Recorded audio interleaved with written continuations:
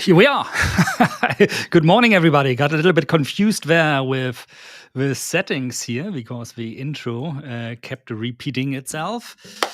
Good morning. How are we? It's Monday morning again here in good old Europe. That means a new week of trading with some quite, I would call them, unique news that came in over the course of a weekend, which for sure are going to kind of stimulate, if you allow me that word, the Monday morning session here a little bit in terms of where certain assets are heading.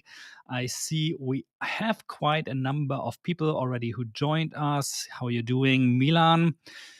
Gold today, 4,100. Well, we're not far away from that anymore. Has been seen quite a revival, right? We have Unbiased Trader, as always, with us today.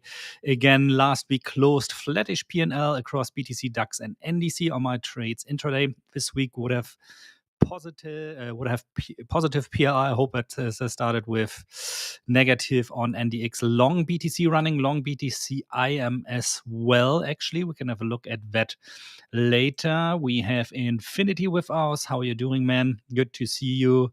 We have the Motivation Circle show. That sounds kind of interesting. A circle motivation. Infinity again, how are you doing? DJ, greetings to the highly esteemed The5ers host, Dirk. Hope you're well. Well, thank you. How could I not be well with a greeting like this on a Monday morning where probably a lot of people are still sleeping? Us traders are already out here hustling to make some profit in these markets. So if you've been following the news over the last days, you probably have seen, where is it? Give me a moment. This year, President Trump announces a $2,000 check for Americans, of course, not for foreigners, that is, from the tariff revenue. So it seems like, at least according to Donald Trump, there was so much tariff revenue coming in that they are sitting on so much money that they can spend $2,000 on every American citizen, excluding those who have a high income already. So I think they're discussing something about everybody who earns over 150,000 US dollars a year is going to be excluded from this. But when I read this, when I heard about this, I was a bit like, wow, this is a giant marketing trick that is going on here, in my opinion. So basically, they are giving the money back that the American citizen paid more in not taxes but tariffs, because there seems to be still the misunderstanding that tariffs like this and tariffs income comes from overseas. So the one who is exporting their goods to the US soil is paying for the tariffs. No, it's the importer paying for the tariffs. And usually the importer doesn't just, stay put and sits on that. It's a extra spend they have. They will offset that by raising their prices for the end consumer. So if you are here watching from the US or as a matter of fact, anywhere else in the world, you are the one paying for the tariffs and not the country exporting. So to me, that whole thing kind of feels like a mega MAGA rewards bonus scam where you are a member of a 2025 terrorist club and you get $2,000 backs and you earn points and everything.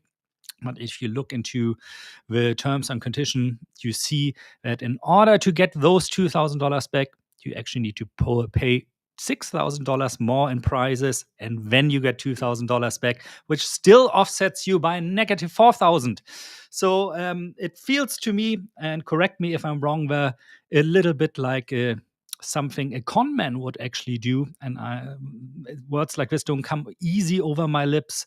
It's something that you would maybe expect from the shop around your corner, where they give you for every $100 spent like a reward of 10 cents, and when you accumulate those over a year, and by the time Christmas or New Year is around, you accumulated something like $20 or $30 that you then can spend in the shop, and tell your friends something like, well, my shop paid for my Christmas or New Year's Eve party groceries. So it's a marketing trick. Obviously, it's something that was invented by him to gain back followers that he lost in masses from more of the lower income population in America. And I hope the American people really are able to see through this and for what it really is.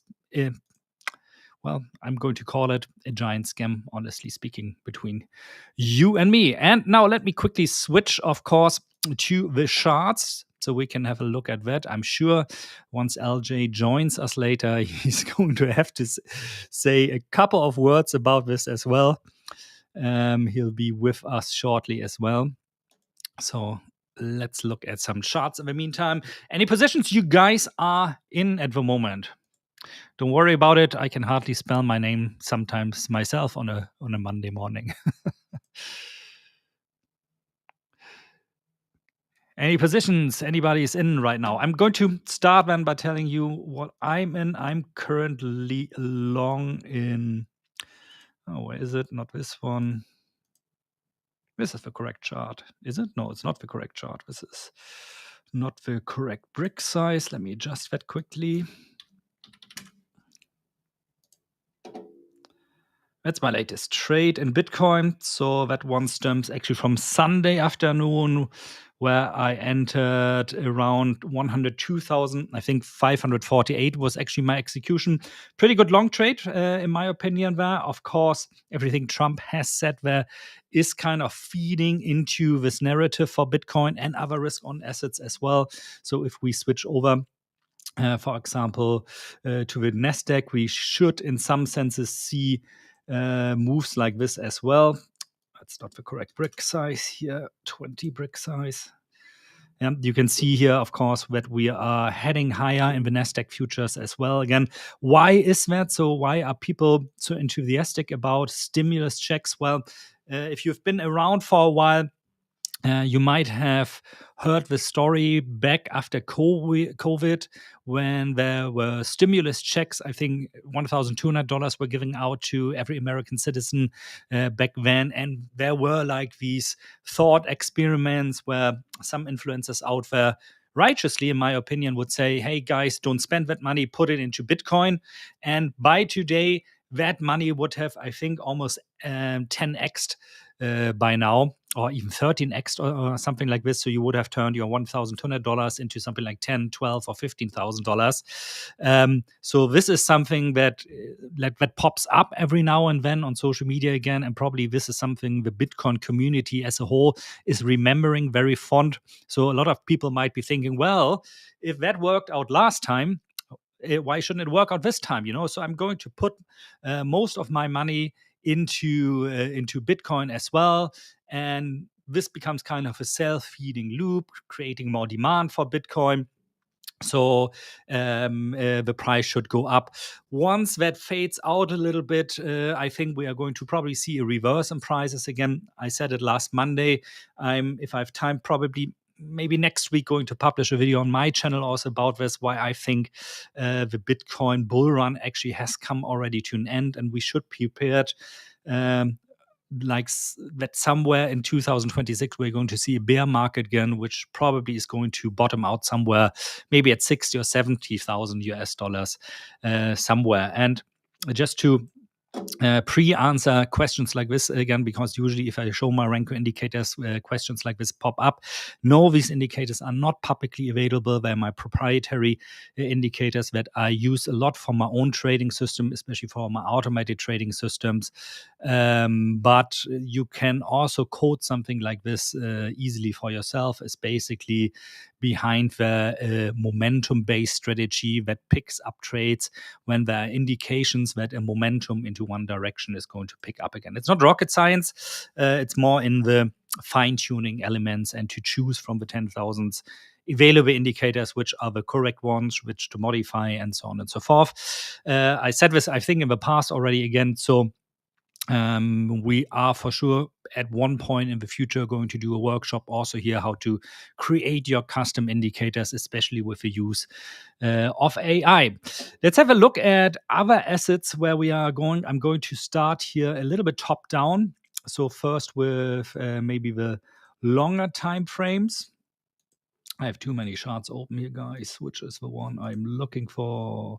This is the one I'm looking for. So let's have a look at some of the assets. I said it already. Bitcoin. For Bitcoin, be aware we are still trading below our bull market support bands.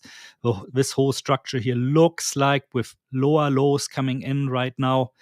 Yeah, we had lower lows here, another lower low now here. This looks like a switch in, or this is, as a matter of fact, in my opinion, already a break of market structure. So you want to be a little bit careful right now. However, don't want to focus too much on Bitcoin on this show because this is not one of the assets that's, of course, traded a lot on the 5ers account.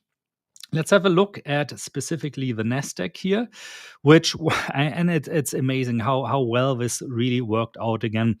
Last week, I again told you this thick blue line that you see here, which is nothing else than 8 weeks moving average, so daily chart, but the time frame for the calculation of the moving average here on TradingView is set to the weekly. Is in a trending market a wonderful zone when you want to re-enter with the trend. And we saw that the last time. That's what we spoke about last week, LJ and I, at this zone. It was again possible on Friday to do that. Of course, doing something like this on a Friday is always a little bit more brave, because you are like sitting over the weekend and you might be thinking to yourself, oh, I hope that orange guy doesn't come up with other stuff to say again that's going to negatively influence the markets. Well, in this case, we got lucky. He didn't. So, of course, we are seeing a positive open. Now, this really for swing trades into the direction of a trend. So long in this case, you would have entered somewhere here, let's say at 24,975 if you gave it a bit of margin. So you would already sit on very nicely 80 to 90 points of profit. Latest you want to enter are when those bull market support bands are still hit. But for that, the trend still needs to be intact. So that doesn't obviously work always. When we saw that crash earlier this year, with a V-shaped recovery, that strategy, well, it would have worked, but you probably would have been stopped out here sooner or later. So this strategy, of course, doesn't exempt you from also having a stop loss. And before I continue, guys, I want to have a quick look actually at how many subscribers we're currently having. And I can see, why has my live trading, my stream stopped here? So we're having 89.3 thousand subscribers already. We're closing in on 90 subscribers. And remember, once we hit those 90,000 subscribers, that is, of course, we are going to have a nice giveaway again, but only if you like our stream, if you subscribe to the stream also, but also to the stream, please. And I was about to scream because LJ joined, obviously. And if you leave us a nice comment and you tell us a little bit what we should be looking at. But let me first introduce welcome back, I should say, the one and only LJ. I'm back. Good to see you guys. Hello. Happy Monday to everyone. Woo. Yeah, exactly. Yeah. Are you doing well, it's all mate? Thanks to you guys. You guys liked the stream and everything last week. That's true. Got me through there. That saved me. There you go. Thank you, guys. But yeah, like Dirk was saying, we're very close to that milestone. So if you guys can pump those numbers, very grateful. How are you doing? And rewards for you on the back end. Doing better. You're doing better. I might have to go back in again later. I got to get some more checks and things, but yeah, for now I'm good. Were you able to get some rest? Functioning. Did you get some reading done? Did you watch bit. F1 yesterday? I did. That was really good, dude. Max. That guy is crazy. But I gotta say, I gotta tilt my non-existing head towards Lando Norris as well. As shaky his nervous costume was in the beginning of the season, he is really just, doing whatever needs to be done and doing it in a very nice way. Of course, if Max would have been started like somewhere in position 4 or 5, I think he would have won that thing. But yeah, oh, dude, insane. And then what's up with Oscar Piastri? It's like I don't know. Like everyone keeps saying that a shadow of himself. I mean, it's very weird. even Jos Verstappen was saying, like, I don't know what's going on at McLaren. You know, it's not like he just forgot how to drive yesterday. Yeah. And it's been a very weird, you know, I don't know. That's when you get all the conspiracy type whatever stuff. Yeah. You know, but there's very much the underlying talks and stuff that, he's not happy. Mark Webber, his manager, not happy. All that kind of stuff. I don't know what's going on. Who knows? But Yeah, we hey, all cannot see. I mean, by the end of the day, everybody has like their, ups and downs. We know that from trading as well, right? And why not here? Yeah, before we join, I don't know if you were watching already. Before we are joining, I was talking in the beginning very quickly about the new MAGA Rewards 2025 Tariff Club bonus card, where you're getting $2,000 back from Donald Trump. But the payoff is, the other side of the medal is that you first have to spend at least $6,000 in order to get those $2,000 back. Being a bit ironic, of course, here.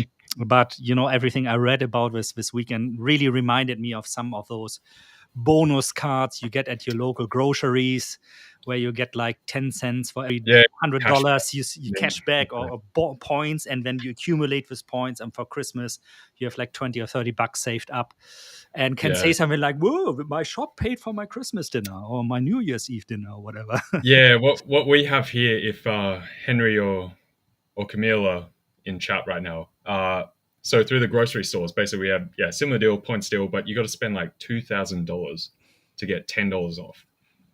And it's like, oh wow, I got $10 off my spend. It's like, oh come on.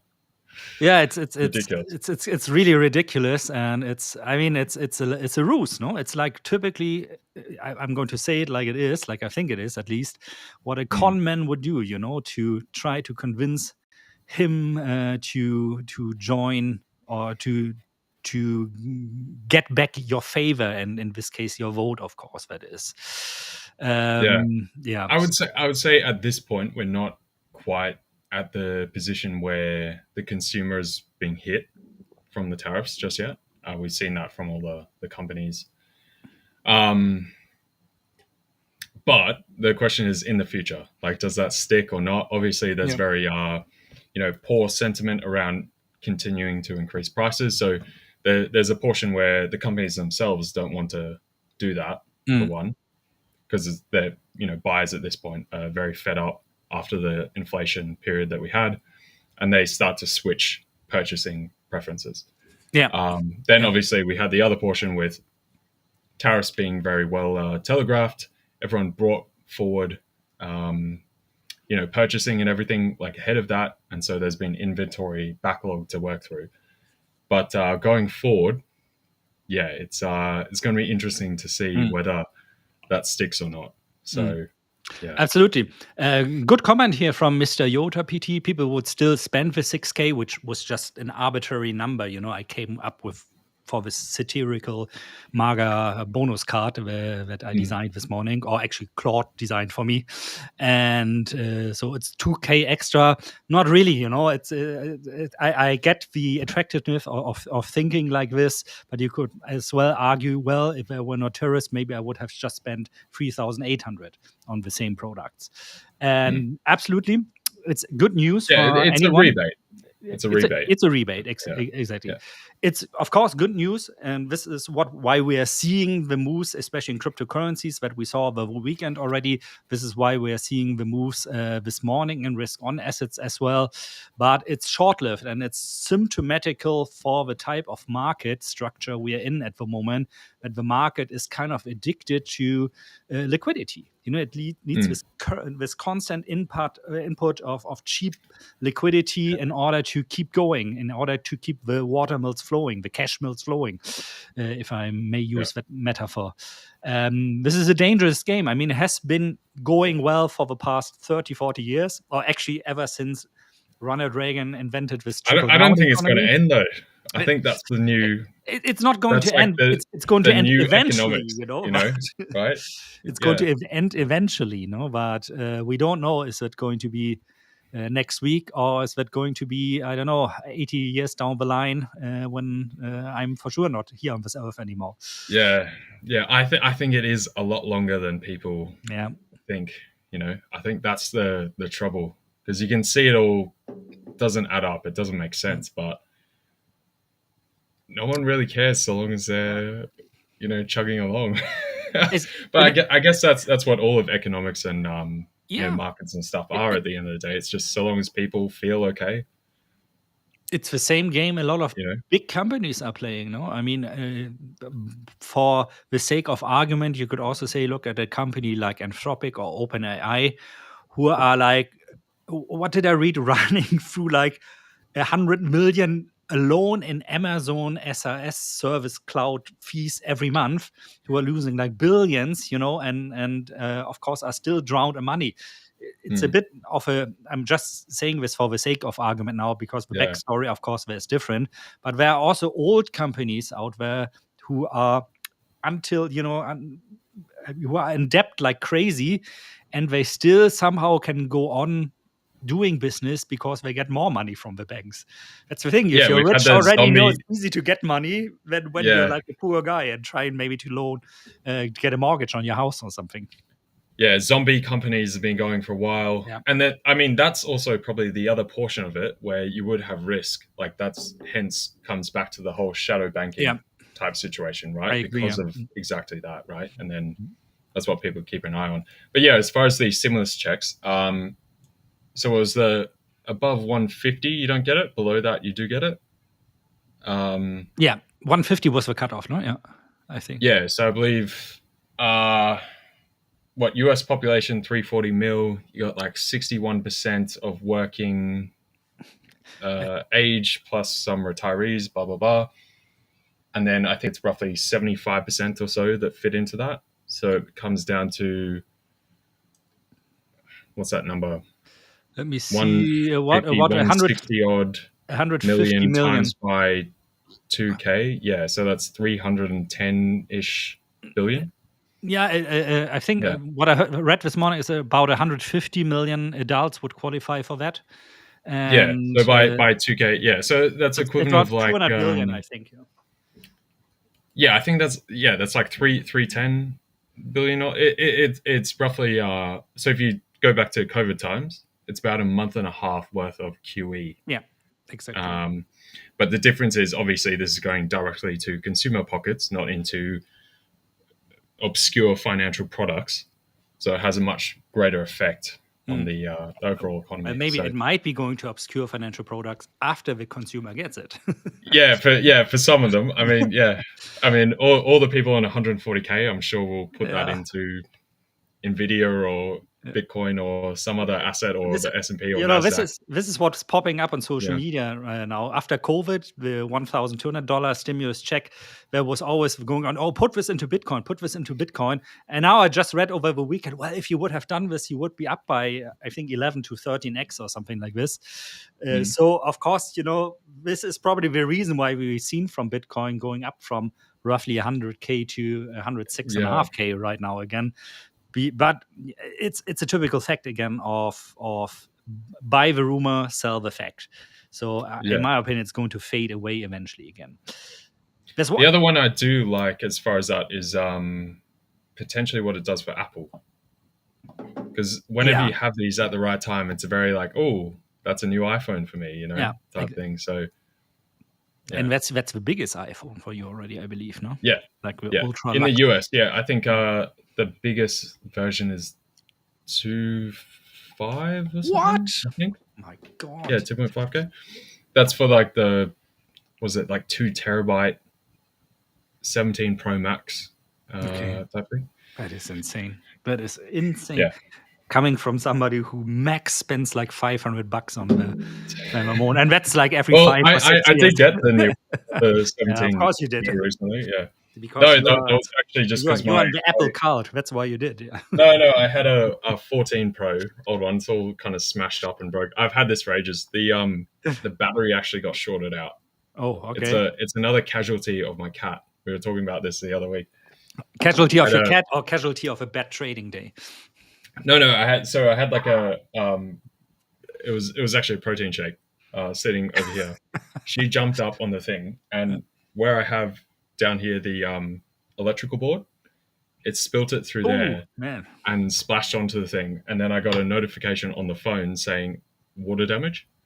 So it shorted out the charging block and then killed the battery. Ooh, okay. So then this would only last like 5 minutes. And then I have to have it plugged into a portable battery the whole time. So I was like, all right. Okay. Yeah. We got a question here, which I think is a very fair question from Pardeep Singh. Why don't I ever see you guys take a trade? Especially Victor will come on live and flex his 1 to 3 or 4 trades. I never seen him take one trade live. Aren't there enough setups? First of all, we do take live trades here. I think last week, I personally did like 2 live trades. Didn't you also do like a long or short? I'm not sure anymore. Yeah, I mean, well, last week I was out, but yeah, I've got them all the week before that, still from all the past I trades. This is all Aussie dollar, blah blah through here. So we do that when it comes to Victor. I cannot speak, of course, for Victor here, but I know Victor. I know his stats, trades. And he's one of the best traders I've ever seen in my life. So I think you're barking at the wrong tree there, honestly speaking. And it's absolutely right. There is not always an opportunity through here, through there. Yeah, to take a trade.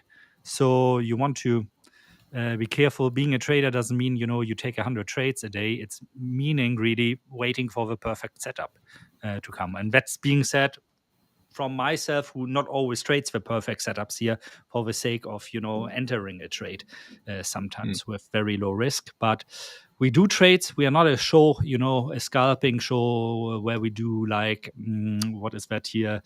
Low latency, hyper trading and executing. HFT. What is the high frequency trading? Is that not high time frame? And executing like 10,000 trades here. Yeah. But yeah, if you're around, you'll see them all the time. So this is part of the reason I leave a lot of the markings up. Yeah. As I said, I think the week before I went away, I need to clear up some of these charts, which I still didn't get time to whilst I was away. But a bunch of that is for posterity. Also, so you can go back, look at the prior reasoning, where those events were, how we've evolved in those events to the current trading conditions, the current market, whatever Trump was saying at the time or something like that. If we go here, like these were the gold trades all through here. Dirk and I were talking about this once we were topping out through gold. Took the sells through there. Once that was confirmed, the come up through here, double top, massive crash. We came down the 10% slight reversal through here, sell zone, bang, done, pick up through there, right? So yeah, you get a bunch of them all through the week. So if you're hanging around enough, you'll definitely see it. So. And you're not here to copy our trades, Pardeep. You're here, see us as an inspiration. We are on purpose traders from many, many different backgrounds and many different styles. You see LJ and me, who have a lot of fundamentals going at least long-term into their trades. LJ looking at something like option expiries to see where could price be attracted to today. You have Jonatan, who's a lot nowadays into algo trading, breakout trading, designing trading system, and coming more from really the pure chart technical. You have Victor's with his special setups and low success rate, high R setups, and all kinds of traders. I really cannot name the style of everyone. We've seen over and over again how fascinating it is that we sometimes take the same trades, but based on different analysis. So it always boils down probably to support and resistance in that sense again. But even if you just take one trade a week, that's already okay. Don't have the expectancy that you have to trade like 10 times a day. It's not true. You want to trade when there is a very good chance combined with a good risk reward ratio. And that could be different from your eyes of view than from my eyes of view. I always like to give the example here. A good friend of mine, very, very successful oil trader. He taught me his trading system. And whenever I try it, I lose money with it. Because I somehow cannot see what he is seeing when he's showing me the charts. This is how trading is. You kind of have to find your own style. If we can inspire you with some of the things we are showing here to you to find that style, well, then, mission accomplished for us. Yeah. And you build some kind of a hybrid or something like that, like take bits and pieces and reconstruct it to your own, how you want to approach the game. It's much like poker, like you were saying, Dirk. Like, some people are really comfortably bluffing, right? Other people know that they're just not that good. So it might be a very small portion, but then the rest of the time they want to play more to the math, more to, structure, that kind of stuff, right? Yeah. And it depends on because if you got certain tells and you just can't help it, then it's not going to work out. That, or you notice you're sitting in a round of poker, so are like very conservative, only playing the top cards. When you start playing more aggressively, this is also sometimes you kind of, at least that's for me true. I feel like this market is like too conservative. It's too much into one direction. People are too biased into one direction when it comes to sentiment. So I gotta take the opposite of that. But it's difficult, That's the difficulty about it. That's, in my opinion, also what makes it so attractive, apart from financial benefits, or possible financial benefits, I should say, that it's not scientific for a lot of it. Some of it is scientific when it comes to analysis, of course. But especially when you are drawn to technical analysis, it's more of an art than it's really science. And that makes it fascinating, because it's like this large puzzle that never can be solved. Or, you think you have it solved, and then it changes into another mode, and it changes and you start over again. But it's like really, really nice. And I actually knew that this would come now as a comment. Hey, Rich, how you doing, man? Hans Gunther is back. We can talk poker for hours. I used to love playing poker. I was very, very big into poker when it was very popular online back in the days. Nowadays, you cannot play it online anymore, because you're only playing your ball against bots and algorithms. But and by the way, a lot of good poker players from back then that I'm still in touch with, they are traders nowadays. Great traders, yeah. Yeah, because they know about risk reward, and when the odds are in their favor for eventual payoffs from trades. It's dealing with incomplete information. Yeah.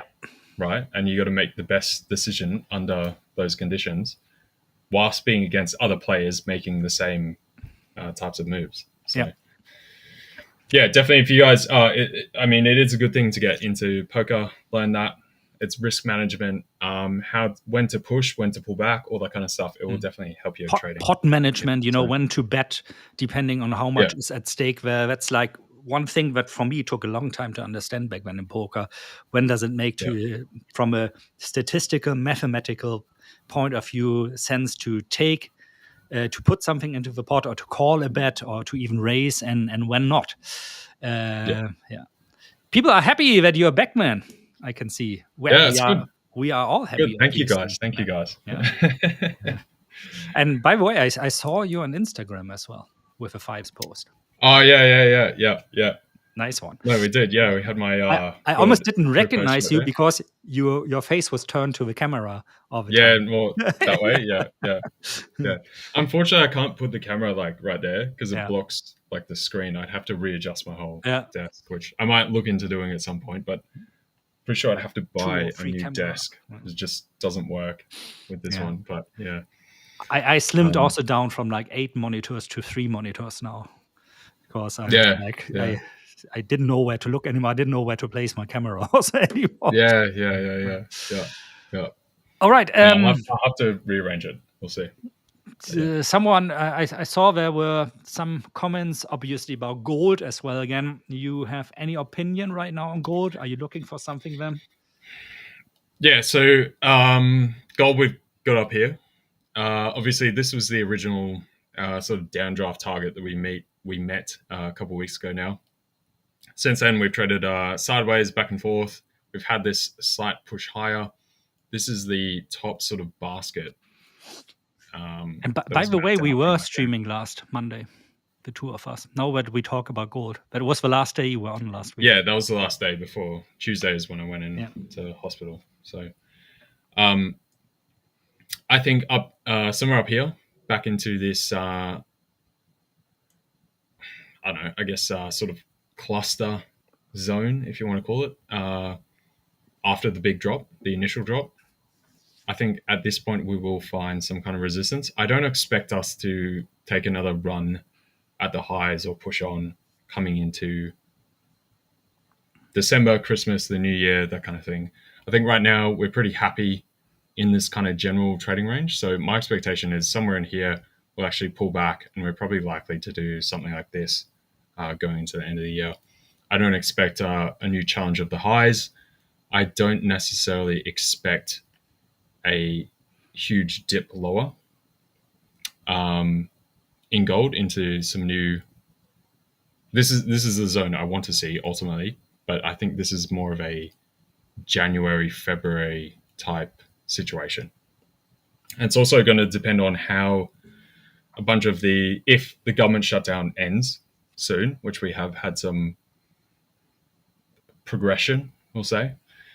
Still a lot to be played for, but we'll start getting some of those numbers coming through and then see where that moves risk sentiment overall and the general confidence in the stability of the economy going through here. So I would like to see this kind of area hit at some point. But for now, I think we're very much, given the current conditions, it's kind of a sideways trading range through this lower block, right? So this is probably coming towards the head of the block through here, and then you're likely to trade back and forth. It's kind of what I'm looking at. If I may add to that a little bit, Yeah. actually I'm seeing it pretty much like you. Might remember last week, when was that, Monday here, the 3rd, so that was this candle here. I remember me saying, the hitting the 8 weeks moving average on the daily in a strong trend like this is always good for a swing trade if you want to be more on the aggressive side. We've seen that a couple of times again last week, later on as well. And see, in this case also, it was a great trade again. Latest when you entered maybe somewhere here, 39, let's say 70, something like this, you're already sitting on $100 US per ounce of gold on profit, with a very narrow stop loss. However, a trade from a swing trading perspective, I didn't enter because, like you, I'm more comfortable if we see a larger pullback and if we get a little bit of more fear really into the markets and people actually talking about, pardon me, the gold run is over, panic selling. Well, maybe not panic selling, but at least questioning their positioning. And for me, that would be the case really if we drop down to the bull market support band. So somewhere at the moment here between 3,625 to 3,690 might be a little bit low. We're not always hitting them. We are hitting them usually once we close well above the 8 weeks moving average. We had a close below it, sorry, not above, of course. We had this last Tuesday.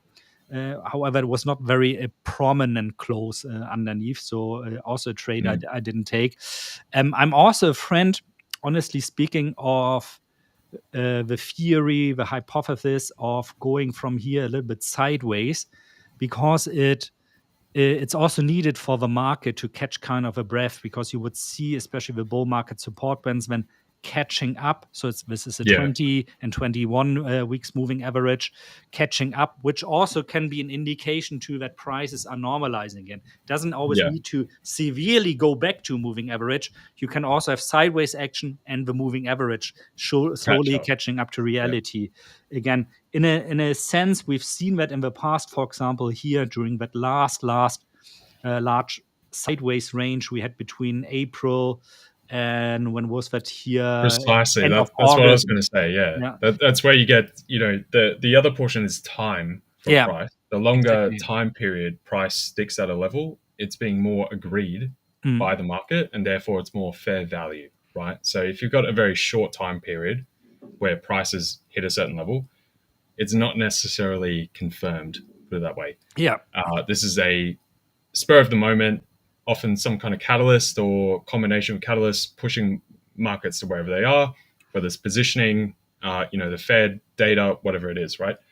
But once you get it to actually settle there, after that's been digested, now you're saying, okay, this is actually an agreed fair price from the market participants, where they want to position, where they previously were positioned, and where they want to forward position from. Yeah. So then you have more confidence in the trade overall, and then that's when people actually jump back in. So very similar to that consolidation period, that's kind of what I'm looking at right now, where you get that kind of 200-ish an ounce, 250 whatever on gold, and we kind of go sideways for a bit coming into the new year. Yeah, and then I mean, kind of into this. Even here, if you really, want to aggressively look for swing trades, you could use this 8 weeks moving average for entries, long That would entries. be beautiful if we got down that far, right? It would. No, I'm not talking about the support bands. Like here in the last sideways range, if you used those touches of a 8 weeks entries, that would have worked out as well if you have your stop somewhere down below the bull market support bands, or really take some aggressive scalp trades there every now and then. But in hindsight, of course, that's always easy to say. We don't know if it's going to be the same time. Big factor difference from the situation now to the situation back then is the government shutdown and the lack of economic data coming out, with still makes me feel like I'm only using one of my arms for trading and not seeing the full picture. And of course, as closer as we get to the next Fed interest rate decision, which is 13th of December or something like this, or 8th of December, 13th is this? Okay, whatever, somewhere early to mid-December, I think it is. Without 17th. Oh, 17th. So that close to Christmas already. Okay. Yeah, I think the last one was on 13th, November. Yeah. And so the closer we get to this, without the government shutdown being done and economic data coming out again, and seeing how did the economy actually develop in the meantime since the shutdown. The shutdown has been going on for 2 months now, and the Fed is not going to make an interest rate decision. Let's be honest, we are going to stay flat there for interest rates, probably. Yeah, I'm curious about your observance of how the dollar's reacted through this period, because I've got a couple of things I'll follow up with. I want to see your opinion first, because just like we had the Challenger jobs numbers last week, right, which were very poor, we've not really seen a proper reaction at all. Obviously, we're both saying and calling for the December Fed cut when it was being priced at 96 whatever percent. That was ridiculous. It needs to come down. We've seen that, so that came through fair and square. That probably needed to happen regardless of the shutdown. The shutdown only amplified it. I would even argue that it's surprising that that didn't happen before Jerome Powell spoke. That seems very obvious, very clear. But then, since then, we haven't seen next to any reaction in the dollar. It's been stronger. It's been stronger. Increased. But I think a lot of those institutions out there are probably thinking the same stuff we are thinking here, the two of us. There's a squaring of positions, Yeah, they are unsure. I'm sure they're hedging massively their US dollar dominated positions at the moment. I don't see that necessarily reflected in like option prices, honestly speaking.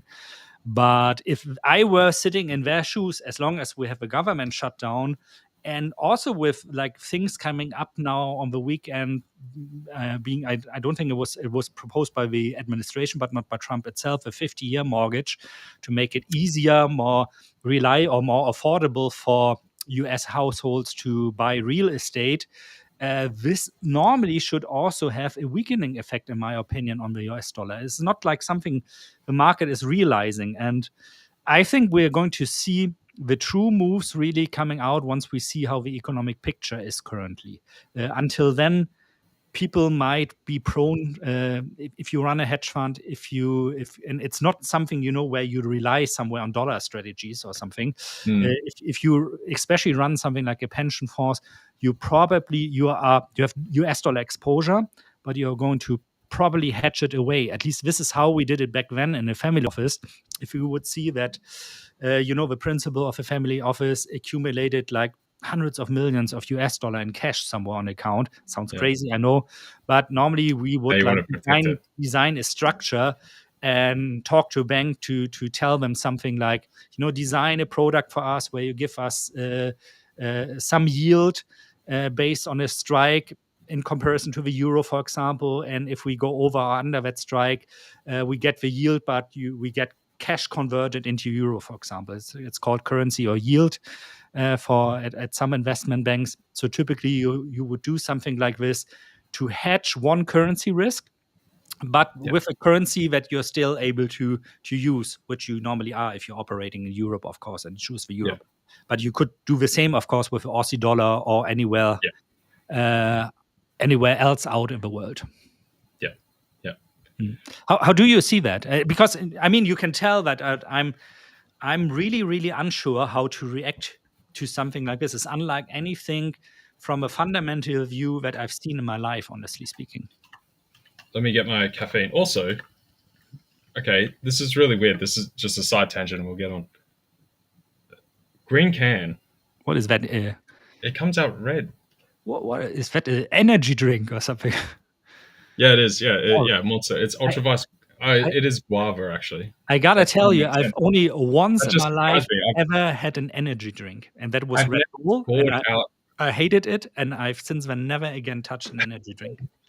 I've never poured out the guava one, and I didn't realize it's red. But yeah, Red Bull is a specific taste. It tastes like gummy bears. Yeah. Monster is much better. Okay, still not going to try it. I don't want to go down that rabbit hole. Monster's the best performing stock of all time. It is really, yeah. I mean, I see kids at the elementary school of my daughter already running around with that stuff. So must be selling good. It's my lifeblood. But yeah, so as far as the dollar, so it's been a bit weird. I would have thought there would be a little bit more jitters coming in, especially when we did see some of that coming through both the bond market and somewhat into stocks.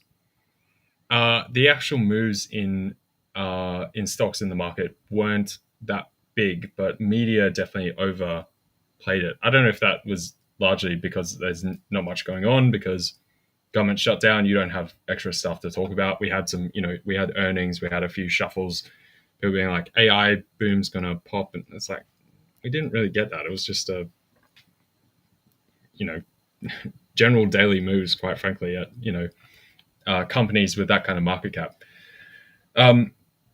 But typically, and that's the thing, like normally you FX is often the kind of canary in the coal mine, tends to move quicker beyond every other market, but we didn't see that at all through FX. And dollar is strengthened. There are varying reasons for that, but it's like the market has observed the reasons for it to go up and just completely ignored the other reasons that maybe you should be a bit more cautious. So all I can see is to put it down to a couple of things. So first of all, we've had some great gains, great movers in FX across the board. Things like the euro, at the start of the year, we're around 104. Now we've run right up. Same with the gold moves, that kind of thing. You're looking at the book going into the end of the year. How much more gains are there to squeeze out? So you take some off the board. That it seems to be just general like repositioning. The other piece being there has been a drain of liquidity from the market being with the government shutdown, for instance. So it's roughly 250 billion odd after people not being paid, them not paying out a number of the bonds, treasuries, that kind of stuff, all the regular payments. And we already had the TGA at roughly 750 billion. That now pushes up to $1 trillion. And so again, that's another month's worth of QE during COVID. Obviously, QE COVID was very large, right? So you've got this drain of US dollar liquidity across the board, and that seems to have also helped and assisted dollar coming up. That plus obviously the Japan situation developments with the new PM. And then I think it seems just like structurally, like you said, no one's really sure exactly what's going on. It's very hard to forecast the next move right now. There's too many variables that are both undefined and also contradictory that I think we've just gone with the general sway of the market. And everyone's like, all right, that's where we're going. Fair enough. We'll reconvene daily, weekly, and see where we're at. That's all I've been able to put it down to, because there's no clear defining factor from what I've seen. It's always on a large scale also difficult to really take a massive bet against the US dollar. It's not a bet you usually as an institutional would do, to say like, oh, I'm going to bet on the US dollar devaluing now in exchange to the euro by 20% or something like this. This usually never will have a good outcome. So what you usually would do probably is, in a sense like this, maybe sell US stocks, buy euro stocks or something like this, although that might be a little bit too late for that already.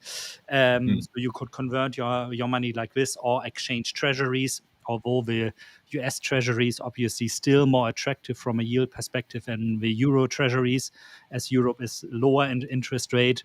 Then the question is there so much more to gain if you buy, for example, the Swiss franc?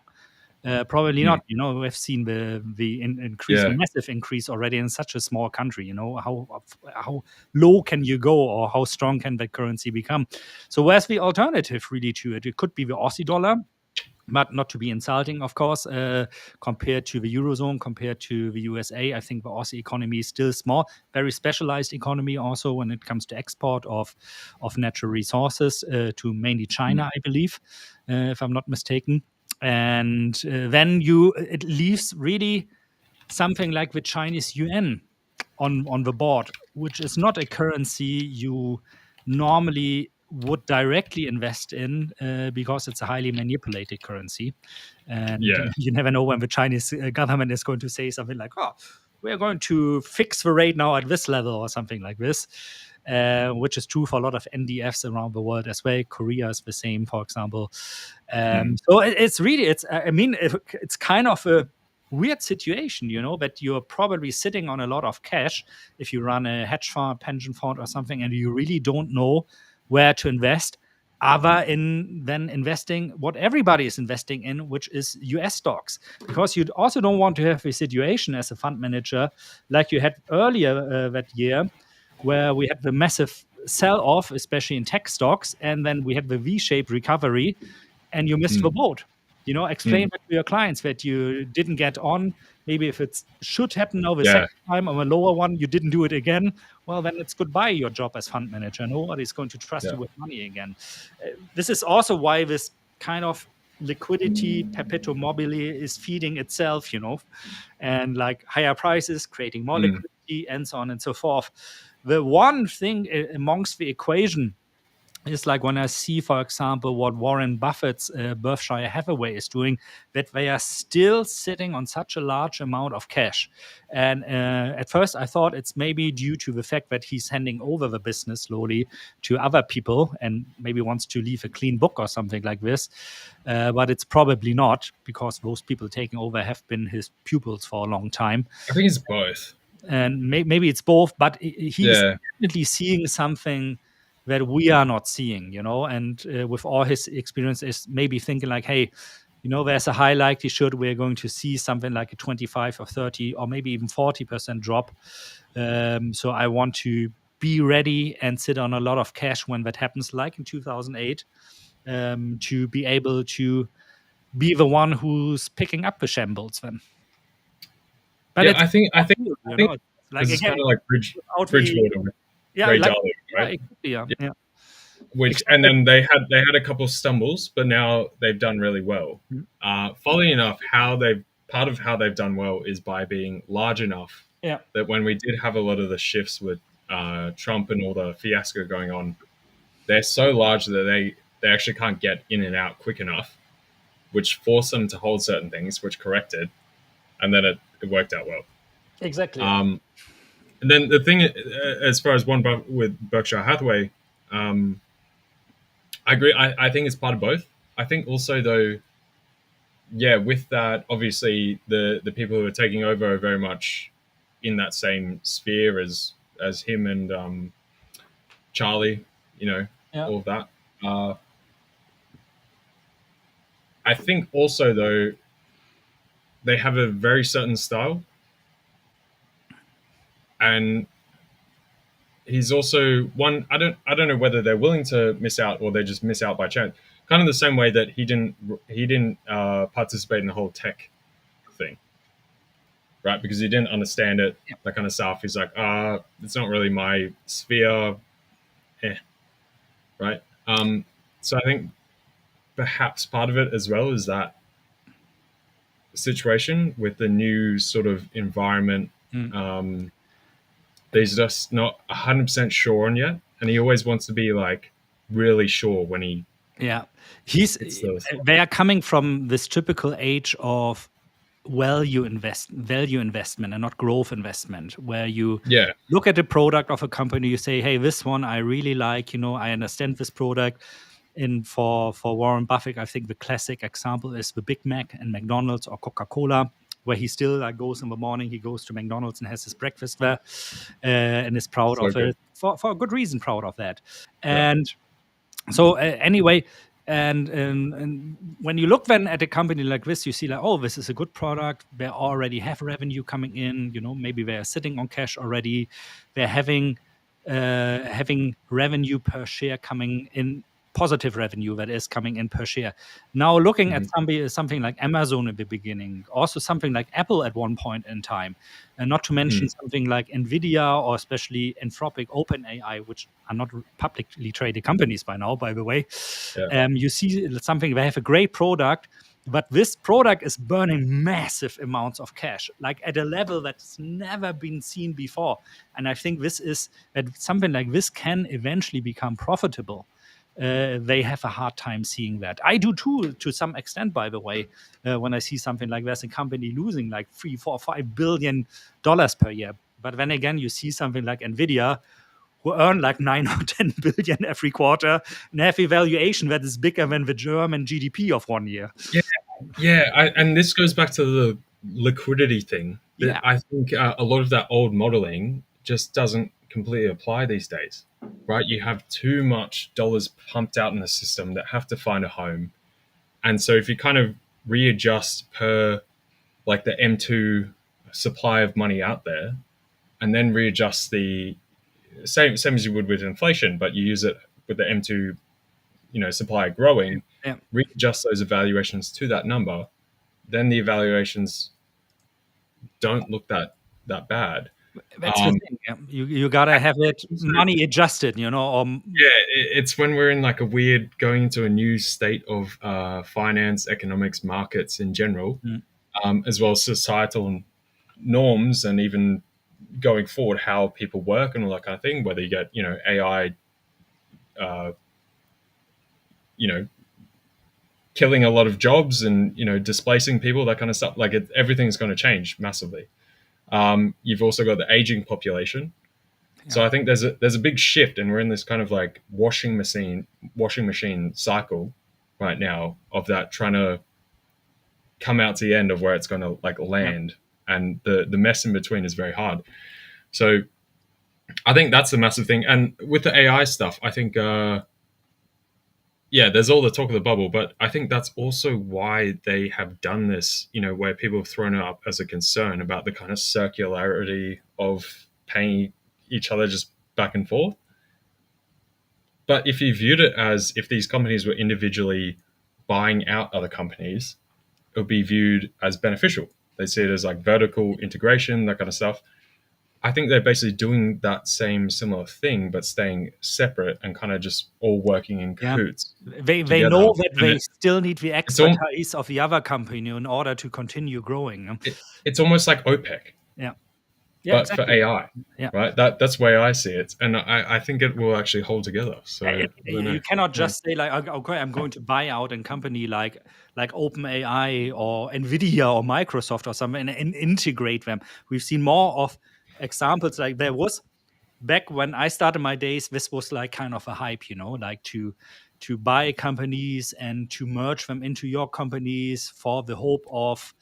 That was the game at the time, right? That was the game of the time, and everybody was hoping like you are going to get synergy effects, which almost never was the case because either the product was too complex or the whole mindset of the company, the culture was totally different from the one it merged with. Imagine this now at a scale of what Nvidia or Microsoft is impossible with hundreds of thousands of employees also. So they need to come up with something else. And I think they've realized OpenAI knows we are going to need NVIDIA to keep doing what we are doing. Microsoft knows in order to stay in the game. Same goes for something like in a bigger sense, actually, for Meta, because they don't have a product at all for this yet. And the synergy effects are more like, I'm going to put money on your table. You're going to take this money, put it on the table of Microsoft or Nvidia or whatever. So we are all a big circle of bros having each other's backs. Yeah. The ones I will say, I think Nvidia is here to stay and last. Yeah, they are too big to fail. I think they are the Tesla biggest does. company. Yeah, I think Tesla does as well, because of their positioning with, and it's also Elon's synergy with some of the other tangential companies that, if at worst he can lay something into Tesla to do whatever and that kind of stuff. Same with how we've already now started putting data centers in space. I think the first couple ones, went up the past couple weeks doing that. Really? Obviously, he's got SpaceX. Yeah. Oh wow, I haven't read about this. Crazy. I remember we were talking about this last, and I thought this was another 6 months or more away. But then I found out there's a couple companies which are running both all the what is Amazon's one? I don't know. Anyway, that ChatGPT, they're running all the models up there, and as well they're trying to relay that into, because a lot of with general satellite data has to be pinged down to Earth, configured, computed, sent back, and then relayed again. So they're basically going to send it to the AIs, compute everything, then send it back to Earth. This works for a billion other businesses and just better information sharing, that kind of stuff. So that's already happening much quicker than I thought. And then I think the other one that might be the sleeper is kind of Apple might actually do better than expected. Their whole, we wait till last. They have kind of been on the and then sidelines, right? You're right, yeah. Yeah, one of the things is they haven't spent all this ridiculous money. Now, I think the big spenders will actually have some troubles over the next 3 to 5 years because of that. And, arguably, Apple is in the best position to actually spend the money because they have a ridiculous cash pile that they could, and it wouldn't hurt them. But I think they're going to wait for everyone else to do that, find out what the thing is. They already have the brand trust.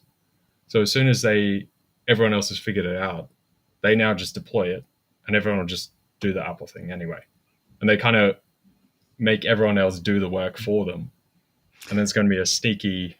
And Apple is they have experience with something like this because they were in the situation of being the company in the 90s that nobody wanted anymore.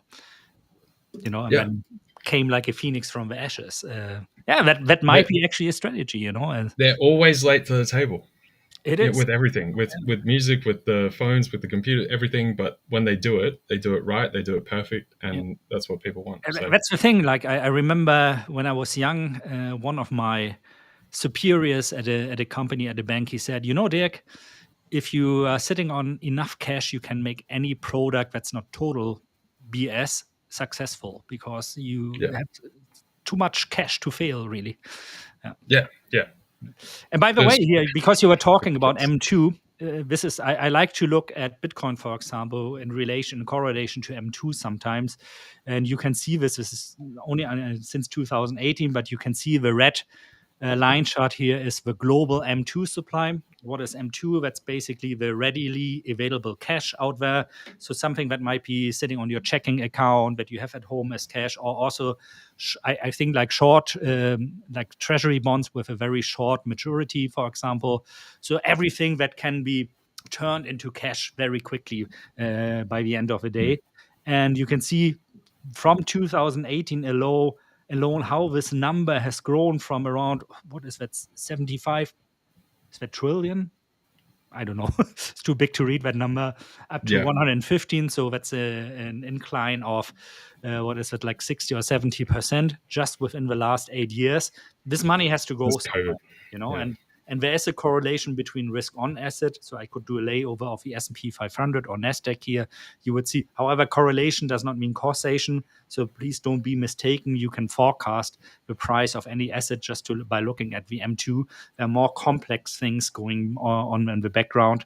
I think I had the example in the past, in the summertime also, if you equal correlation to causation, you could also equal something like Well, if more ice cream is sold in the summer, there are more drownings in lakes, of course. So there must be correlation between ice cream and drowning, which obviously is not the case.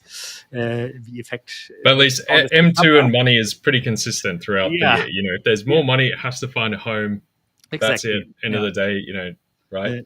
So exactly that. So definitely something I'm really think you guys should have a look on at. You can find an indicator on TradingView. Also, it's called MF Global Money Supply M2 by Miguel Finance. Probably somebody from Spain. I don't know. And you can find that is totally for free. And it's great if you look at like where are we? Do we see a contraction of M2? Because usually sooner or later you'll see also maybe stocks going a little bit sideways or going a little bit down. Not always. This can also be sorry to interrupt real quick. Yeah. It's raining really heavily here. I'm getting rain coming in, so I just got to go and close the doors. Later your electric plug spark out again. So definitely something to look at. I'm seeing here unbiased trader taking a short again on the NASDAQ. I'm long NASDAQ still at the moment. So I went long. That was early this morning, automated. That is, of course, somewhere around 25,385 it was. Could be a short trade, could not be a short trade. I just got a short trade in on my Bitcoin system that went short just now at 106,000 US dollars. Not my Bitcoin short system, my Bitcoin trading system based on my Renko indicators, that is. So let's see. Wouldn't be surprised to see a drawback maybe in the area of 104,500. So that would, of course, correlate, unbiased trader, to your NASDAQ short trade then as well. Let's have a quick look also at gold. Still long in gold from also early this morning at around 7 o'clock, 4,068, 4,069, I think was my entry on that one. Consolidating a little bit at the moment. Also here, let's see if we have the power of later hitting 4,100. We can see once again here, as it is so often in the early European session on a Monday, that at one point, once the first moves are out of the market or are taken into the prices from a European point of view, that the markets are waiting for prices to move in a certain direction. I for sure during the session have not seen something where I say like, I need to enter this. Euro dollar still long here. As I said, NASDAQ long still. Would be probably we would need to see a move like of 60 to 80 points down that my system decides to go short here. But let's see. Let's have quickly a look at this here. It's come nice up again, cable, of course, like the other. What are we seeing from dollar yen? For sure, something I want to ask LJ about as well once he's back. Last week, dollar yen's interesting. I was like kind of looking, and to visualize things at this thing. I don't think we've seen really this one resolve. Maybe it's going to resolve now. I don't really know. Would you also excuse me just for a moment? I have to go somewhere very urgently. Yeah, no, it's all good. That's all good. I was going to cover some of the comments we had as well from before. So first of all, as far as today, right now, this is the only trade I'm currently in short Aussie dollar for you guys. So came up to the resistance up here by that 65.40. That's been a bit of a flip level, but to the upside, bullish and bearish in the past a number of times through this year. So short on there after today's run and after Friday's big pickup as well. But other piece I was going to do is get back to some of your comments that you guys were throwing in before, whilst we were chatting quite a bit.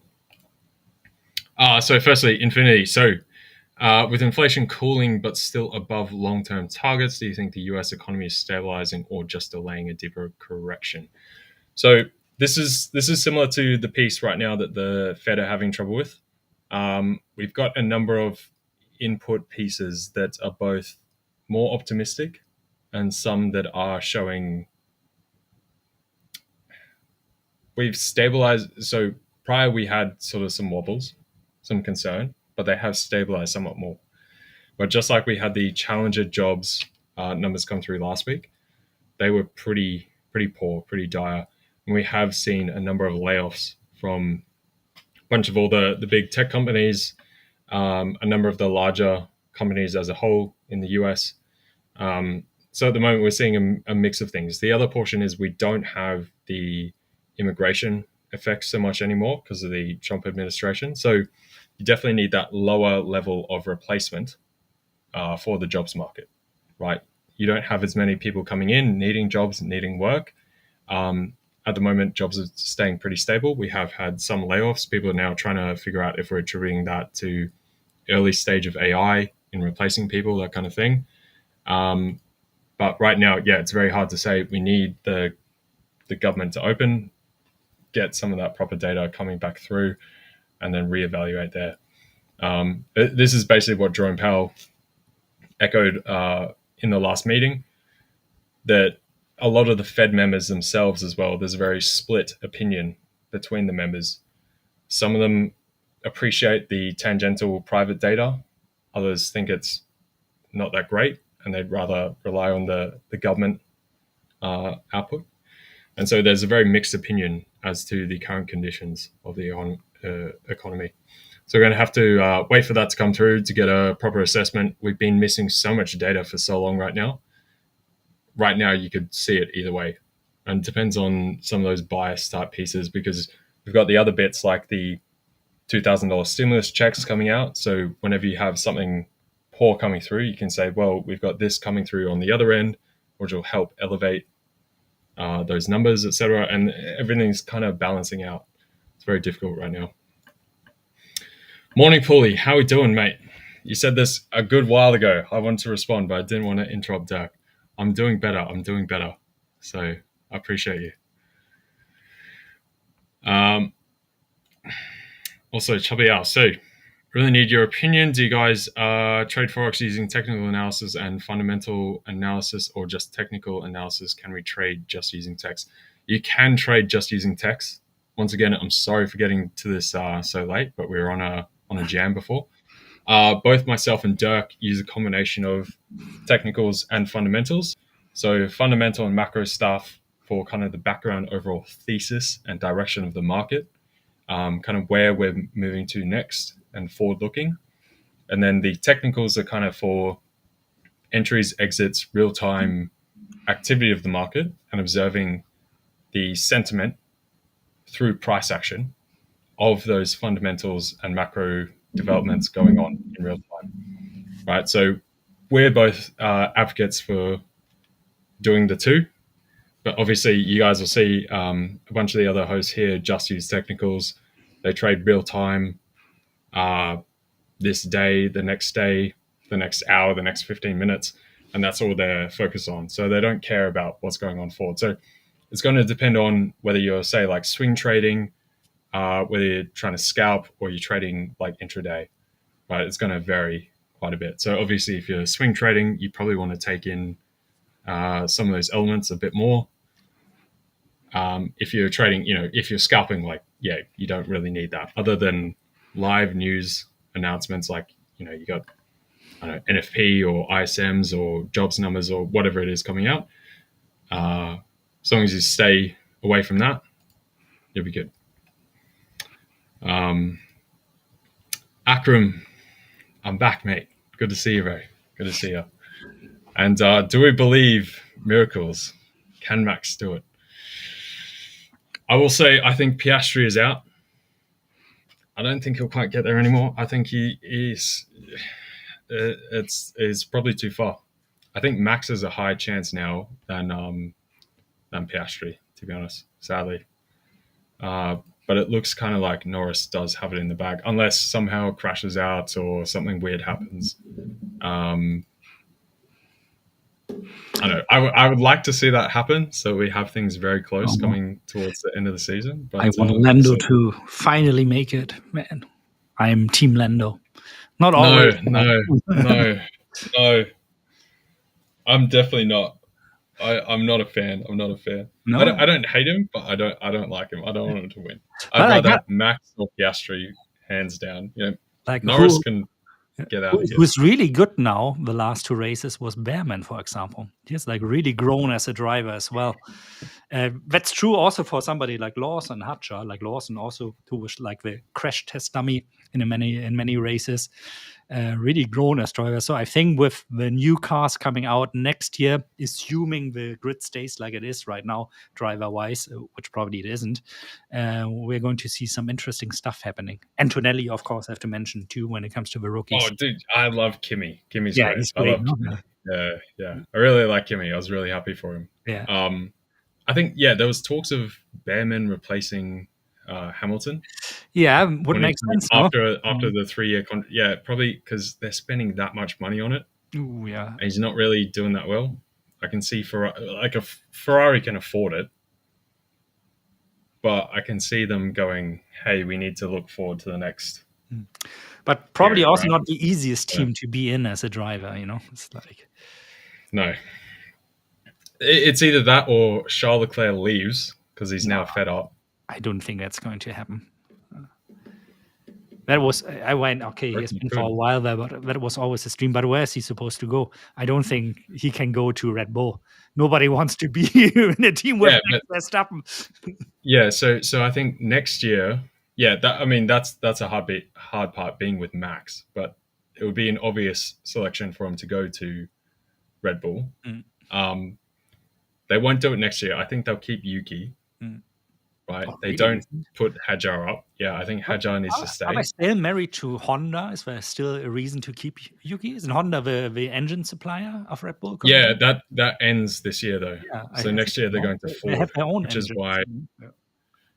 Yeah, but really, if you're an experienced driver, I mean, I see that it might be a good possibility if you're a young driver trying to prove yourself, although it always failed.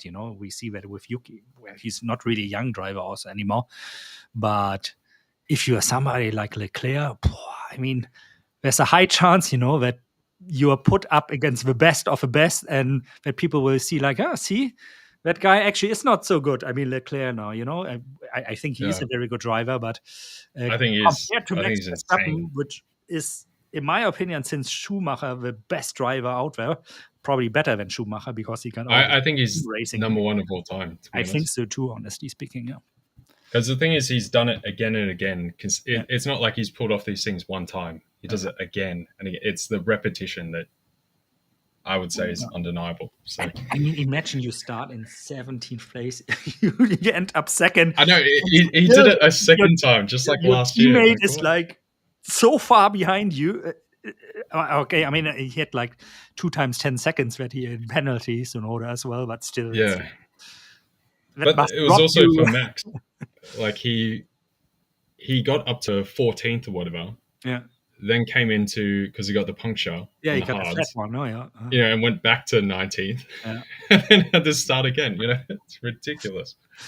Honestly. But yeah, great. It was a great race to watch. That would be a great comeback as well for the 3rd time. Oh, dude. The Honey Badger coming back. I love him. That. Yeah. He's honestly, Ricardo is just, what a great guy, But yeah, so there's your F1 breakdown for you guys that always ask.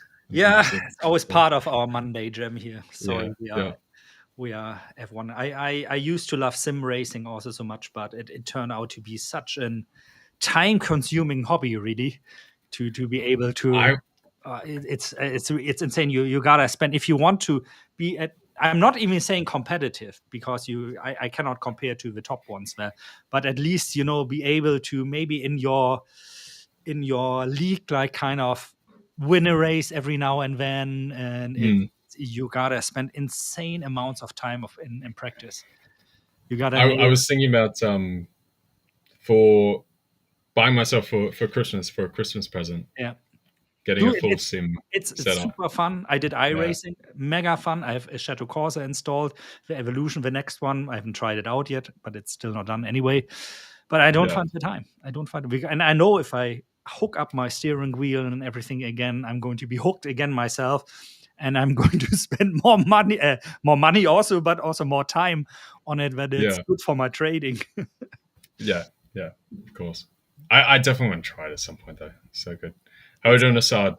I'm doing better, mate. Good to see you. Good to see you. Did you talk, by the way, about dollar yen already? Really would like to. No, I was waiting for you to come back with that, but let me just make sure there was nothing else we missed here. Did the mothership up you? yeah, I got the upgrade exactly. I need a software upgrade, so there we go. He's completely running on energy drinks now. yeah, it's all liquid without the all need liquid to go to the toilet or anything. This is the oil. Oil and gasoline. But yeah, so dollar yen. So what you can see here, this is like VWAP type channels through here. Dollar yen has definitely surprised me quite a bit into the latter half of the year in general, with how much I don't know, we've defied gravity per se. I can see, obviously, there's the elements of the carry trade very much still there. There's every reason to buy it, hold it, that kind of stuff. But the degree at which we have so sort of confidently unwound a number of these moves, a number of times, has been quite interesting. With that said, where we are now, I think we are starting to mature, finally. Right? Yeah. Sorry, yeah. I thought you asked me, Laura. Right? No, you go. That's kind of the general thing. Like, I agree with you. Dollar yen has been the pair for me where I was wrong this year on a longer time scale a number of times, because all my models showed me that the fair valuation should be somewhere around 130, 100, or let's say 125 to 134, somewhere between those levels. And it shows again that even in a model, that has proven over and over again that it's actually very reliable, the timing aspect is still something to take into consideration. This is also where then technical analysis maybe comes in, to that fundamental, to that sentiment analysis. And it's a bit decision time at this level, honestly speaking, for me. And if I, like I did already last week, if I have to put it into simple words or simple graphics, it's this one for me, really. Although this is nothing I would trade off now, of course, but it's like kind of, are we going to see a break of structure here or not? Are we going to break out of this massive structure, this volatile structure we've seen for the second half of the year? Or are we, we can zoom in. Yeah, we can also take this into consideration, what we saw down there at in the end of 2023 was that already. So I don't know what to make of that. If it's like doing the classic way, we could see something like this, bam, go down again, and then maybe attack something like 160.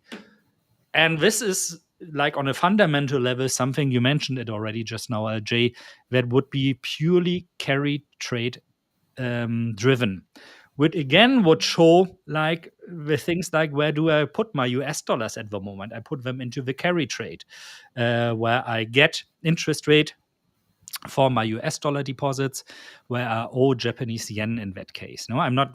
If I'm an institution, I'm not doing this trade, of course, with something like buying US dollar long or something like this. I might buy a future maybe, but usually I buy something like a US dollar treasury and short a Japanese treasury, for example, in this case. And so due to the lack of alternatives, maybe this is still the trade, as simple as it is, that we have to look at if we want to translate a strategy apart from risk-on strategies of buying US dollar stocks or buying something like, well, gold for a matter of fact, which also for whatever reason has turned into a risk-on asset as it seems, and or something like Bitcoin US dollar into a more conservative strategy. I mean, if you're not using leverage, which obviously a lot of institutions are doing in a carry trade, it's a quite conservative trade. No, you're just changing by the end of the day interest rates in the hopes of that either the exchange rate between dollar yen stays the same or it goes up. And there seems to be a fundamental demand still for this. So it's I don't know. It's so simple, but at this point, I really have to question myself. Also, is it really that simple? Nobody is that creative out there to finding something else than a carry trade. It feels like 1990 all over again. Yeah, I think it's exactly that. It comes down to what we were talking about before, how we don't have very clear direction. There's too many moving components that are all in conflict with each other right now. Where the same way, like no one's completely confident to short the NASDAQ or the S&P or whatever. No one's got a clearly confident position on, rate trajectory or bonds, nor with FX. Like everything's very ambiguous. It's very, you can pull everything apart and see both sides very easily. So if you now look at, the market hasn't really cared about the government shutdown. The Fed's kind of on pause. They seem relatively calm. They've stopped the QT, right? Quantitative tightening. We've got stimulus checks coming from Trump. The Treasury General account has beefed up their liquidity massively. Like we've got every kind of reserve if something does go wrong. Stuff pulling back or getting a bit worse, say the labor market, that kind of stuff. It has somewhat stabilized. We also don't have the immigration effects, so we're kind of at replacement. Inflation's pretty chill. Everything in total actually seems pretty calm, pretty Goldilocks. But there are a lot of underlying demons that are kind of ready to pounce, but you also can't act on it. So I think when you look out, the same as some of the unwinding of like profit taking with other trades, if you look from here to end of the year into new year, what new trades or what new positioning is there to take? It's very hard to see anything. So I think it's very easy to see, okay, slap on a carry trade for another quarter worth of gains, come back in January, reevaluate. Great. Yeah. What else is there to sort of do, right? Especially if you've taken profit off a bunch of the other trades that worked out through the year. Like we said also, pretty safe. With a lack of fundamentals, it's like a game of guessing, even more than it usually is anyway already. And what kind of stayed with me or stuck with me is what you said a couple of weeks ago about maybe this whole thing is going to start unwinding when we have somebody who's pro-Trump spearheading the Fed. Which is going to be probably the case. I think in May we said it was when Jerome Powell's term end, and when we see like aggressive rate cuts until we have close to zero rates, and then something happens to the economy and the Fed just cannot do anything anymore because they don't have any tools other than buying bonds and guaranteeing their price like in 2008 anymore. Well, the interest rates were also higher, so they had this additionally. Then maybe this is like the beginning where everything is starting to unwind. I for sure have to say, and this is also something I said last week, it's really, really a bet, it's all like highly speculative, of course, what we are painting here in terms of fundamental scenarios. Like I said last week, when I look at how were things during the last 3 terms from US presidents, we usually saw 1 year after the election, markets either going sideways a bit, becoming a little bit more volatile, at least not growing as much anymore, in terms of Joe Biden. Of course, we had COVID striking there as well. So I'm prepared to, this is actually not 1 year, this has to be 1.5 years. Of 1.5 years of trouble, whether that starts exactly now, whether that starts in January or even starts in May next year, that's of course difficult to pinpoint always. But all this uneasiness at the moment makes me a bit a net seller of stocks and also Bitcoin, by the way, every month. But of course, for me, that's easy to argue as well, because I convert my money then into euro or euro assets. Yeah. And not US dollar assets. If you have to convert them in US dollar assets, you have the additional problem, of course. What am I going to do with my money now? Thus, the US dollar yen carry trade may be stemming from that, or feeding, the infield loop of that. Other than that, it's difficult. Gold, well, do you still want to put a lot of money in gold at these levels? We've discussed that before. Or should you wait until we have a pullback at like 3.6, 3.7, 3.8 or something like this? It's really, really, really, really difficult. You want to buy a company like Nvidia at like this valuations we see, what are the chances that they triple or quadruple from 5 trillion market cap to 20 trillion, which would make them the second highest asset in the world. Gold, of course, the highest by market capitalization, I think, with 26 trillion. Yeah, singular asset. And singular asset is, of course, and it's really, really difficult. And I cannot remember really for maybe since 2008 a time where I was that unsure about the things that are about to come. And because I think it's like the situation is also then just needs to be some sort of black swan event coming now that nobody's expecting, that we are really going to see like a flash crash or something like this again. Not saying we're not going to recover fast from this. What could be worse than COVID, but like last night on Netflix, I saw this movie, House of Dynamite, I think it's called. Have you seen that one?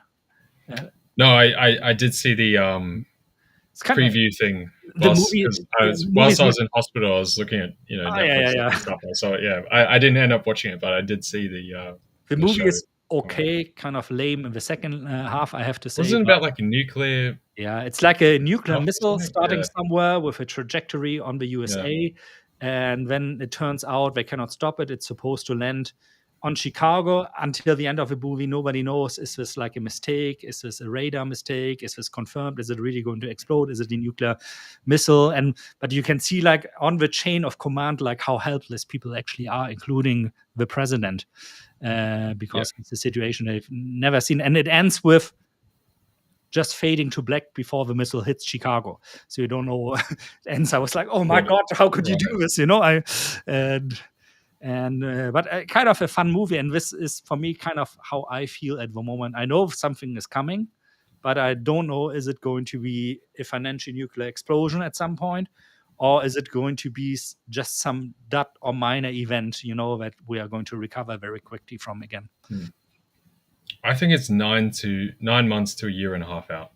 Yeah, you could be right. I'm probably a little bit early with my estimate here, but and it particularly comes back to the other thing. It's the same with the crypto cycle. Like I've talked about, how we've gone off. So for the US government, the short-term debt cycle, off that 4-year cycle to 5.5 years. So with that, we've still got a year and a half.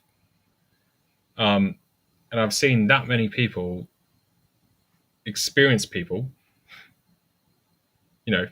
decades plus, still modeling stuff off the 4-year time cycle, and like they just haven't realized, which is wild to me. Like, some of these people are overseeing a lot of money, and they're just. And this could be the the last FOMO move, when that especially when it comes to Bitcoin, we've been missing that. I do believe still, until proven otherwise, that the 4-year cycle still is valid. By the way, I think we've seen the top already on this, but I would be more than happy to be proven wrong with this theory, that really we see an extension of a cycle where the top comes in later. Same goes for stocks, of course. Or something completely different happens there. But that's the fun with models, they work until they don't anymore, and then you need to come up with something else. I mean, this model here has earned me great revenue since 2018, and so I'm not going to change it until really I see like the whole, and until actually the price does something I didn't expect it doing at this point. Yeah, fair. And it's for me, it's also I've kind of said goodbye to trying to time the last 20% until the very top. I think that's extremely difficult to do. Like to say like, the NASDAQ is going to 30,000 maybe by mid next year or something, but it's going to be so quick and then dumping down so quick again that it's maybe impossible to time it. Sort of. I mean, it depends. Like how high frequency are you looking at things? Like it's kind of like the gold thing, right? I mean, once you saw that, it was pretty. It's pretty clear. Like, come on, right? I don't know. Yeah, I think you definitely can. You're not looking for perfection, right? But within a degree of variance, I definitely think you can. If you're someone that invests in stocks and you come to the market every, once a week or now and then, and you're not really keeping up on it, it's going to be very hard. But I think for us on the market every day, I feel like you can see. Sometimes you can that stuff coming through. So yeah, no, it's going to be very interesting. I definitely do think we've got the time. Okay, in crypto. I hope you do, and like I said, I'm so wrong. Don't sell too much. Don't sell too much.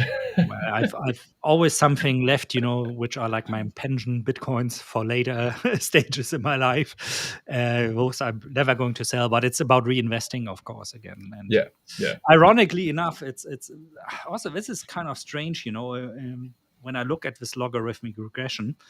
It's like our fair price for Bitcoin at the moment is at 108,500. So according to this, if we just simply look at this, now trading at 106,000, you should buy, long term, that is, of course, and for me, for sure, if I would see it now dropping to the lower band, so somewhere around 75 to 76,000, I for sure would buy, because I know any time there were deviations, of course, to the lower as well, to the outside of the higher bands were in the past, but any time in or at any point in time, buying somewhere between those lower green bands was long term always a great decision. And I don't think this is going to change. I think the margin of volatility is going to change, because we are now looking at the $2 trillion asset class. Growing that to 10 trillion is a whole different game than growing from 10 million in market cap to 100 million, obviously. Yeah, I also think those dips will be shallower, because in the past that was when we were coming back to like the cost of mining, right? But we had far less capacity to mine as well, whereas now capacity to mine has been built out massively. So as soon as they see that switch, any excess, server farms, all of this capacity being built out for AI, they'll just go and take, okay, we're going to put 30% of this portion to crypto or whatever, right? Easy. Yeah, you could also argue like, or maybe they're going to use like idle capacity in their data centers to actually mine Bitcoin or something like this. Yeah, that's basically what I'm saying. Yeah, anything, and you don't need a customer on the other end. You can just do it, right? So it's literally a flick the switch on, switch off. So, I think the bottom is much higher than in the past, where it was really like a bit dire for people and this is the Bitcoin as digital gold narrative, really. That eventually you have Bitcoin kind of as the stabilizing asset, or as the black hole of finance that every other asset eventually will depreciate against. Like the actually taking over the role that gold had for thousands of years, like stabilizing, keeping value over generations, really. If that is the case, of course, has to see, like unbiased trader says, imagine BTC becoming the next Nokia. Always a possibility as well. I think it's going to be very much a combo. Probably it is. Like some people said, it's always going to be there. Maybe it's going to be like a relic, like an antique you can collect. It's going to be insanely valuable, like you collect a Rembrandt or Picasso or something like this. So if you have So I that, think one of the weird things is like AI can get into crypto, it can get into Bitcoin, it can't get into gold. AI can't really own gold, like unless it gets humans to like move gold into a warehouse and somehow, haven't you it's seen this video of this great household robot? yeah. But it's way more logical for the AI to Of course. garner, right? So I think it will be this hybrid between both. I think that also potentially is more stabilizing as well. That you don't just have one um, prime reserve Yeah. asset. You kind of have two, and then they help balance each other. And there's a bit more back and forth. Again, it's one of those competition, liquidity things, breadth of market type, distribution type situations. I think And that's a good yeah. thing, like taking over maybe also the role that the US dollar had in the past to kind of be this stabilizing Yeah, currency between all the worldwide currencies, that you have like one stabilizing them all without anybody really controlling it. yeah, I think that's the story behind that because of this large decentralized network. But we never know. It's like for sure for that to become a reality, we need a massive reduction in yearly volatility of Bitcoin. yeah. I see it as somewhat of a weird, obviously not quite the same, but almost how you have like the euro, like you've got the dollar and then you got like euro dollar market. These are Yeah. kind of the right, and you've got this kind of weird gold as the reserve thing, almost like the bonds and treasuries. But then Bitcoin becomes like the euro to the dollar in Maybe. like a weird way, but then with gold, like it, it's hard to exactly put that together. But I can see a slight elements of that coming through, which acts as this like stabilizer, kind of ballast type thing, like you're saying. Um, yeah. Also, Lou was saying this before. Nikolai Kondrativ cycles.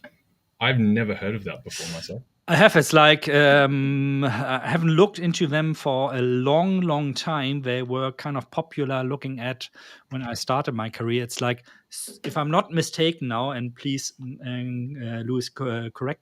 Who was it asking about those contract cycles? Yeah, it's Lewis. Yeah, so I'll Louis. bring it. So please Yeah, correct me if I'm wrong. I think we're talking about very long-term, natural, economic cycles appearing worldwide. So we're looking at something like 100, 200, 300 years or something. If I'm not mistaken, I could have Googled it now, of course, and pretended that I know everything, but I don't. But I see you are looking into it right now, LJ. Or yeah, maybe I am. Yeah. it's very interesting to. It's a very interesting read. I've never like tried to apply that to reality because for me they are kind of too long term for my appetite. As even I mean, for me, long term is something like 3 to 5 years. So I don't care what's like 40 years down the road very much at this point, at least. Yeah. Okay. So what I can first is like, yeah, obviously the K-shaped waves that I'm reading here, which is obviously similar to the kind of economy we've had of recent, the whole K-shaped economy type situation. Um, I will say personally, on the surface of this, a lot of these past economic structures that are then extrapolated don't always do particularly well at gauging the, I guess, acceleration, ingenuity of new technology, financial modeling, financial management, that kind of stuff that comes in, which is kind of unknown. Like it's very hard to obviously predict exactly. Technology is going to go forward. It's going to be better. It's going to be crazy, that kind of stuff. But it's very hard to actually get it exactly how crazy or not crazy it will be, because certain points become, accelerate much faster than anyone thought, and others that thought that was obvious didn't actually play out. And then so it tends to create distortions in all of those models. they're very good. I don't know, thought pieces, I guess. But I guess the timing thing is the portion that I have the difficulty with. So But if you take some of the principles and then reevaluate with current conditions, being that you're alive today and not, you're not trying to evaluate this from however many decades ago, that's the you thing. can probably redo the model with your own current information and probably resize it. Just for the fun of it, I'm asking ChatGPT now, like where we might currently stand when it comes to the contra TF cycles yet. So we are in the sixth wave. Let me. I do see it as very interesting, like the It's of course very speculative. AK4, 2009 to 18, sort of peak period. Then you dip down. Then you got 2041 to 2052.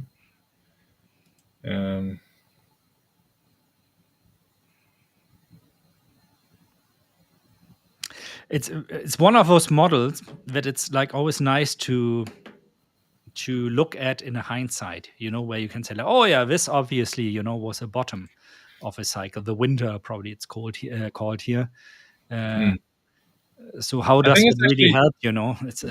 I mean, yeah, if I look at this, we all know that like biotechnology, AI, data is like driving the next thing. As much as we knew when I was still going to school, and I finished school in 1998, one of the things I was tested on orally for my Abitur, we call it here in Germany, was like the upcoming age of information. Which also was a self-fulfilling prophecy, but in many ways, not in a way people were expecting. Like people couldn't foresee something like Amazon back then. I myself back then said like, oh, who wants to order online? I want to touch the products. I want to go to the mall to have this whole experience of shopping, Now it's like, I don't want to go to the mall. I don't want to be around people anymore.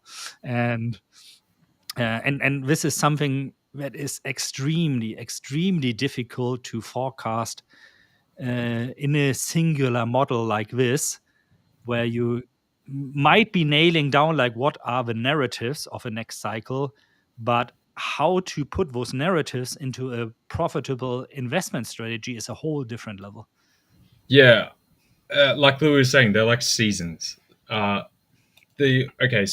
basically, what I would say with this stuff is I don't like projections of seasons of technology for that exact reason that there's weird stuff that comes out that all of a sudden accelerates things way quicker, and it's just like, what the heck? You've created an entire new industry, a new thing. It's kind of like social media. Like, Yeah. that is the dominating thing across all businesses now. It has impacted every single thing. But Or look at something like we are doing here, live streaming. For that, like 40 years ago, you would have needed a whole TV studio with yeah, like dozens of people and probably tens of thousands of dollars of cost involved. yeah. So what I do like, however, technology is very inconsistent, and especially technology very much is like a kind of exponent curve, and so it's very hard to gauge, particularly as humans, an exponent curve once you actually start hitting that curve, which we are very much in right now, and to go, oh, we should be here, and then it's like, oh, we're up here, or sometimes you think we should be here and we're actually down here, but then all of a sudden we jump to way beyond out of nowhere. What I do like more so is, as we've talked about in the past, is stuff like the with Jonatan and stuff. I think this 2 weeks or 3 weeks ago, they're talking about like the fourth turning. So what is very consistent is human psychology, and each generation how they react to the prior generation, etc. Humans have functioned the same way, our brains, our emotions, that kind of stuff, for hundreds, thousands of years now, tens of thousands of years, and just replicates. So if you take humans in relation to technology and then see how the previous generation was, where the economic conditions are, cross compare that, to the tech, you can generally see where stuff is going based on the human rather than tech. Tech is more of a variable. Humans are more consistent. So you could almost take humans as a bit more, with a bit of looseness, as like a control group, and tech is the variable change. Yeah, it's kind of interesting Right. to not see the humans as the variable, but I think there's a lot of truth to that. Yeah, I agree very much. Yeah, because it becomes like a law of large numbers type thing Mm. for humans over a generation, over enough people, and you take into the consideration, obviously, the political climate, the economic conditions, that kind of stuff, as your like qualifiers. But once you piece it together, you do tend to get a somewhat reliable story going forward, if that makes sense. And still then it's like very difficult. I mean, I've lived now through the beginnings of the internet back then. Can still remember I was living in the USA as an exchange student in Minneapolis in Minnesota. 1994, we had like internet at school there already. That's when I was born. See, 94. that was when I was 17 years old. and everybody was of course very excited about it, but in different ways than we are right now. Back then I was like looking off bass tabs from my favorite band Faith No More, because I wanted to learn the songs on bass from them, and I couldn't imagine that one day I can get like real-time information charts and stuff like this from everywhere. Same for me with a smartphone. When the smartphone first came up, I was like, do I really need that? It's like I don't want to be exposed to information all the time. Now I always want to be exposed to information all the time. So I think in a sense we also adapt to what is available. It's a self-feeding loop maybe. But as I said, this is also what it makes so difficult to predict and what is going to be the next big thing. One thing is sure, I'm usually wrong on the next big thing. I'm like one of the people who are the last adopters to it normally. Yeah. I'm always the opposite, dude. I get killed for saying something and everyone's like, nah, what's that about? And then it comes through and like, oh, bro, you want it? Like, yeah, come on. The Oracle from Australia. Not quite that far, but you just get grilled the whole time, prior. And then people are like, oh, wow, you're well, like... For me, that was true for Bitcoin, at least since 2017, where I've been like propagating it very, very much. And but it's always in cycles. People come when we are 125, people come like, oh, Dirk, you were so right. I should buy Bitcoin. I said, well, now it's too late, probably already, at least short term, But then if we go down to 70, people are going to hate me again. I know that already. Yeah, and that goes right back to what we were talking about at the start. Like, that's what makes a market with those different ideas. Some people are more, future bias, more defensive, more aggressive, more, whatever your tolerance is for risk, or optimistic, pessimistic, neutral, very balanced, that kind of stuff, right? And you have to choose, like it's what you want. What's the truth for you? What do you want? What's your time horizon? What's your strategy within that? And everybody's different there. It took me for sure long enough, to find like my pocket within that universe. And that pocket still evolves up to now. I wouldn't have thought like 5 years ago that I would get into algorithmic trading that heavy that I'm actually right now in. Yeah. Exactly. That's the key point. It always evolves. So the same way with you guys with a strategy, right? It can work for a number of years, and then you got to reiterate. You got to update it. You got to, reassess. So different market regimes. Exactly. Models are always nice as long as they work. Same with strategies, and then you have to reinvent yourself. Yeah. And I can see we have two gentlemen in the background. We got the crew in the background lurking already, eager to join and give us their opinion about today's markets. You guys ready to join us here, Richard and William?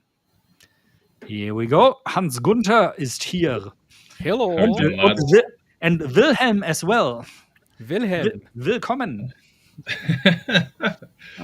Dude, Will, how tall is the window? Yeah, man, really. It looks like it just goes to the roof. What? Oh my in the god, world? dude, that's like 2 ceilings. What? Where No, are you no, joining literally from isn't. today, William? I'm currently sitting in Venice Airport. Venice Nice, Airport has nice. such high ceilings. Yeah, Crazy. yeah, The yeah. So I'm currently traveling sitting trader on its way to That's the the next stopover again.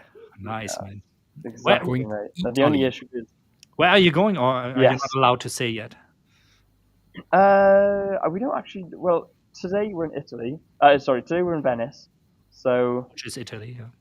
yeah, Yeah. so I'm not sure where we're going tomorrow, but it depends how much money you want to make. You know, I was about $200 down earlier, so I've made that back, and I'm now $23 in profit.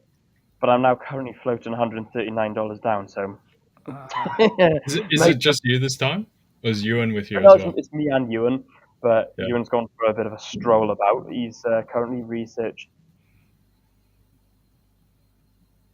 He's to on. get Start. onto the island. Yeah. Yeah, Well, so if you make $100 or something, maybe that's enough for a Ryanair ticket to Berlin. yeah, dude, Coming like to visit literally, Dirk. I could do with $100 right now. We've got $50, 50 euros between us per day. Oof. Will's like, I want to eat. I want to eat some Dude, food. I'm starving. We just spent €3 on a bottle of water and it's gone. I skipped it. Do they not Yeah. have bathrooms in the airport? Yeah. What do you mean? So Of course they have go and drink bathrooms. from a tap. Oh no, dude, I'm going to a bottle though. But you cannot take those on the plane. That's always the sad side of the story, you know. Don't they supply you with like food and drink on the plane? No, did they hell? Depends, no. If you're taking like Yeah, it depends. cheapairlines.com, they're not. Yeah, this was cheapairlines.com, to be fair. if you shell out something like, I don't know, $500 to Lufthansa or Air France or something like this, you're going to get your mini glass of beer or Sprite or Coke or whatever. Question Yeah, is if it's worth it. Midpointairline.com. Yeah. yeah. Fair. I'm keen to see the episode when it comes out. So Yeah. Dude, I'm likewise. hoping it's gonna be sick. Yeah. I'm hoping it's gonna be sick. And if anybody I'll- out there is not knowing what we're talking about, William, maybe you want to share some Yeah, words absolutely. about what you're So- doing there, because I think it's pretty amazing. It's really fun to watch also and to follow. It's good fun to film as well, to be fair. So I'm currently in we're traveling the world. So it was Saundersfoot where I live in Pembrokeshire. So it was Saundersfoot to London back in August, and that was starring me and my brother. But I wasn't allowed to trade. Now the gist is you've got to get from A to B through trading, like completely trading only. And if you don't make profits, you suffer the consequences. Now, the consequences in London was that we had to stay in a hostel. And we, unfortunately, Ewan was the only one who was allowed to trade, so he blew the account due to CPI news. So we're trading with a high stakes 40k. I think it was a hyper growth 40k in London, but today it's this week it's a high stakes $40,000 a funded account with the 5ers. So we're going to see how that goes. Today's day one. The only difference is I've been told that the forfeit, should we call it, or if I don't make money today, we're sleeping on the streets. We've not got accommodation. That is not a good time of a year to sleep on this. go to the park. Dude, literally, like, oh man, we're gonna have to like go get some tents or something. I don't know. How many friends have you got in Italy? Not enough. None in Venice. None that can put me up. So how can people follow your traveling, trading, street sleeping adventures online? If you head over to Trade Delicious, you'll actually be able to watch the first episode with me and Ewan. There's 2 episodes. It's London, Cardiff to London, I think it's called, or Saundersfoot to London, with me and Ewan. So you can actually go watch that now. I think they're like half an hour a piece. Whereas this, I don't know how many episodes this is going to be, but we're traveling. It's today, so Monday to, I think I'm arriving back in the UK Friday night, late night. So that's all that's been booked for us is literally the flights. Everything else. Oh no, and a car. So I gotta pick up a car tomorrow. I'm not sure where what car, but I'm picking up a car, so that's gonna be cool. I think. Who knows? Maybe we have somebody watching here who wants to offer you shelter for the night if really things go down the drain. Trading day is still long, obviously. That's smart. If anyone is in Venice right now and could put us up, because I don't know how this is going to go, but I'm currently in an EUGU cell, so if anyone wants to give me some opinions on EUGU cells, that would be great. Where did you get guys, so head over to Trade Delicious YouTube. You guys can find all the episodes there for Funded Freedom. It's a lot of fun. You'll see Will, you'll see Jordan. Catch up. Yeah, Jordan's just finished one in Sydney, I'm pretty sure. Yes, he has, yeah. That looks pretty good fun. At least it's warmer there at the moment, yeah. Yeah, no, literally that. To be fair, it's got to eat at a place called Jordan's. Yeah, it's not cold here. It's sunny and the sun is warm. Like when that sun comes out and it hits you, it's like, oh yeah, that's nice. But it's just got that bit of chill on it. It's not quite. You're in an airport though as well. They're always cold, right? Yeah, the true aircon, that. everything. You're like chilly. Yeah. Well, if you're ever in the vicinity of Berlin, make sure to 100%, man. To save some money on hotels. Yeah. So I was buying gold earlier, and then it just absolutely flatlined. Yeah, there's not much going on there. No, yeah. So that was really frustrating me. But we're a bit quiet across the board right now, to be honest. Yeah, we are, to be fair. Rich was asking where I got in on EU and GU. Yeah, where did you get in on GU? I got in on the break and close of the 15-minute. So we had the consolidation high, then we had that 2-candle push down, then we had a bull candle. I got on the break and close on the 15-minute of that bear candle following the bull. In fact, let me see if I can share my screen. You guys are going to be... Your entry point, 115,650. Oh, let me have a look. Hang on, mate. Why won't it let me come here? Come to me. There we go. Fantastic.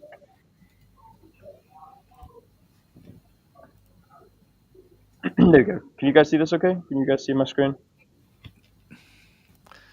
Yes. Sweet. Because what I'm having to do, because I'm on my laptop, I'm having to change between. So like I'm dropping the streaming software to bring up the screen.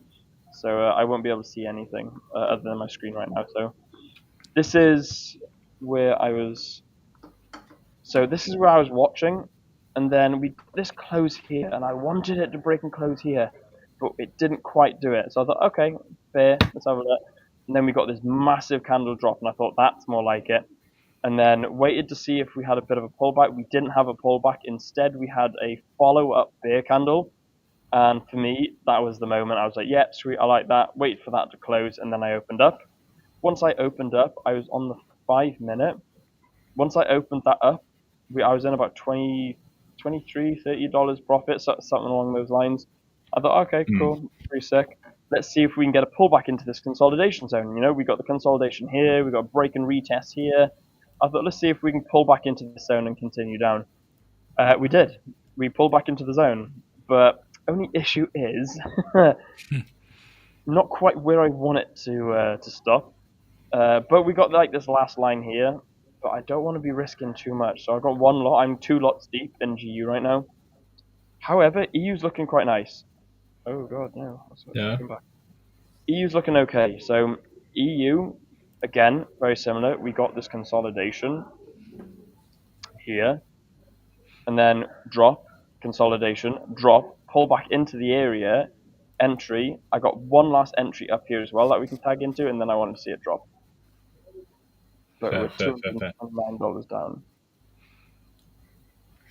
Dude. You gotta pick it up, mate. Otherwise, you're gonna be sleeping on the street. Dude, there's a lot running on today as well. Guys, I haven't been this nervous trading in a long time. I swear down. I am genuinely nervous trading. So, I've got 50.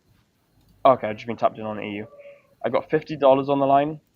Oh, sorry, I got $50 to spend between me and Ewan. Bear in mind, so $50 to spend between me and Ewan, and I'm currently, trading to survive. I'm literally trading to eat, sleep,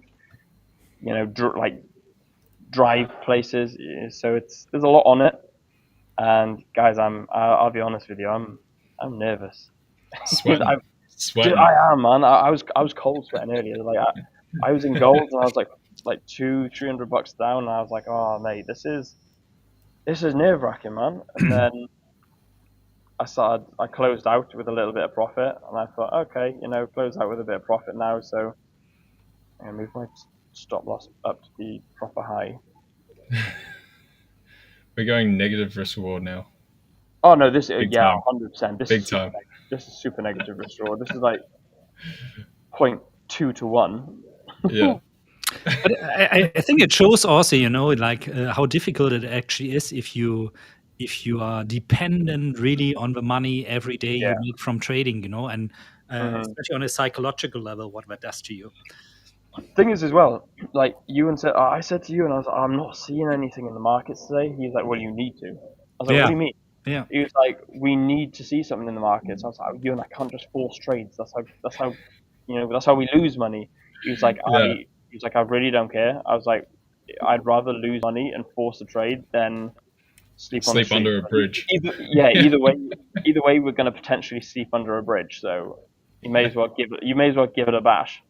I was like, yeah, but we got this for another 4 days now, so I've got to try and look after this account. Keep it steady, yeah. Yeah, so nice. There's not going to be anything too. Oh man, what's EU and GU are now pumping. Does anyone want to give me? It's one of those days. Yes, dude. I will say, I don't mind dollar yen for shorts. You know what? I'm going to go offline now. I'm going to order my lunch. I'm going to think of you when I eat my lunch. Think of me while you're eating your lunch. Thanks, Dirk. I hope it's very yummy. It's filling. Dirk, you got to send him photos when Will, doesn't make it out and has no food and he's under the bridge, right? I was already like, oh no, I will. You hungry? Get your ass to Berlin, and I'm going to give you guys shelter, but not until next week because I'm going to be away for a couple of days. Guys, I'll be honest. You can always just take a photo. Sorry, Will. Yeah. I'll be honest. We travelled up yesterday. Our flight was at 7 o'clock this morning. We were in the airport at 4:30. I've slept about an hour. So between yesterday and today, I've slept an hour. I tried to sleep on the plane, but I can't sleep on planes. It was like a 2-hour plane journey as well. So I'm hungry, like starving hungry, dehydrated. I'm losing money, and I've slept an hour. Mate, that's prime conditions. That's what you want. Yeah. Reduce to your core self now, to what makes you as a trader. Lizard brain. Activate. Literally. Whether that is good for trading or not is to be debated, but we're going to find out. I gotta make a move, and all the best to you, William, and of course to you also, Hans Günther. And thank you again, LJ, for the nice and insightful live stream. At least I am going to see you guys again out there next week, Monday. And until then, all the best, especially to you, William. And thank you. Bye-bye. See you later. See you, Dirk. Bye, Mom. Good luck. You can do it, Will. I believe in you. Wait, you got this. You got it. Man, I'm not going to question any of your trades because... Oh, please don't. I'm not in the mentality for that. Just psych him out, like, even more. Oh, mate. I mean, it's a nice wick to the upside on EU. I like that. So EU's playing out exactly how I want it to. What did you intend on being like $250 in drawdown. No, I intend. Yeah, fair. Part of the plan. It's all dude, part of the Part of the plan. plan, guys. Part of the plan. Gotta trust that process. All right, guys. like I'm going to have to head out as well, so I'll say bye before you guys keep going. Leave you guys in the very capable hands of Will and Rich. Maybe more Rich right now. Will's Mentally he's MIA. underwater. Yeah. a shame. He's scrambling for oxygen. But yeah, I'll see you guys next time. Ciao for now.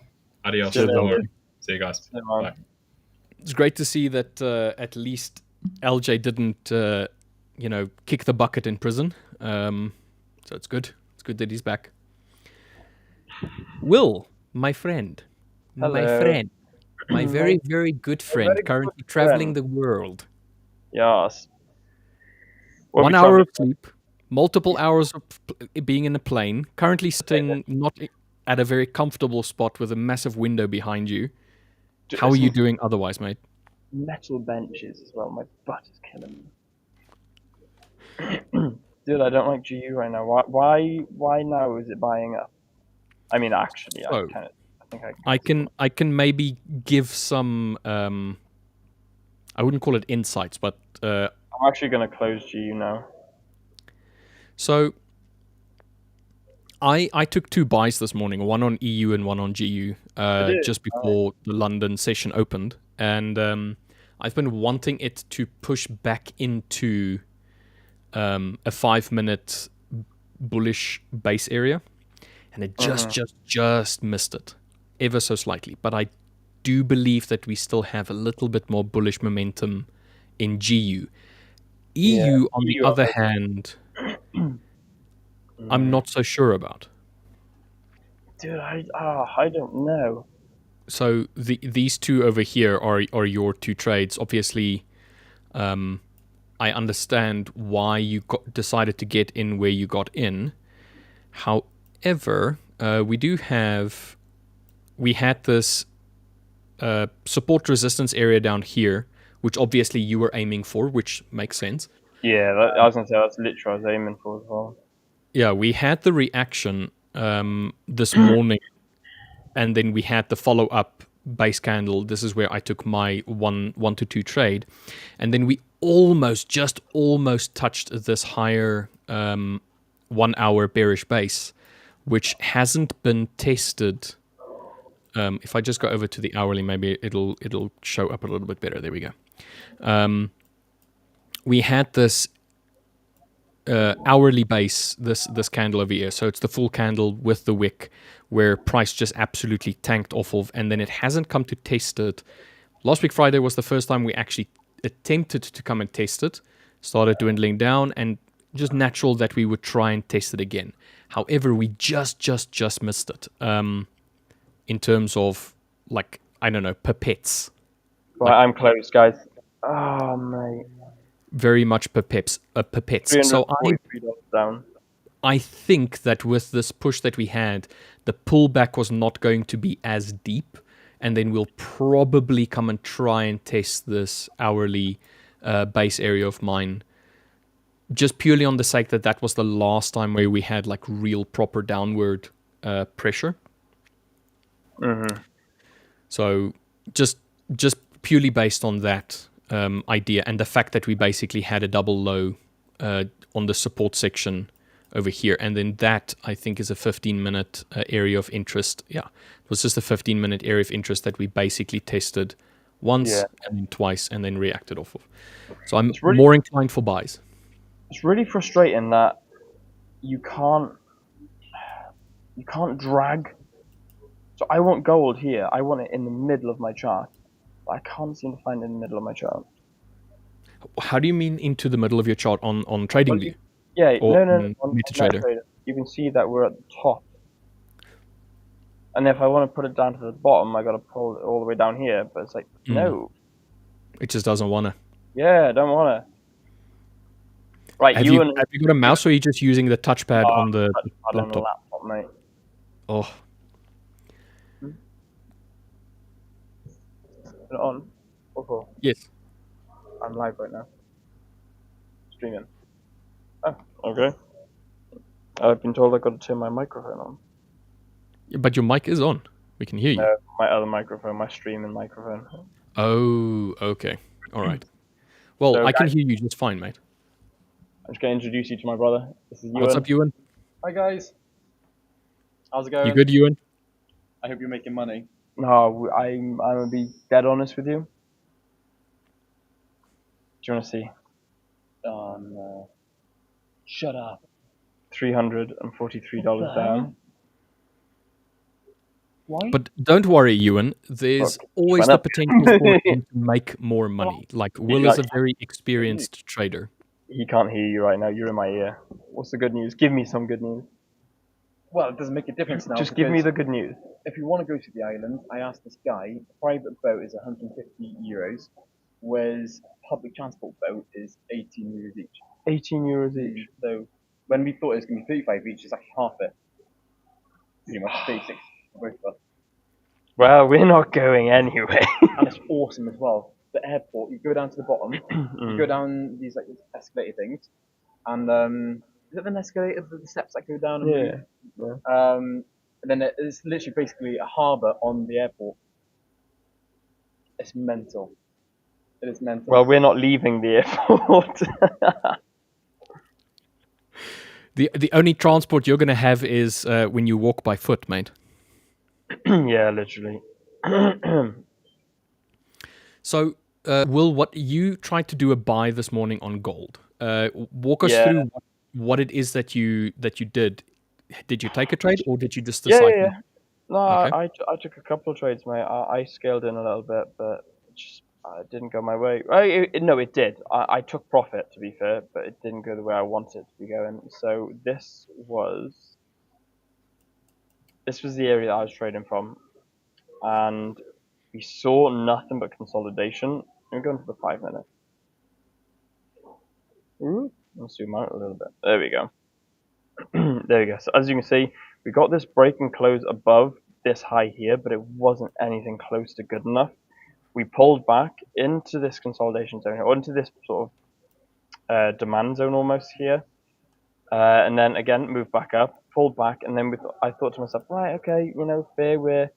We're looking like we're trying to push up ever so slightly, and then it just flatlined. The minute I entered, it just flatlined. So we did move up above here, and we're about $50 up. I was like, sweet, $50 up, happy days. And then we just had this bearish engulfing candle, followed by this break to the downside, and we didn't close it. We broke and wicked, and then moved back up. And I thought, screw it, we're up about $30 now, so I took out at like 37 gross, and then $23 net profit. So I'm waiting for a break and close above or below. If we see a break and close above, then I'm going to enter in and then hopefully hold it for $400 or $500, which should be 1%. I like that. I do like the buys on gold, to be dead honest with you. The only question I have is I don't quite know where we should be targeting, because where we are currently is a little bit flat. It's like a literally that. It's a support/resistance area further back that was initiated maybe on the 27th of October. But I do think if we do break, that there is definitely some value in it pushing higher. So this is the hourly that I have here right now, and we have the slight little gap here. But I do feel like there is a potential for us to come and either test 4,104 to 4,138. But then there's also the potential for us to even go a little bit higher than that, somewhere over here, in the sense of 4,137 to 4,151. That's if we break and close above this current section that we have now, where we are currently. But if we do break, it can potentially break quite strong.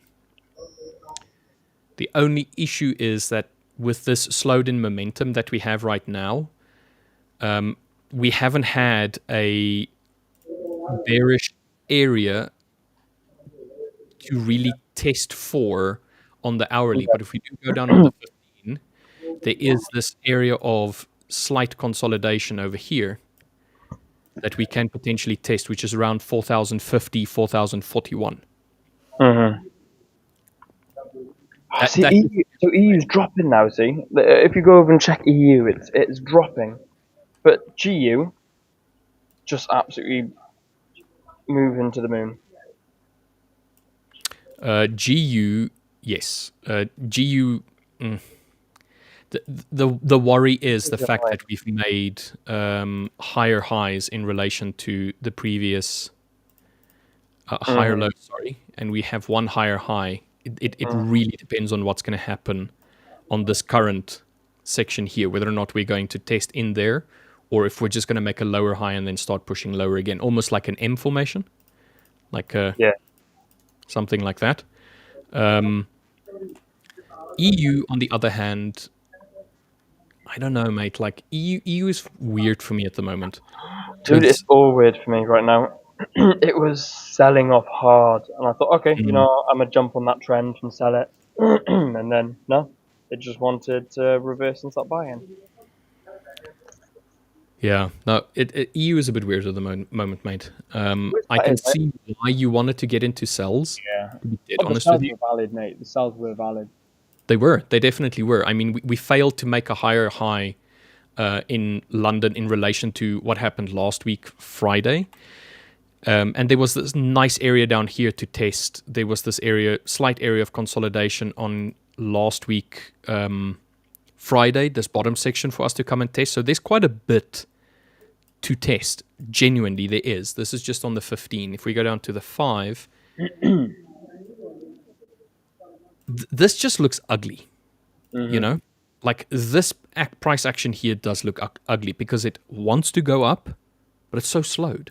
It's so exactly that. uninspiring. So yeah, no, I get what you saw and what you wanted. Maybe just have a look at the Tokyo high and see how we reacted off of that.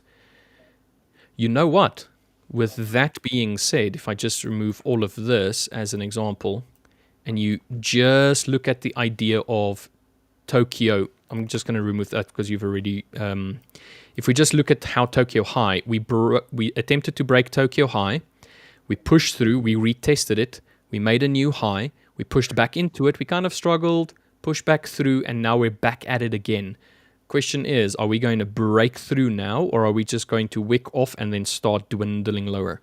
What do you think? Yeah, well, dude, I don't know. I thought we were going to sell. I thought this was going to be the area we were going to test these low points that you mentioned earlier. I thought, okay, let's see what happens there.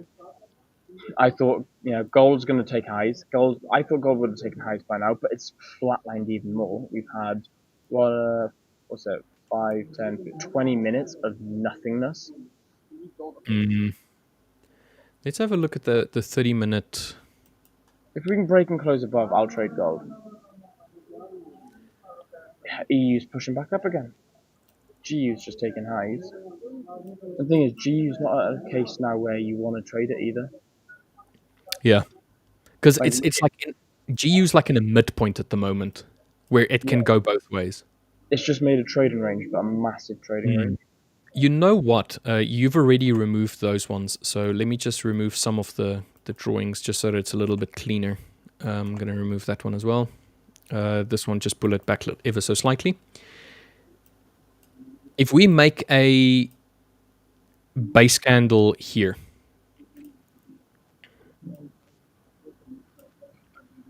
I can't draw a square for the life. Let's do this.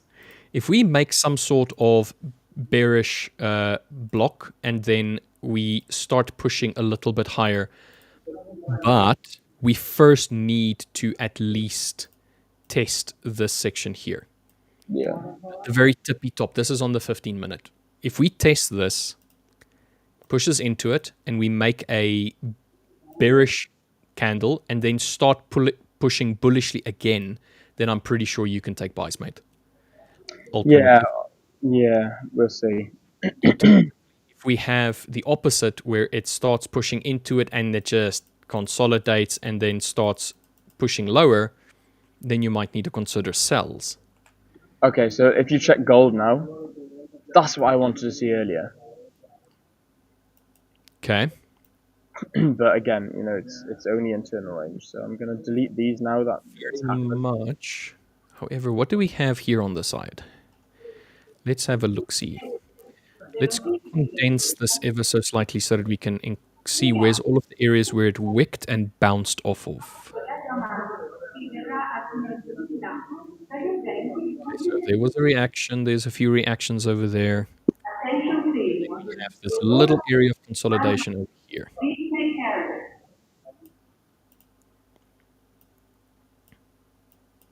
So this is where it needs to close. It needs to close right above where it is currently, and then start either with a bit of a pullback. So it either needs to pull back a little bit, or it needs to close and then just absolutely start ramming its way up. I do still think that there's a position for gold to go bullishly.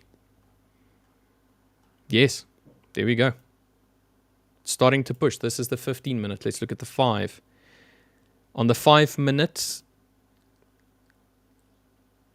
I would wait for a pullback. This is 3 minutes.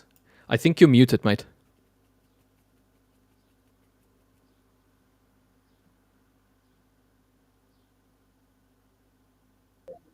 That was really weird. Just Yeah. try to kick me off. Can you hear me okay now? Quiet. Yeah, I can hear you now. Oh, we heard really... the announcement and then you went completely quiet. Oh, fair.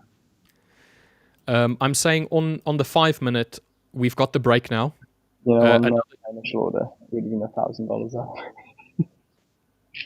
Did you take a trade, mate?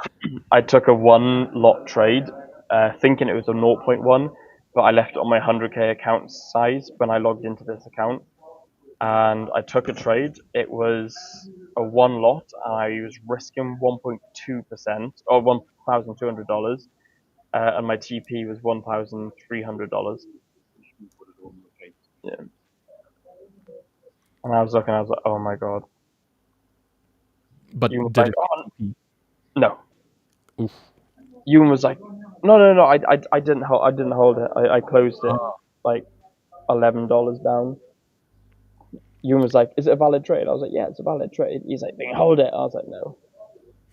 Because if it goes the opposite direction, that's just the holiday ruined, because I'd have to try and make all that back. Yeah, no, that's true, mate. We're getting the break and hopefully a close, which will be in another 2 minutes. Yeah, we got the break. We definitely got the break, but we need the close. And then there is this potential on the 5 minute where you have 3 little bearish candles. You don't see it on the 15, but you can see it on the 5. That just look like indecision. And now that we've started to have the push higher, there is a potential for it to come and retest and then continue higher off of that as well.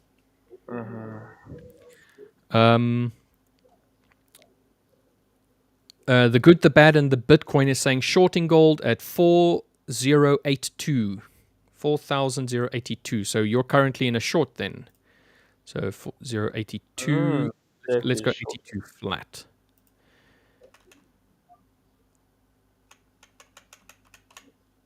There we go. So this is Dirk's trade currently. I don't know where his stop loss and his take profit would be, but he is shorting right now. Cyrus saying, good day, William. I just joined in. I am long on Euro USD, but I have a feeling that it is a bearish trend on the 4-hour time frame, seeing the death cross of the 200 and the 50 EMA. What's your professional advice?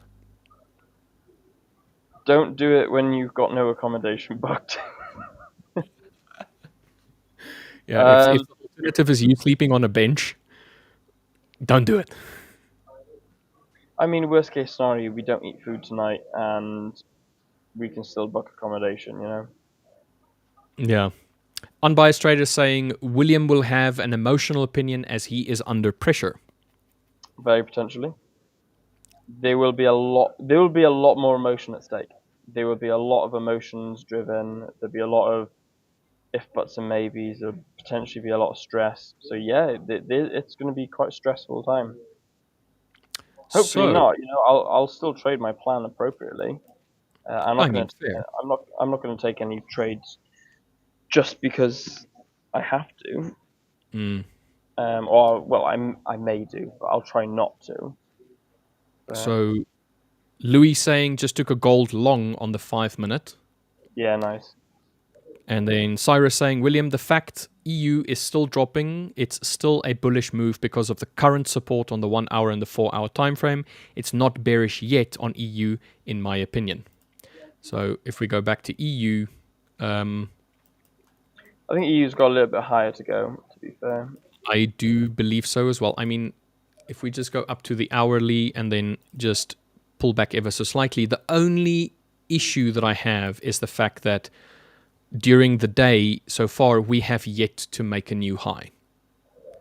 We've been dwindling in between the 2 points basically, but no high, no new high, and we're losing a little bit of momentum as it stands. Maybe not now, but maybe within a few hours or so.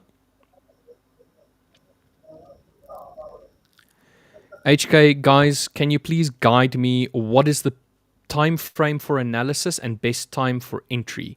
Well, that is subjective, mate. That's really dependent on what your strategy is looking for to accomplish.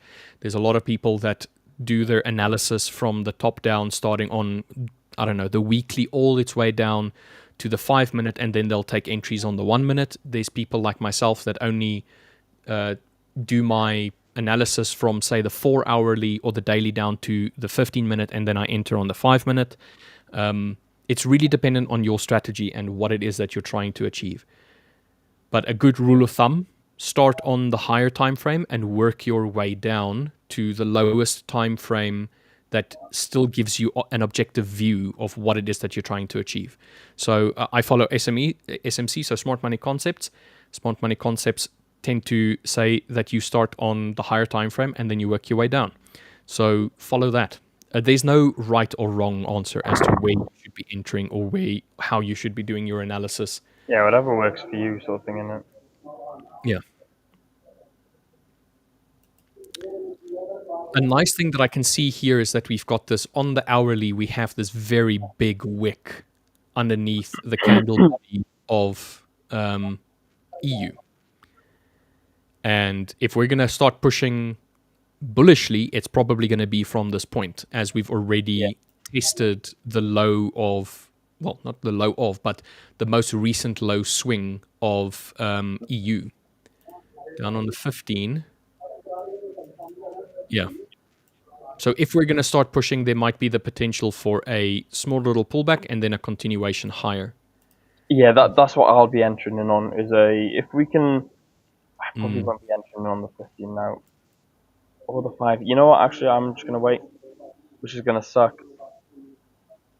How long until your next flight? Or are you not flying again today? Friday. Okay, so you're landlocked right now. Landlocked right now. I am. It is me, Ewan, and a trading account with nearly $400 down on it. Gold is broken and closed above, mate, on the 15 and on the 5. No, it hasn't. What do you mean? No, it hasn't. It's 1 minute. On the 15, it's okay. Well, not above the wicks, above the, but it's closed above. It hasn't closed above anything. Well, it could be that we're looking at different things. I have a box that I've drawn. Okay. Yeah, the upper end and the lower end of. You see that wick high there? I need it to close above that. Yeah. No, I assumed as much when you said it hasn't broken. I was like, fair. Yeah. Yeah, I need to close above that. What's worrying me is this wicking up as well. I mean, if we just take the candle bodies, there was a potential good entry for a long position as it closed on this little box of mine. Let me go down to the 5 minute. Can someone check the Dixie for me real quick? Tell me what the Dixie's doing. Is it a bullish dollar right now? No. Is it a really weak? Is it a really weak Canadian dollar now? I'm just looking at the USD CAD. on the 5 minute. It's a little bit weak at the moment. That's what I thought. But I'm just thinking USD CAD looks like it could be setting up some really nice long, unless the Canadian dollar is really weak. The DXY. Yeah, it's bearish there. Yeah. We've had one attempt at going higher, which was immediately dropped off. We're making lower lows and lower highs in relation. We've had one equal high and then one equal low. Not equal low, one lower low. Now this is almost an equal low. See, if you look at gold now, we've broken and closed above, which is why I wanted to see it earlier. But now, if you look at the wicks, for us to have a break and retest would mean it's a 3-wick high. Let's see. Which is worrying.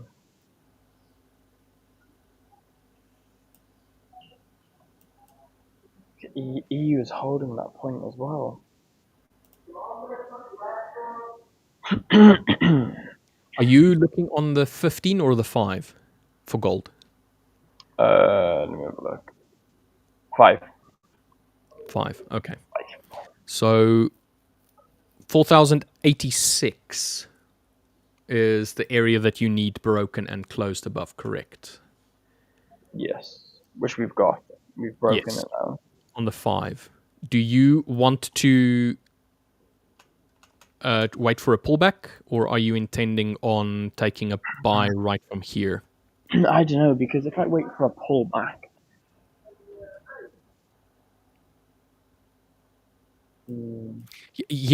let me play devil's advocate. Not trying to influence your decision or anything like that. This break are you convinced by the break? No, due to the Not fact that we've got the wick to the high is longer than the wick to the low. Plus, the previous candle before that is a bearish candle. It failed to close above, and now the current candle is also wick high. Yeah, no, I agree with you. Now, do you think that this means that there's enough confluence for it to start pushing bearishly? I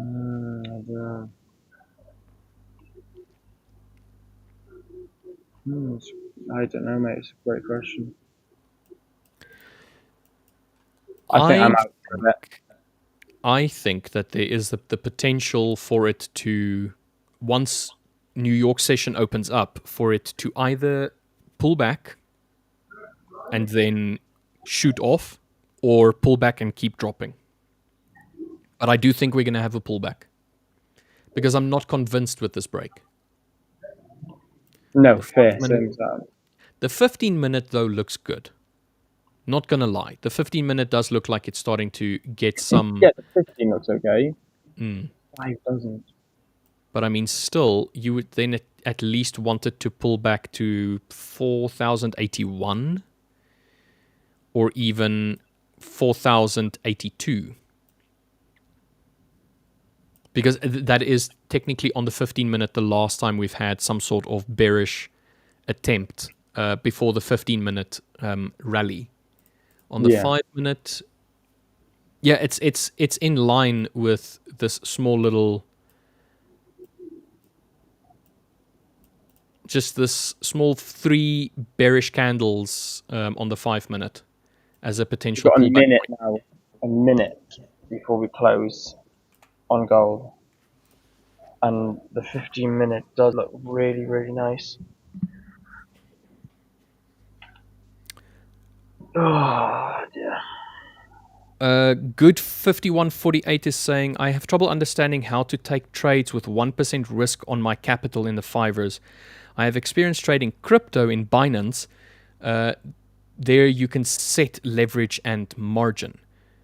Okay, so the 1% that you see is on your equity. So it's on, if I just open up my, so your balance here, you can see, can we maybe just drop the, yeah, there we go. Thanks, Remy.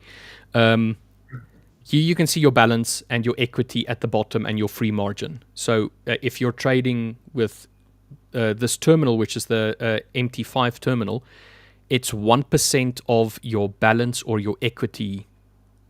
That's the 1%. So 1% of 5,000, I have a 5,000 high stakes account. 1% of that would be $50. So your one trade or 1% would be based on $50. And then you just need to go and work out what is your lot size in relation to that $50. And that's going to depend on which asset you're trying to trade. If you're trying to trade Forex, more often than not, if it's a US pair, so GU, EU, that kind of like thing, you would have one lot is equal to $10 per 1 pip of movement. So that would mean that if you wanted to risk 5 or 1% with a one lot size, it would mean that you would only have 5 pips before you reach your $50 stop loss of 1%. So, and then you can work it back from there. So one lot size, then you go into fractions of one lot size. So 0.1. That would then be $1 of movement per 1 pip movement. So that's percentage versus lot size. When it comes to dollar or indices, those are all going to be dependent on which indices and which asset you're specifically trading. So in MT5 5ers, there is a lot basis trading, also no way to set leverage. So you don't get to set your leverage, but you get given leverage. So each account with the 5ers has its own specific leverage amount, and it's also going to be different per asset class as well. Like for example, over this weekend, the 5ers itself has adjusted the leverage for crypto and the metals, specifically Bitcoin, Ethereum, gold, silver, has been adjusted. So also the commissions of it has also been adjusted so slightly as well. Titan Fitness saying it's very simple. Use an expert advisor on MT5 called Position Sizer. It works out a lot size based on your entry and stop loss perfectly. Position Sizer is a very good EA. Position Sizer works very well for most of the asset classes that they have. And then, yeah, that's a tricky part for me. Even if I know I can bear $50 loss and 5,000 USD equity, I don't see where the margin will be used and leverage. Could you please give me a short demo? So, Titan saying, show this link, Richard, on your screen. It's perfect for calculating lot size and even. So I do have the position sizer. I just don't know if I have it on this specific. No, I don't have it on this one specific. But what I will do is I will quickly move it over. So if you guys can just give me a few seconds.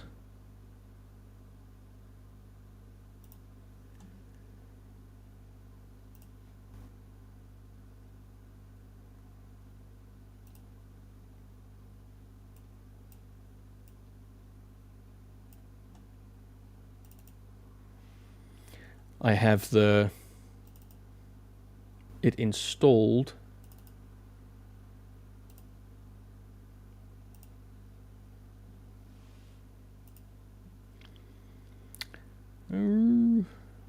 Remy, can you just bring up Will's chart for just 5 minutes so I can quickly, thank you very much, so I can quickly run through that one.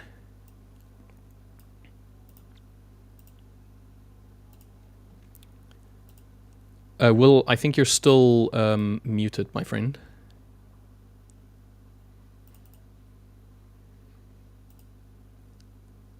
Yeah, yeah, no, I was just recording the trades that I was in for the video.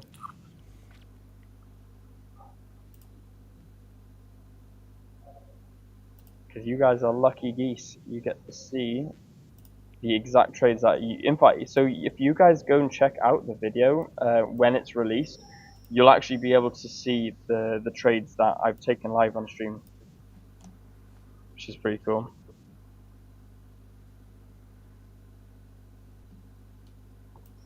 Okay.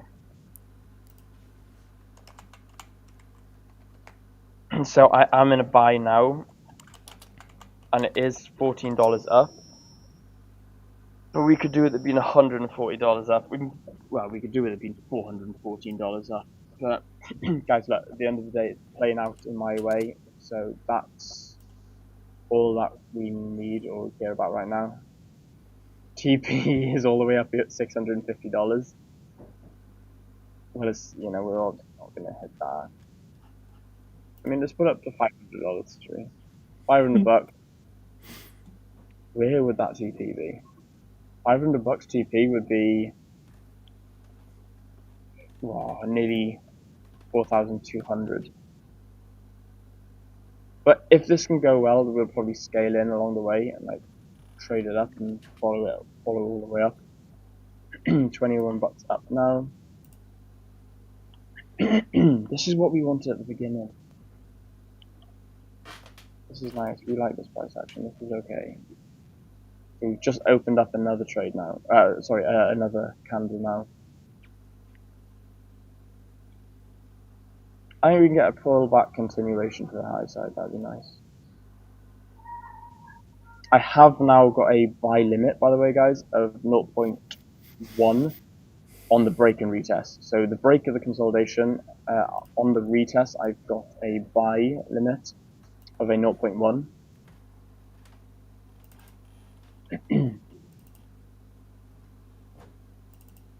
Yeah, so we've got buy limit at 0.1 on the break and retest. We currently have a 15-minute break and close entry. We're currently $25 up. Where could we want to be taken from? Ewan is not happy with me, by the way, guys. I just muted myself and I was like, right, we need to record this. And he was like, how the hell have you done that?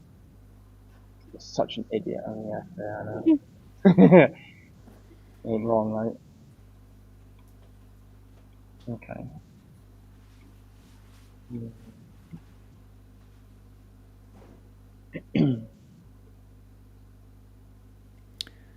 Nice price action though. It is nice. It's gold. This is what I mean, guys. That when you feel like you're under pressure to make the money that you need to make the money, because guys, like I told you, me and Ewan literally need to make this money. And if you need to make the money, you start taking trades maybe you shouldn't, or maybe you start being a little bit impatient. I was impatient today.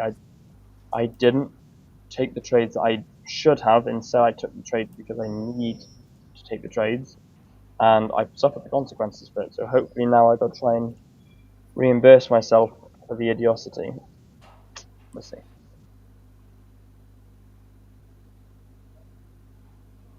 But I mean, we're $25 up, so Okay. It's not too bad. Righty hoozles. I have the position sizer up. So let's. There we go. All right. I like your trade, Will. It looks good, mate. I appreciate that. It looks good. I want it to be good. Hopefully it is as good as it looks. Please don't let me sleep on a chair. Please don't let me sleep on the floor. Please don't let me sleep in a park. That's like all that this trade is for you, mate. Me and Ewan will be sleeping on park benches. Oh, no, mate. Like, have confidence, mate. You'll get it. I'm confident me and Ewan are going to be sleeping on park benches. Oh, dear. I'm kidding. All right. I'm kidding. Positive mindset, guys. Come on. So, I have the position sizer installed on this 5K account. I haven't used it on this account yet. So, good 5148. This is a very, very good way for you, if you don't know how to calculate it, how to see exactly what information you're looking for, the leverage, the margin, the whole lot of it. If you don't mind popping my screen up, Will or Remy. I think Remy is in the background at the moment. I saw you out. There you go. Thanks, Will. All right. So hopefully you guys can see it. I don't know if you guys can, if it looks. Let me see if this is about as large as. We need 0 on the end of that. Sorry, mate. I thought I muted myself. I can get it. Say again, Will. I said sorry, mate. I thought I muted myself. I was just talking to you. All right, all good. So this position sizer is a free to download sizer that you can literally go and get from a website. I can give you the link for it, or if somebody in chat would like to just post it, then that's also cool. The way that it works is it's an EA, but it's going to not take the trades on your behalf. It's not a bot. It's just something that basically overrides the buttons here at the top where you select buy entries and pressing F9 and so on. So on the main portion of this, you can decide whether or not you want to take a long or a short. So in this case, you can change it around. And then based on the amount of risk, in this case, 1% risk on a 5K, it will tell me exactly how much that is in dollar value. The result is going to be determined on the spread, all of those things specifically. I can move this green line, which is the stop loss, around, and it will adjust accordingly when I have my risk in place. So if I go to the risk side, you will see that the current portfolio doesn't have any risk because there's no open trades. However, if I do open a trade and I start adjusting this, you will see on the potential portfolio section here at the bottom, there's going to be a change. So right now, I need to open up a 0.06 lot size entry where from the current price to the stop loss in order for this to be equal to 1%, which is $50, but you'll see that it's $43. So it's as close as it can get it based on the account size. So as I'm adjusting this, where did my mouse go? There's my mouse. Rich, I'm gonna have to jump in real quick. We got security watching us and giving us weird looks, so I'm gonna have to pop. You just told me, he's like, perhaps we should make a move. We've been here for like a couple of hours. I'm gonna head off. Is LJ? I think LJ said that he's happy to pop in for the last half an hour. I'm gonna have to jump off real quick. If I can find a cafe or something within the next half hour, I'll try and jump back on. But these guys have guns over here, and they're not like the UK police, so I'm not gonna piss them off. I'm gonna go. So, guys, I'm gonna love you all and leave you, and I shall see you all tomorrow, hopefully, depending if I've made enough money. All good, mate. Like, good luck with that, and then I hope that your trade works out for you, my friend. Cheers, guys. See you later, guys. Cheers, Will. All right. So, as I was saying, good 51.48. If I'm adjusting my stop loss, and remember, I'm still on the idea of 1%. I'm still trying to risk 1%, which equates to $50. As it is right now, it's a 0.08 lot size. If I go to the risk, see that the lot size is 0.08. And if I move it up, for argument's sake, to just underneath that swing point, it will become 0.15. Now, the nice thing is you have a tab here that says margin. That will show your position margin, how much is being used and how much would be free, as well as the custom leverage in this case, if you wanted a custom leverage. So this is a really, really nice specific position sizer that's free to use, and it works on MetaTrader 5 as well as MetaTrader 4 if you have MetaTrader 4 as well. So it is a very nice one. It also shows you your swaps based on the information that your account has, because every account, every broker is going to have different swap rates and stuff like that. It's all programmed in for you. You can see all of the information. So if somebody hasn't already dropped... where is it? If somebody hasn't already dropped the link in, would you guys mind just dropping it in? Or maybe Remy, what I can do is Remy, I can send you the link for it specifically. And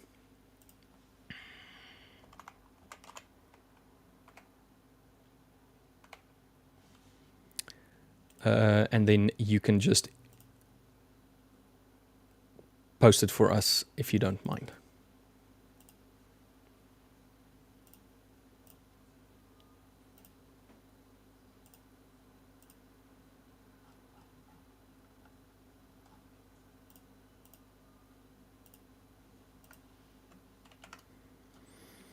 There you go, Remy, if you don't mind. It is from earnforex.com, MetaTrader, expert advisor, position sizer. Do everybody do yourself a favor. If you want to get this specific one, it's free to use. Just go and read up all of the information as it is stipulated there, exactly how to install it, exactly what each aspect of the position sizer, what it means, and how for you to use it so that you don't risk more than what is available to your account, first of all, and secondly, what you're not willing to lose. So yeah, I hope that this helps. And Titan of Fitness, great shout out for the position sizer. It's a really good EA to use. Really, really good. Let me just get back to, there was a question.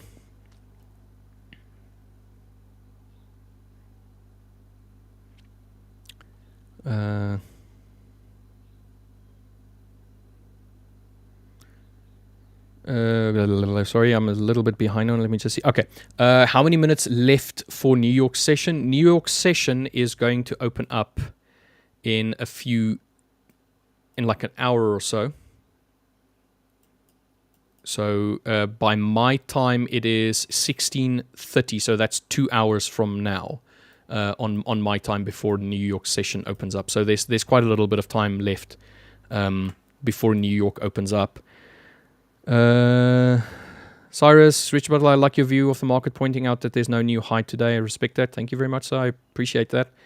Could you name me that concepts, principles you use to trade? I mean, when you open a chart, what do you see and interpret, for example, support and resistance, market structure? Great. That was the question that I was trying to get to. So generally, myself, what I look for is I want to see areas of interest, areas that have recently been tested and had a reaction off of it. And the reaction needs to be of some volumetric amount. It needs to push away convincingly. It needs to have conviction. And in order for you to see if something has conviction or not, here's a very good example. So if I opened up my chart this morning, this is gold right now on the 5 minute. If I opened up this chart and I just looked at what happened last week, Friday, versus what is happening this morning, I can see, based on this, that there was some uncertainty in this area. This orange box here is New York session, and then this pinkish box is the Tokyo session. So during New York session last week, Friday, as we were coming to the end of the day, we had a little bit of consolidation. Now, this consolidation just means that price was trading within a box like this. So no new highs, no new lows, just static up and down, confined within this little area. That is just consolidation. It's consolidating. And then eventually what happened was this morning we started to break higher. We started to show the potential of wanting to push higher. And then we did. We started pushing higher, making an actual trend. Higher highs, higher lows. Higher highs, higher lows. Now, what I'm looking for is I want to see, for argument's sake, an area of consolidation such as this one, or even potentially this little area over here. I want to see price react out of an area like this. So areas of interest for me is previous highs, like for argument's sake, this point over here. I want to see how price reacts when it gets to this high. I want to see how it reacts after it has consolidated and started breaking higher or breaking lower. So in this case, we have this area down here which is consolidating. Price pushes out, and then there's a little bit of indecision still. Even as it broke out, it's a little bit indecisive because you have a lot of bears and bulls interested in this area. There's bullish candle, bearish candle, bullish candle, bearish candle, bullish candle, bearish candle. It just carries on like this. And then eventually it gets to the point where price decides on a direction, meaning either the bulls completely overwhelmed the bears, or the bears just completely gave up. They lost. So in an area of consolidation, it's effectively a head-to-head. The bulls and the bears are trying to push each other around to determine who is taking over the market. And at this point, eventually the bears lost, the bulls took over. So how do you see this? You see large volumetric candles break out of a specific area. So this area down here, even though it was consolidation, is now a area of interest because this was the point where the bears gave up and the bulls took over. So price starts moving away. Here is one last ditch effort by the bears to try and take over. They've lost down at this bottom portion, but this here they're trying to attempt yet again to try and push it higher. Now, if you just go to the left, you'll see that this was also an area of interest. And if I pull it through, you'll see that this was an area where previously the bulls absolutely lost all control and the bears took over. This was last week Friday. Now, in this case, we're testing it yet again. So I want to see the reaction. The reaction is, okay, we wicked into it strongly, or pushed into it strongly. Bulls gave a little bit back to the bears. The bears are trying to push it lower. They fail. And then you just see an absolute run. You see the bulls just absolutely moving this price up higher. So that's what I look for. I look for this. I look for the reaction on this area. Highs of previous sessions, highs of previous days, highs of previous candles. It can be like a 4-hourly candle or an hourly candle. If I just go over to the hourly, you can see that as well. Here, you have a high point. And then the last reaction off of that high point was bearish momentum lower. And then as the bears, or as price started to come back into it, it just wicked into it and then started pushing lower. So I want to see reactions of areas such as this. That's what I look for. So to get back to your question, how do I interpret support and resistance areas? A support and a resistance area is where there was literal resistance, meaning an attempt to push higher and then a failure to push higher. So you can imagine if this box over here, which is one of my bearish, in this case, hourly bases, so I'll just put the bearish base. As price comes back to it, it struggles. It struggles so much to break through this, and then it reacts strongly off of this. So this would be a resistance area. Price is struggling to break through it. What happens? Eventually, price does come back to it, and it just wicks above it, but it doesn't close. It doesn't push through with conviction, and that's why I say you want to see momentum. You want to see a conviction. You want to really see it break through that area and then continue. In this case, it didn't. It just wicked back into it and then started pushing lower. And then the very next attempt, same idea.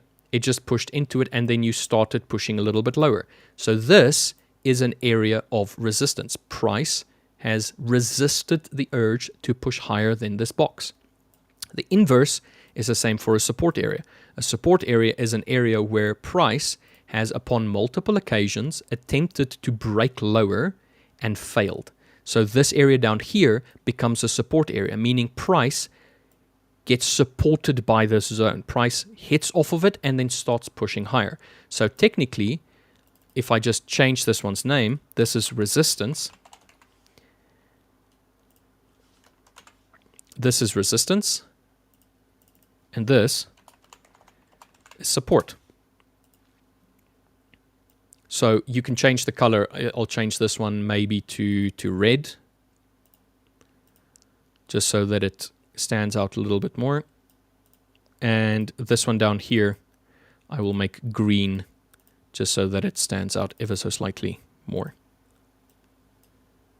So you can see that when price reached this top section, it resisted to push through it. And then when it came to this bottom section, it was supported. It reacted off of it. It bounced off of it as it was going on forward. Now, a nice thing is the moment a resistance gets broken through and closed convincingly through it, what will happen? This will now become support. This area over here, if I drew the exact same box through, but just from this point where it broke through it, it now becomes a support area. So that's support and resistance. That is how you see what is a support area and what's a resistance point. Multiple tests, large, strong reactions off of that area. And if you'll have to go back in on your charts to see the areas that were the strongest points of resistance and support.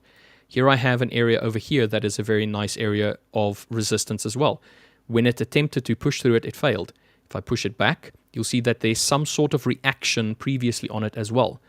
Might not be able to see it properly, but you'll see that there's some sort of like indecision point. Price is struggling. It wants to push higher. It's failing. It's going a little bit lower. So that is support and resistance. So market structure, as a different point to your question, is literally just higher highs, higher lows, and you do that with the full body, the full candle, the full wick. You want to see price make higher highs, higher lows.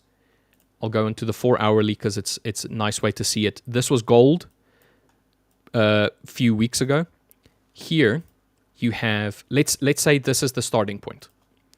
That's the starting point. So this area over here, this is your very first, we're just going to start here. So from this point, price starts pushing higher and it makes a high. Price then pushes a little bit lower and makes a low. Now this low is higher than the previous low. So this becomes a higher low. And this one up here is now your very first high point, as an example. So when price eventually breaks that high point or breaks the low point is how you see whether or not you have a directional movement. In this case, price started pushing higher out of this area, creating a new high. It tries to push a little bit lower, a higher low, higher high, higher low. Well, in this case, it's an equal low, and then so on and so forth. So every time that you have structure that starts pushing higher than the previous time that it attempted to push lower, this is a higher low, this is a higher high in relation to the previous higher low and the previous higher high and higher low. That is market structure. Market structure is just breaking of highs, breaking of lows, making new highs, making new lows. I see LJ's in the background. I don't know if he has some insights. 1 minute. Okay. Fair. So that's just market structure. So how I view market structure is literally just that. I want to see higher highs and I want to see higher lows in relation to what price had done most recently. And most recently could literally just mean on the 5 minute, as an example, from, let's say, this. Okay, let me just remove this and this. Move that out of the way, this out of the way, and this one can also just move out of the way. Most recently, if this was my starting block, this is my starting block. Price pushed higher. So zoom in. Here is my low, and here is my starting point high. Price pushed higher and then started to try and pull back. This is now my new low. It's higher than the previous one. And now I have a new high up over here. So this high is higher than this high. So I don't have a text box that I'm going to add. And the way that I write is horrifically bad with a mouse. But to me, price action is just looking at most recent low points, an attempt to break a high, a higher low, a higher high, and then eventually you will see much stronger movement based on that. I hope good 5148. This was a very long-winded way of explaining it, but I hope that it makes it a little bit clearer what I look for and how you can see it as well. I hope that is exactly what you were looking for. Otherwise, I've just spent the last 20 minutes explaining something that nobody asked for. So yeah. How many minutes left? Oh yeah, we've already checked that one. Yo, Will, you look different today. Yeah, that was Will. New York pre is 1. Yeah, UK time, and then 14:30. So just remember that we have daylight savings time on the US as well, so their clocks have adjusted from what it was a month ago. So just always take that into consideration, that potentially their opening times might be different than what you might be used to. Yo, LG. Hello. hang on. Let me get that right. There we go. That's better. How we doing? I'm back. I've returned, guys. Good to see you back. Yeah. I mean, you had such a lovely long prison stay last week that now you got out. Now you get to go and do other stuff again. I feel like I didn't get enough rest as I should have. Right. A big part of it is obviously I get disrupted there. I got to wake up at normal times. I'm very much used to my night owl type times. Much later at night, yeah. Yeah. So I get woken up. I'm up the whole rest of the day. You have to keep staying up because then they got to come do testing and stuff, and then you get that like second wind. And now you just and you're not allowed to be awake. They're like, no. I noticed today, like I've got the shadows under my eyes still. Yeah. So. But I expected you to have some shadows because you were, you just gotten out of hospital, and I myself, if I've been in the hospital, I don't sleep the best. To be dead honest with you. Yeah, it's not. Don't it's like not, sleeping in hospital. Yeah. So. Yeah. It looks like I took some, I don't know, some dubbin or something, and just like marked underneath my eyes. I'm about to go into war or something. Yeah, I personally I don't like hospitals. They're like kind of weird. I don't like the atmosphere. It just feels too.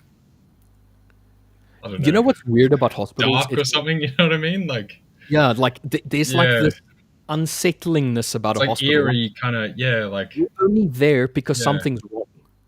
Yeah. Yeah, like you're not there because you want to be there. You're there because something needs to be fixed, or you were in an accident or something. So there's like this stigma around hospitals, and it really feels that way. And then on top of that, it's so white and clean. Yeah, and the lights, like the kind of fluorescent, because they have to, right? It's like it doesn't feel natural. It's too bright. It's like they're overcompensating for something. So it's very artificial. I know the same feeling, mate. I get it. Yeah, very clean, very too much. It's too. Yeah, it's like a weird thing. I don't know, too clinical. It's too. It's surgical. Obviously, that's what. Yeah, surgical. Yeah, that's what they need. But yeah, I mean, to be fair, but it makes me uneasy being in a hospital. Yes, exactly. It's just not nice. Yeah. Yeah, what have we been up to? What are we talking about? What did I miss? Now there was a few questions. Yeah, there were a few questions from one viewer in particular regarding the struggle to see exact margin and leverage requirements from trading on the 5ers as an example. And I was just running through the position sizer, how to use the position sizer to have a look at some of the information that you have on the position sizer, that position sizer EA that you get from earnforex.com. Not a shout out, just like not a sponsor, but like, a very nice EA to use. And then on top of that, he just asked also like, what would I look for the moment I opened up a chart? And then I just basically went through the way that I look at support and resistance and what I look for in terms of a breakout or a retest of consolidation as an example. And then you arrived. And now you're here, and now I'm happy. Fair. The other thing I would say with the as far as like max lots, that type of thing, like per leverage for the account, etc., what you can actually trade. If you go to your dashboard, you should see in the side category like indicators, that kind of stuff, where there is like a max lots, as well as showing your floating risk, that kind of stuff. Some of those indicators that the 5ers have provided for free that you can just download. It'll show you exactly what that is. You just apply it to the chart. You'll see what the max lot is, whether it's Aussie dollar, euro dollar, pound dollar, gold, NASDAQ, whatever it is, right? So I have them. 5ers have the tool right there that you can bring up. Yeah, that's it. Yeah. Floating risk. Let me just make it quite a bit larger. Let's make it 20. Yeah, and you can set what corner, left, right, however you have your chart set up, and you'll see exactly what margin you have. So, and that will adjust per, obviously, if you already have open positions, it will show you what's actually available with your allocated margin you have left. Yeah. So that's a good thing, whether you're on high stakes or you're on hyper growth or boot camp, different leverage. I can't see so, it. yeah. Yours is not coming off. my screen name is in the way. Which one is this? Is max lot size. I will change it so that it's the top left corner. There we go. That or bottom left, and then just put the offset. Yeah. So, okay, there we go. Yeah. Yeah. So, but like you can see the Richard screen thing, and then at Yeah, the bottom, I have the GU marking here at the bottom right. So yeah, this will show you just your maximum lot size, and then obviously your risk once you have a trade open, in percentage and in dollar value, both of that. So that's kind of like nice. Yeah. Free to use as well, as you said, free to use, and it's amazing. It works for everything. It works for every asset. Yeah.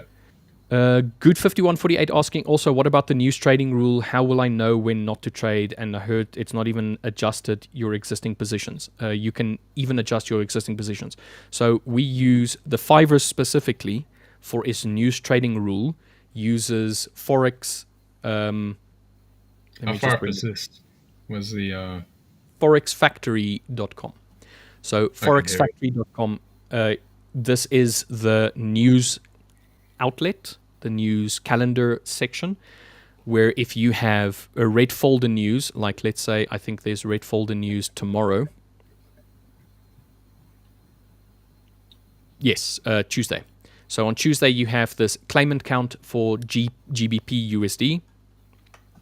That is a red folder. So with the high stakes accounts, there is a trading rule that stipulates that you are not allowed to open up a new trade 2 minutes before and 2 minutes after this red folder news. So I am UTC +2, so South African time. So it says 9 a.m. So 9 a.m. in the morning. So that means 2 minutes prior to 9 a.m. in the morning for me and 2 minutes after 9 a.m.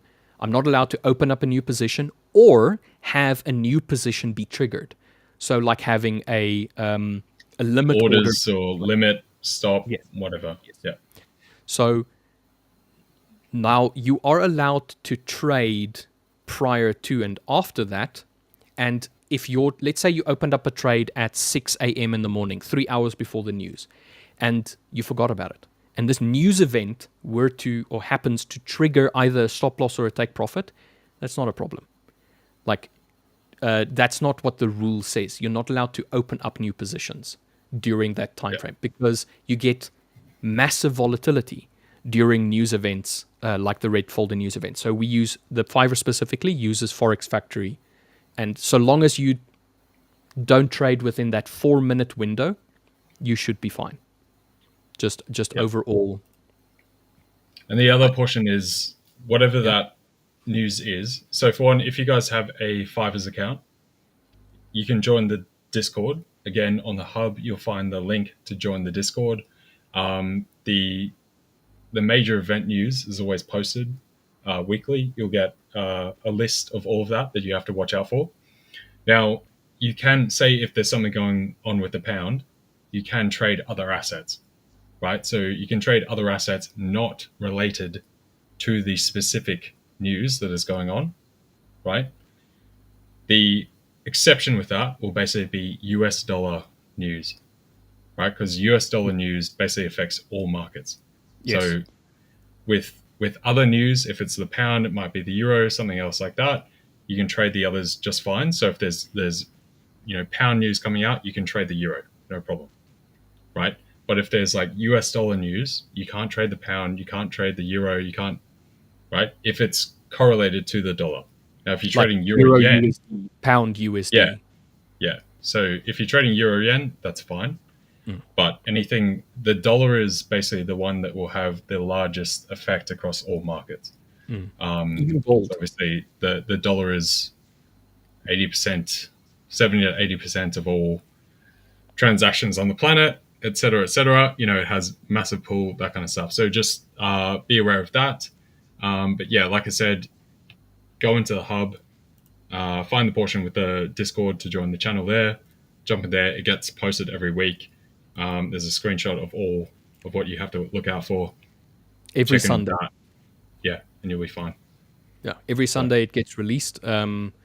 And then on our Discord, the one that we have for the Apex Brotherhood, we have a bot that literally gives the news, the red folder news, 10 minutes before the news comes out, and it's just going to show you, there you go, there's news in 10 minutes, alert, make sure that you adjust accordingly.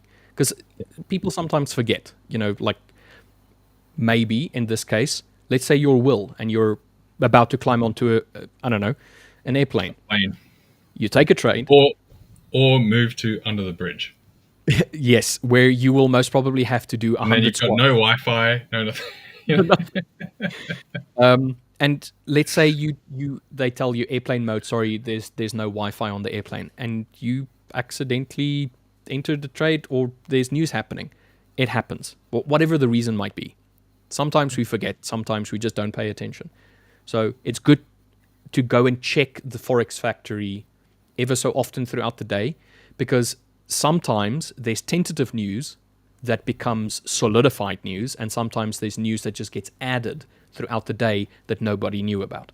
So just always be cognizant of those changes that potentially can happen. Yeah, so that's the other point. If you guys see news that says tentative, right? So it's kind of all day news, there's bits and pieces coming out, you can still trade because there's not a defined time or structure or something. That's often with might be elections or something like that. It's basically just a point to be concerned with, make sure you're aware, that kind of thing. But the specifically timed release data, that is stuff that you have to watch out for. So yeah. No, that's just if you make it part of your weekly structure of getting ready for the week, right, on the Sunday or on the Monday, look at the calendar ahead. What do we have coming out? Especially right now when we have the government shutdown, you'll have to inform yourself of what we do and don't have, right? Because there's some of the US data that does still come out from like private companies, like we have the ISMs and that kind of stuff. We don't have the other pieces that come from the government sector, like the NFP. We had one of the CPI reports. We're missing other bits and pieces like week-on-week jobless claims, that kind of stuff. So it's honestly, it's not that hard to do. It's basically just a Google search. Try and write that down before you start your week. That way you're informed and you won't get caught out overall. So yeah, no, I like Forex Factory, especially with there are other news websites that you can use as well that probably give you exactly the same information, or maybe a little bit more. But you're going to be the one that needs to kind of like find out which one moves the market the most, and which one you can kind of say, you know what, not really much of a market mover, I may ignore this kind of like news. Because the nice thing is like with Forex Factory, you set the filters. Yeah. You can apply a filter, and there's a lot of news throughout the week. Like this is just this week. There's so much. Like we have a Canadian bank holiday and a US bank holiday tomorrow. Now, I wouldn't have known this if I didn't select the filter, because I generally don't add the yellow folder and the gray folder. Now the thing is, bank holiday, it's not. They say it's gray, so it's supposed to have zero effect, or as close to zero effect as you can get. Like it's not supposed to affect the market in volatility towards the movement of the market, but it's going to affect the amount of volatility that's available, like how much movement we should be seeing. Where in general, let's say you have 100 pips movement on one of the asset pairs. Now there's a bank holiday. In this case, it's the US and Canada, which is the two biggest role players during the New York session. Now all of a sudden they're not there. Banks, hedge funds, all of those things kind of like are quieting down. So normally you would see 100 pip movements during the New York session. Now all of a sudden you're seeing 6 pips, 8 pips, 12 pips. And the other thing is you can see unexpected volatility, where there is smaller market players that are now playing the role of mediator and buying and selling, and their buys and sells are not as structured. There might be a few that is buying at a lower price, and then nobody for a while, and then all of a sudden there's a buyer again. So you can see sudden ups and down movements that you don't normally see when the market participants, like the banks and the hedge funds, are there. I don't know if I explained that. Yeah, exactly. Because sometimes when you have less participants, it means you actually get more volatility as far as the movement in pips. You have less overall volatility as far as the back and forth. So volume will be lower, but the volatility as far as the change in the asset will actually increase because there are less participants on the other side to be batting down the price, selling against that movement. So for those participants that are in the market, they tend to see where price is going and just lean into that. Everyone does that in synchronicity. And then you can actually get extended moves. That's the type of things you see just before, Christmas, those low volume periods where you can have moves of like hundreds and hundreds of pips over 2 or 3 weeks just before Christmas, even though there's less activity, right? But the past months, you've actually seen a distribution that is much more back and forth. So you can get a lot of those runs that keep going. The other thing with the, red, orange, yellow folder news is that there are some of the yellow folders that are considered minor that are actually important. So that's with like some of like the ISMs and that kind of thing. It's like the forward indicators, which come up on basically every single calendar as not important, but they will often have more impact than the actual final release because that's the forward leading indicator, the most real-time indicator. Yeah, projection. That comes out, that actually has the largest impact. And then the final release is just like a revision, basically. You already have an idea of what's coming out, so it's just like a tweak. So that is something that you do have to inform yourself of. There's not many of them, fortunately.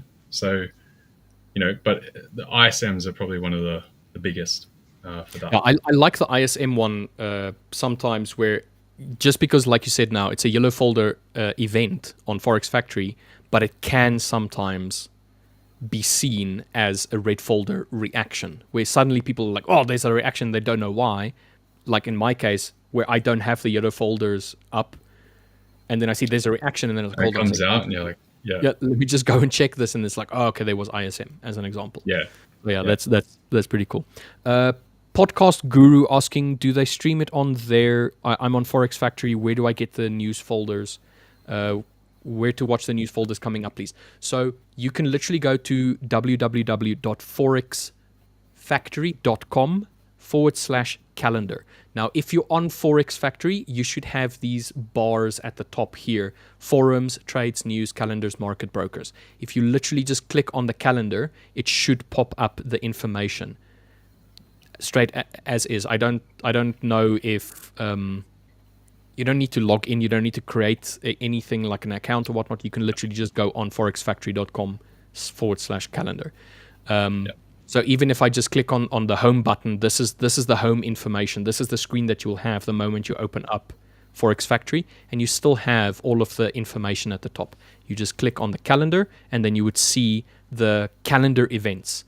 You can also see news. So there's a news tab that has some tweets and some news events from different from other news suppliers. Fundamental analysis into stuff. There's also people have tweets that they can put out, but the one that you want specifically for the news and when it comes out is the calendar one. And the nice thing is that this information that you see here, the time and the date, will be catered towards your time, your local time. So you'll see on mine, it shows 3:03 p.m., and that is because of my time zone, which is GMT +2, in this case Pretoria. And the time zone is just AM, PM. But you can change this if you wanted to as well, to whatever time zone you wanted to. But mine is set to my local time. Very, very simple. I hope that helps, Podcast Guru. Another one is myfxbook.com. That's where a lot good. of people journal their trading, that kind of stuff. They have, when the news comes out, it also sends like a ping. If you got the website open, it'll ping. It also comes up with like bond auctions and all the like abstract or obscure data if you want that as well. And I believe most of these sites now as well have like the notification site type stuff, so it can send it to your like Windows notification center, that kind of thing as well. And you can set it up nicely like that. Yeah, definitely. What were your previous chats? Which ones? Let me scroll up. What did we Who's miss? this now? Sorry. Let's see. Like some of these ones is what we're talking about, or is there something else specific? I didn't read this one. We missed. Yeah. If there's anything else specific, just type it again, and we'll get to you. No problem. I understand completely. Honestly speaking, there is so much fuss and fake traders on social media. You seem a fairly reliable guy. Your explanation really helped me. Thanks. It's a pleasure, mate. Like, that's what the 5ers stream is for. Like LJ, Will, all of the other ones, Jonatan, Dirk, Victor, Anastasia, Pedro, every single last host and person that comes on here, their intention is to be transparent and to be as reliable as possible. It is unfortunate. Every market, every industry will have good and bad actors. It's one of those things.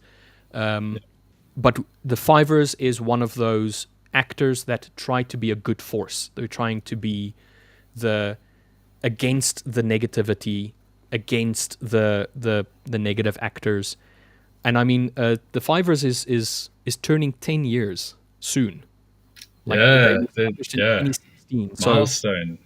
Milestone, mate. Like, and you guys can help us with that milestone by subscribing. Get us to 100K subscribers, guys. First, get us to 90K, because 90K, there's some giveaways that's going to happen with the 90K subscribers. So if you're not subscribed, subscribe. And then there's a potential for you to win all kinds of interesting things, be it potentially, I don't know, we can ask Sol, some hoodies, some accounts, some hub credits. So put a like, subscribe, and then become part of the community as one of the good actors in the business. And that's all we're trying to do, is just be a force of good in a potentially very divided industry. Yeah. And the thing is exactly with that, like, we turn up every day. You guys see us live every day. The other people are behind a wall. They can orchestrate stuff, whilst they edit things and do whatever. We're here live in front of you every single day, talking in real time, all that kind of stuff. So hopefully you guys have found a nice home and a group of friends and community within, whether it's here on the YouTube or in the Discord, that kind of stuff. And definitely implore you guys to, engage and talk with everyone. Like, you will find friends, you will find community, find people that you can actually chat with, that understand your situation and all the stuff that you're going through and developing and all that kind of thing. So many people have developed those kind of relationships in little microcosms all throughout. So definitely get engaged, get amongst it, and it's a good time.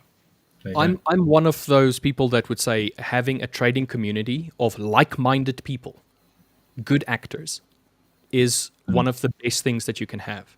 It's very easy for you to kind of like get stuck in your own bias, your own thought patterns, and you want a little bit of a challenge. You want people to challenge those thought patterns. You want people to, obviously, you want people that are, they want your best interests at heart, kind of like thing. But sometimes you need someone that can kind of like break your silly habits, and somebody that can challenge you if you're doing something stupid or silly or whatnot. And you get that with community. You get that with having somebody like an LJ that's like, dude, you screwed up doing this. What were you thinking? And it's just like, well, I was thinking this. And it's like, but why?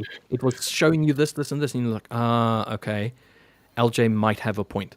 And it's just that idea of somebody just challenging you ever so slightly, but also just kind of like trying to uplift you, just being there as a supportive person. It's in a supportive manner. It's a constructive criticism type thing, where you're collaborating on ideas to find the fruit that comes to the top, right? Like, yeah. And the thing is, everybody that's here has the same, ballpark figure, has the same intention and same goal.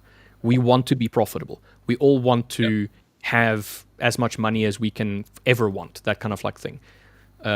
Some of us have more than others, but that's not the point. The point is that your goals are aligned in some way, shape, or form.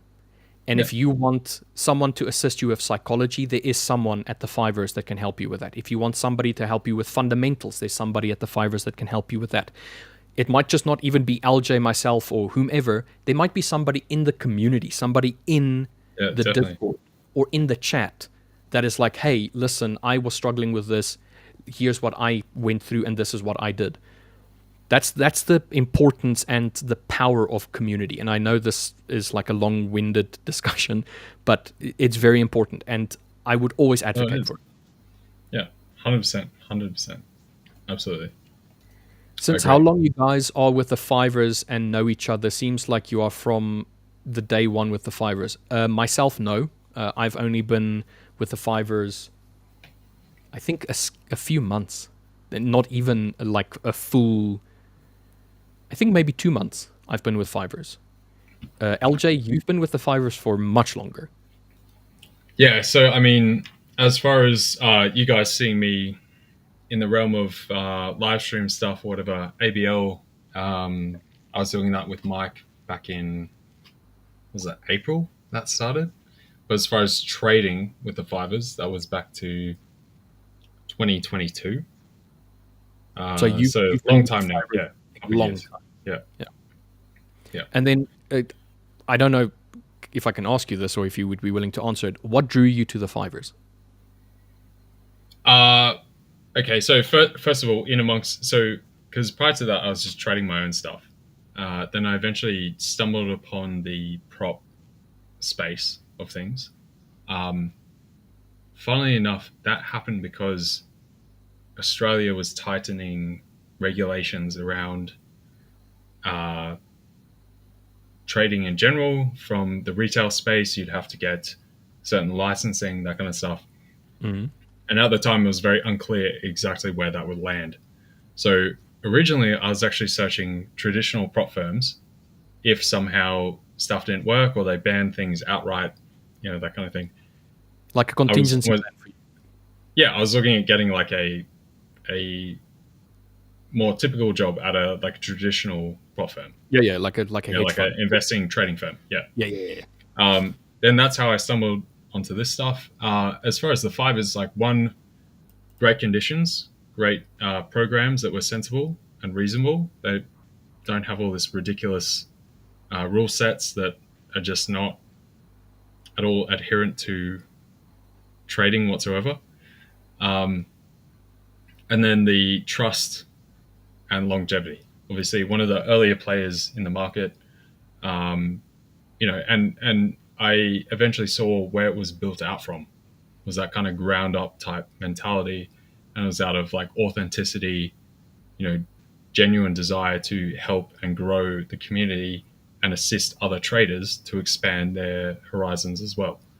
So that's exactly why I'm here and not anywhere else, right? So it's all the best intentions, goodwill, everything on your side. It's just a lovely place to be.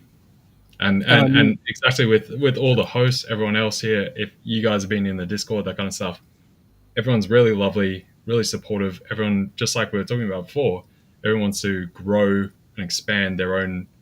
People have different, stuff going on in their life, but it's all like the same general trajectory. Everyone wants to help and assist, and everyone grow together. And so I think that's incredible. Overall. Good asking, since how long you guys are with the 5ers, you know each other. Sorry. Already asked that. I am curious, is 5ers profitable? Also, you can even have 100% profit split at later stages. How is this profitable for the 5ers? I'll tell you exactly how it's profitable for the 5ers.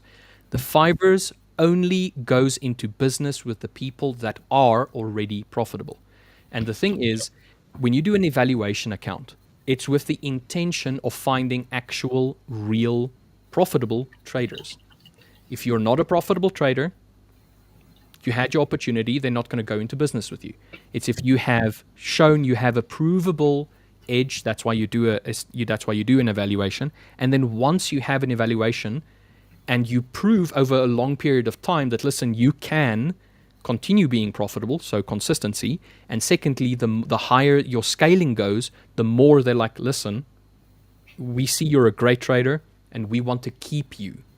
So we'll give you slightly more capital, a little bit more capital, and then eventually you get to the point where they say, you know what, you're so good, you've proven your consistency, you've proven your profitability. Here is a contract, as an example. And this contract stipulates something to the line of, here is more capital, trade this, we'll give you a salary, you get to keep all of the money that you make from this account, as an example, but we also want you to trade these other accounts as well. Now, I'm not there, and I'm talking under correction, but that is how a company would stay profitable by giving people 100%. It's by having them prove that they're a profitable trader and then have them trade some of the company's personal capital, as an example. Yeah, and then the further part goes to, once you're at that stage, and obviously there's many levels to go up through to get to that point of proof, right? It's not just the first two evaluations. You got to go through many levels, right? The other point there is you'll get connected to the main fund, right? From the main fund, depending on the profile of the trader, depending on your risk tolerance, risk aggressiveness, or if you're more conservative, swing trader, scalper, intraday, that kind of stuff, that will get pulled with the other collective of traders into the main fund. And then with that, how they offer you 100% is they can often double up those trades. So if you've entered a trade, they'll enter your trade directly to the market, 100%. They might decide to take 2x that or 3x that, depending on the other balance of trades already opened by other traders, right? And so that makes the primary fund profitable per the evidence of the traders having that experience. And then you get 100% throughput, but then the main fund itself also gets the profits from basically doubling up that information and putting those same trades, but in a doubled aspect, through to the market. And that's basically how that works. There you go. Hello, Victor. Hello. How are we doing, Victor? I didn't ring the doorbell because I didn't want to interrupt the flow. But how are you two doing today? And you guys watching us, how is everyone? Going well. Going good. Doing better. I still probably need more sleep, even though I was meant to get sleep through the hospital period, but we were talking about that before. But no, I'm going strong. I'm doing all right. So That's great to hear, LJ. Yes, you guys were making great points there. I think worthy of shorts. But I was saying, wanted to say yes. The simply said, what LJ just explained is that how is the 5ers being able to give you 100% of the profits of your funded account? It's because they're actually recognizing, right? Those who are to that level, they recognize that you're so good that they're actually multiplying your signal. So whatever you're taking, they're taking more on their side. And they're thus able to pay you 100%, but they're making profits on it because they are pulling it together and multiplying your trades basically. So that's on the back end, but that's how they can they can afford to give you 100%, basically everything that you're trading. Not basically, it is everything you're trading, and they are making sure that they are getting profits as well. So do rest assured that the 5ers interest is aligned with yours because they want you. That's why we have these streams. They want to invest because they know they're investing indirectly in themselves, right? Because the better they make the traders, more money then. Yeah, exactly. Well. Benefit to both parties. Yes, the better the traders are, the more profits they're gonna be making when you are gonna be with them funded and scaling up and things like that. So that's the kind of prop firms you want to be part of. You don't want to be part of someone who's trying to, give you rules, but hurdles to basically disqualify you or, tell you you're not allowed to get the whole profit. you want to be with a prop firm that is profiting when you're profiting, because that's how the fivers works. Precisely. Unbiased traders saying fivers don't survive on challenge fees. They have actual hedge funds. So if you notice, go and look at the all of the challenges, the different ones. You'll see that most of them have refunds. So even if you do pass the evaluation, they refund you your challenge fee. A company that is reliant on challenge fees are not going to give you a refund. They're just going to say it's a price to pay for you to do the evaluation. The fivers gives you refunds.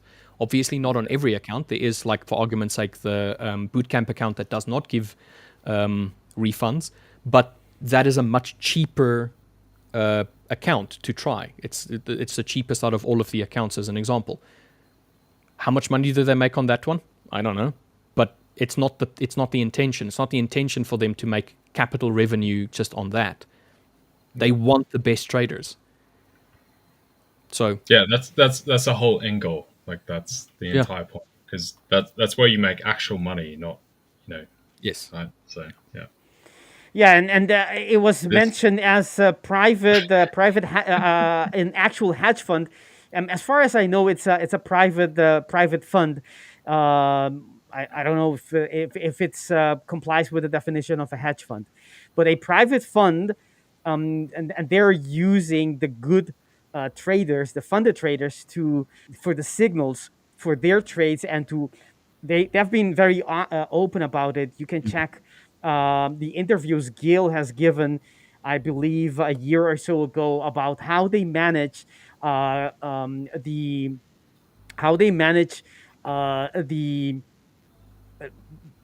how are they able to, how they using the pooled account, and how they're connect the funded account with the pooled account, so the trades that are being taken somehow are as we discussed, they can give you the whole percentage, because they actually have a different multiplying factor behind, right, in the back end, making sure that they are betting more on the ones that give stats, the traders that they know that they can, that their models give them the indication that they're going to be, that are stable, profitable traders, and betting less on the traders that are, the model says, has a higher risk, are not as stable, and the chances aren't that great. They're still going to pay you, but on their inner workings, they are, adjusting risk. They have an actual, full-fledged risk team, making sure for the survival and the performance of the private fund, right? So other prop firms, they're not built like that. They're just built on, selling challenges, and hopefully you don't get funded, and they'll figure out later how to, uh, route your trades or not. But the fivers is different. That's why, we're different. Precisely. That's why you have so many prop firms that go defunct. That just absolutely, they're here today, they're gone tomorrow. The fivers is reaching 10 years in the industry, and I don't know of a better prop firm. And I've traded with some. Yeah. I don't know of a better one. That's why we're here. Yeah, and LJ was touching upon the actually, you as well, Richard, touching upon the importance of community. The community, well, at least if you build it well, where you have people helping each other, is gonna make the trader better. It's gonna make them improve better, become better. Because you're gonna have shared experiences, right? So you can learn from the mistakes and the advice of others, and that will make it, you become better faster. A prop firm that is not necessarily interested in, doesn't want you to be, they're just only interested in the fees. They don't have an incentive to build a community. Why would they? That would be against their interest. That's why you see we have um, a lot of our members in Discord. They say the Discord community of the Fiverr is the best there is. That's not my words. It is the members of the community telling us this. That's why we have this stream. That's why we invest so much in making sure that you get the best you can get through community, through host, experienced, profitable traders who are hosting these streams. So yeah, I think it's the best one. I mean, I know it sounds weird because we're here under the badge of the Fivers, but I mean, if it is true, it is true. What can I say? I'm not going to tell the opposite. Yeah, I have zero precisely. incentive to not tell the truth. Yeah. Otherwise, you wouldn't be here. So. Yeah. There's another thing as well. If you guys have seen, I think the podcast with talking with the Titans or something about the Titans not very long ago, where Saul, our CEO, went there and was talking very openly about the industry. You guys can check it out. I'm not sure if it's on our channel because it wasn't our podcast, but it was our CEO being a guest at a different YouTube channel. I think it was interview with Titans or Titans of Tomorrow or something like that. Something. Titans of Tomorrow. Yeah. Oh, but yeah, well, that's a good point because Saul has done a number of these interviews across the board, both YouTube, Discord, that kind of stuff. There was also another one with Mickey from Trade the Pool, obviously.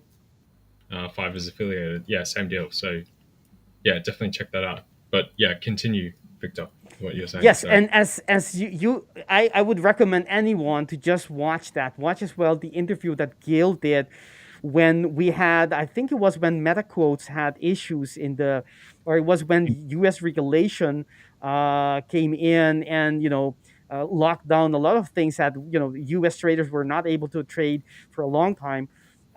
It was back then, if I'm not mistaken, that Gil also gave an interview talking very openly about the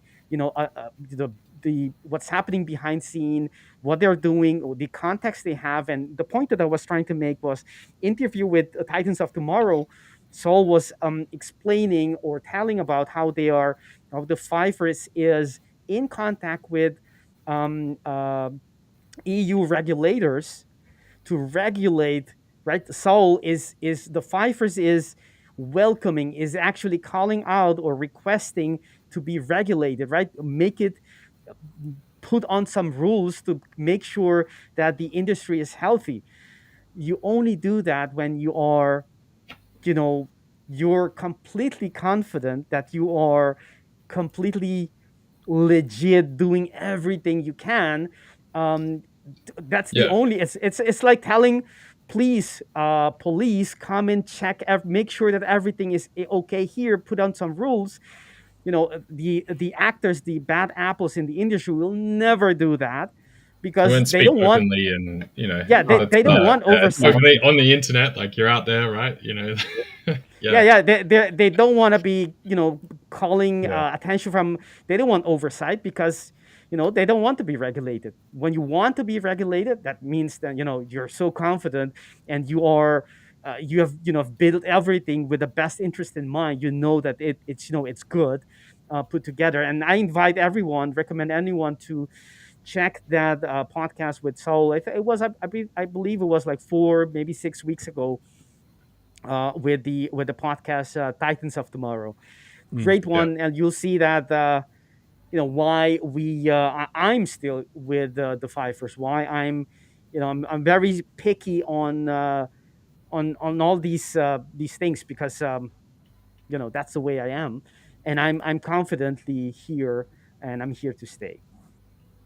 Agreed. I love that. Very much agreed. Yeah. Hopefully, I'll be here as long as the 5ers wants me, because I would like to be with the 5ers. Well, we'll see if Will comes back. He might not survive his night under the bridge, so he might be happened to Will? Will is Will is currently doing the Trade Delicious challenge, and he is currently in Vienna at the moment. But unfortunately, he's a little bit down on his accounts, and he got told that unfortunately there is no accommodation for them tonight if he doesn't make any money. So park bench, bridge, I don't know, maybe somebody that's willing to harbor a Will and Ewan for an evening in Italy. Yeah. But bar that, they're going to be sleeping under the stars tonight. They're in Vienna? Yes. Yeah. Okay. I like how, I don't know if you saw it, Rich, before when I was like 200 squats, 100 push-ups, 50 dips. I did. So Will just like ignored it. He's like, nah. Yeah, he's not going to acknowledge not that at entertaining all. that. Like, you know. No, he's not going to entertain that at all. But that would be funny though. That would be funny. There's a few questions that have been asked. Sorry, good 5148. I know that you asked a question, but we didn't. There's so many questions that's coming through that you kind of like take a few minutes to just answer one question at a time. We will get to your question regarding the routine. I'm pretty sure we can have Victor's input on that one. So just a little bit of patience. We'll get to your question very soon, my friend. Yeah, so there's a couple quick ones we can probably nail out. So like HK with this one, for instance, you've been holding a trade, but high swaps from the 5ers. I want to say spread is very good, but swap charge is high. So, okay, first of all, what currency are you holding? Because the swap charges won't be up to the 5ers themselves. It's going to depend on the differential of interest rates per the two countries. So particularly one of the higher swap charges right now is going to be yen pairs, right? If you're holding a yen pair, they've got near zero interest rates, right? Just a touch above zero. Every other country is still running 3 to 4% interest rates. So you're going to get a very high swap per this interest rate differential, right? So that's not up to them. That's just literally how the market works, finance works. That's one of the reasons why dollar yen is so high. We ultimately ran up from that 110, 115, 120 range all the way up to 150 because people are holding dollar longs against the yen to get that carry trade because they get paid that interest every single night, right? So the same deal, if you're in something with a high swap, if you're trading the opposite way, you'd be getting charged positive swaps. So it will depend on what you're in. As far as this with order flow, look, order flow is, you're going to have a better time with stocks with that because it goes through an exchange. If you're looking at level 2 pricing in FX, that kind of stuff, it's pretty much useless. It's going to depend on if you have a broker, they have a prime broker, and then the prime broker has a prime of prime broker. And so you're going to get incomplete information. It's not that helpful. You might as well just look at tick volume or something like that. If you're looking at any, like whether it's futures or stocks on an actual exchange where you get pure information, it's of value. FX doesn't really work. It goes into a black box where a lot of that information is hidden. So there you go. Yeah, I just wanted to show the on MetaTrader you can literally just click on, for argument's sake, you can look at the market watch. You can right click on any of the assets that you're trading. You can click on the specifications, which is the 6th tab from the top, and then it will give you all of the specifications. And if you wanted to see swaps, if you just scroll down a little bit, you get swaps long, 0, swaps short, minus 28.6, and then on which day, for argument's sake, Wednesday being the most. So this would be the general, and then Wednesdays would be 3 times that. So this is swaps in pips, if I'm not mistaken, or is it dollar value?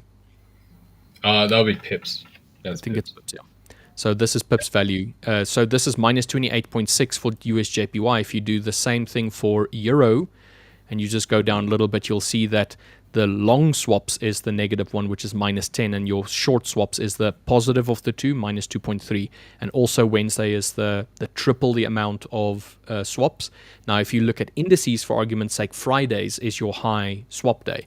So NAS 100, specifications, scroll down a little bit, you'll see that they have equal swaps either way. Doesn't matter, minus 300, so it's a flat rate. But Fridays is your high swap day. So you can hold throughout the week, you'll have your normal swap rates. Over the weekend, it's going to be triple. So something to always take. Wait, what was dollar yen again? Just to check. Dollar yen was minus 28.1, I think. 28.6. I think that might actually be dollars per lot, per single lot. Because it wouldn't be pips, that would be dollars per lot. So if you got like 5 lots, it would be 5x that. Yeah. As an example. Yeah. So, and then obviously, Wednesdays are triple because Wednesdays are the day that accounts for the weekend rollover. Here it says in points. That's how it's been for ages. It says swap type in points. Oh, points. That makes more sense. So points, not pips. Yeah. Yeah. So that's the next decimal. Yeah. Over. Yeah. There you go. Nice information here. It was 28 pips. Didn't make sense. Also to remember is that equities compared to Forex may have different swap rates. So that's I believe, if I'm not mistaken, the swap rates for the Forex part are just as competitive as everywhere else. If I'm not mistaken, it is more to do with same with commission, equities. everything. Like it's razor sharp. These are the best conditions you're going to get anywhere, any broker, anything. Yeah. Zero like next to the exchange.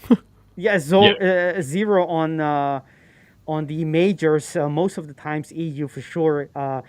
Most of the time, almost always is 0.0 pips a spread, and the commission is the sharpest there is. Period. Yeah, absolutely. I second that. How have you guys found the change that was made now to gold and Bitcoin, for argument's sake, the leverage and the commission change? Have you guys seen any like major impact to your trading?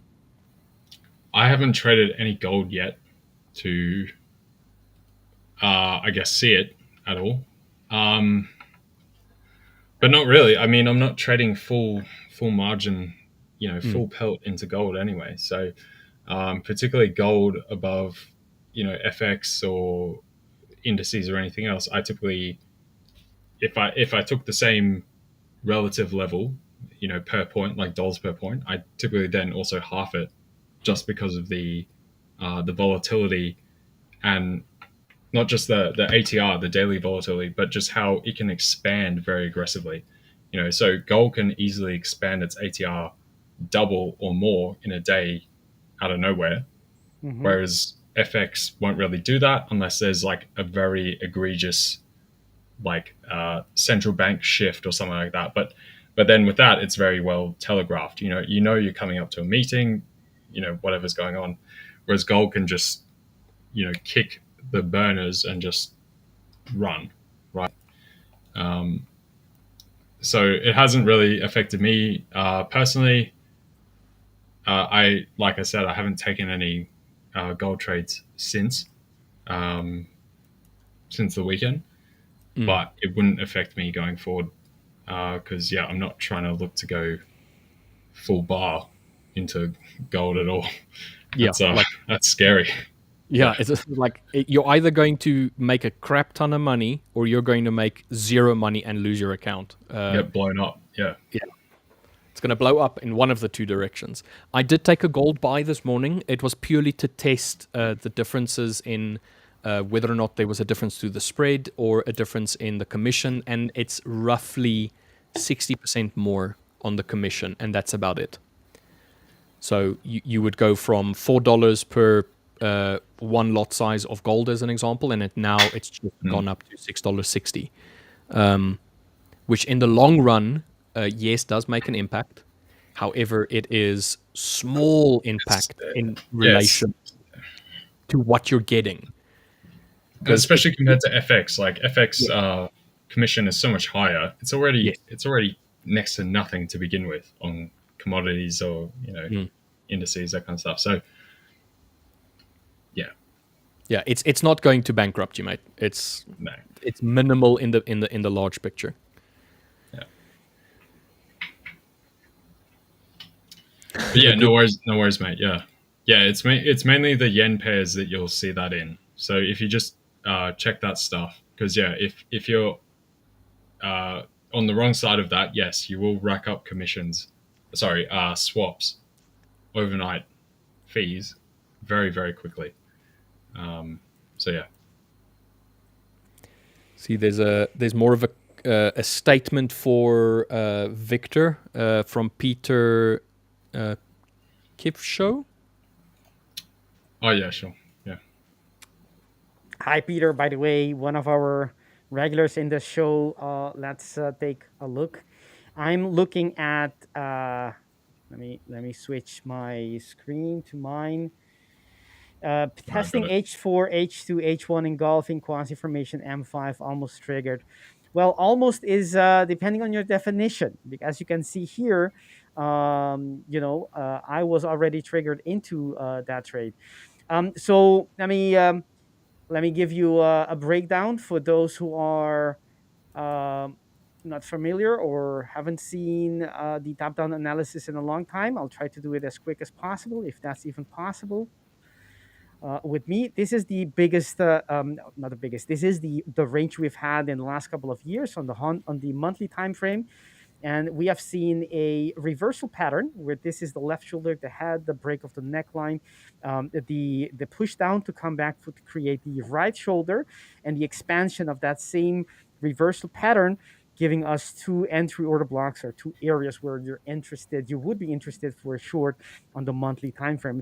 The first one, or actually the last one, hasn't been tapped into yet, so it's unrelated or unrelevant right now, but we have tapped into the last couple of months, tapped into the first order block, or not the first. This was the first, but the one that I'm indicating now with the arrow, and we've seen the big first reaction. It didn't really trigger, as you can see. It was still bullish after the reaction, but on the second reaction, you can see it clear engulfing, creating another fresh order block. So things have changed. This is quite important, and that's why I like to look at to start with the monthly in my top-down analysis, because even though it doesn't change very often, when it does change, you want to be paying attention, because this will decide with a high degree of certainty the sentiment, the direction, the momentum in the next couple of months. And maybe just 1 month, the next candle is everything you need to know for your next swing trades, your day trades, the next couple of weeks, and so on. So we had the reaction, the engulfing closed as such, and we could be going into retest, but it's clear that the sellers are in control. That's the monthly time frame. If you go to the weekly, what we have is we don't have any other new structures being created, but we did have a supply zone that was not created. It's the same reaction that left a couple of order blocks, fresh order blocks, to be retested at a later time. And we did have the last one, we did have a immediate retest, and we are still perhaps going to see some reaction if we get there in time. And in time, I mean within a certain number of candles. But that's the only reaction we have on the weekly, or the only area we have right now of interest. If we keep zooming down, what we're having is we do have a fresh order. Not it's well, let me count how many that is: 4, 6, 8.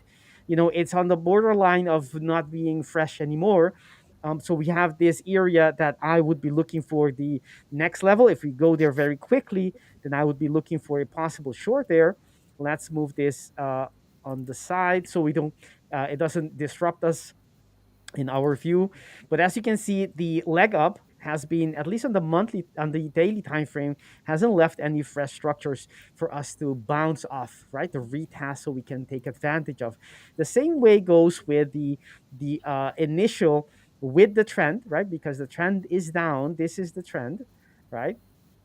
Be going making lower highs and lower lows. That's the still intact trend. And in this leg, the last piece of it, there wasn't anything for us to use other than the daily order block that I just talked about. So on the daily, there isn't anything to use. That's not the same with pound, by the way. But as you're mentioning, Peter, the daily, I started with the daily time frame. So we do have a quasi. I'll tell you guys right here, although it's not relevant right now. When we do get this is a quasi on the H4, and I'll point it out what I mean by it. If I can only put in, that's the move. Basically, that's you can actually also use the one, maybe I should use that one. Does not matter, but the neckline is actually a little bit lower, right? So that's the quasi on the H4. It breaks it, and if it does come back, there isn't any order block for us to use. But if it continues to go higher, this one right here might become something we could use in the future. So I'm gonna mark it and see it's still above the 50% retracement. But as the reversal pattern is being expanded, right, it might become in the future. So that's something I want to be looking for. Maybe, I don't know, this week, perhaps next week, because let me double check. Yes, there is an order block there. And if we mark that with an H4, and it's actually an entry order block. All right, so now we got to the time frame that Peter was talking about. Peter, we have a couple of structures, not only the one you mentioned. Yes, we do have a bearish structure here that has refinement and alignment in different time frames, and that's what you're looking for, exactly like I trade. But we also had a beautiful reaction today. Look at this. Perhaps you've already seen it, but we had the H4, right, created here when it closed, and we had a retest early on, and after let me mark that. There we go. Right. So these two candles were the retest that we could be looking for, because that's the H4 being retested. Let me mark it. This is the H4 being retested, and what I like about this is in the direction of the trend. As you can see on the H4, the trend is obviously bullish, right? That's the trend, making higher highs, and making this one isn't established a higher low yet, but you can see it has a higher low and a higher high. So the trend, the market structure is a bullish uptrend. So you want to be looking for possible ways, not only for the reaction on the bearish structure that is fresh and is valid to be traded short, but also on the long when it gets in this area. I'm going to move this along. So this is the area where price reacted quite nicely on the H2. We also had the H2 right here, right, where we had the reaction, but actually even the first candle was already to be traded. And if you go back, I'm looking for a short as well. Actually not looking, you can see here that I'm actually already in a trade there. But the quasi that I would be looking for is the quasi long as well, that I was looking for when we reverse. But let me give you some details. I didn't get a entry, and the reason was because there was no entry order block in the time frame that I was looking at, right? So from this quasi, this being the left shoulder, the neckline, the head, it breaks it and comes back. As you can see, it comes back for the reversal. Beautiful reversal, by the way, comes back. Let me point it out. This is the quasi, right? So like so, right? You have an established uptrend. This has to be over there, and it comes back to move out, presumably to complete the structure. Let me mark it as such, like so. And this is the head, right? So that's the downtrend, breaks the neckline, it comes back. But the only thing was that the area here didn't offer me any structure to play with, and the head didn't either. So there wasn't a chance, or there wasn't a possibility for me to get into the trade. But nonetheless, the market used this pattern to move out, come back to the order block. You can see it here. This is the overlapping area that I call my fishing area. That's where I want to be seeing price coming back into and catching the reversal here, going up. Beautiful, beautiful.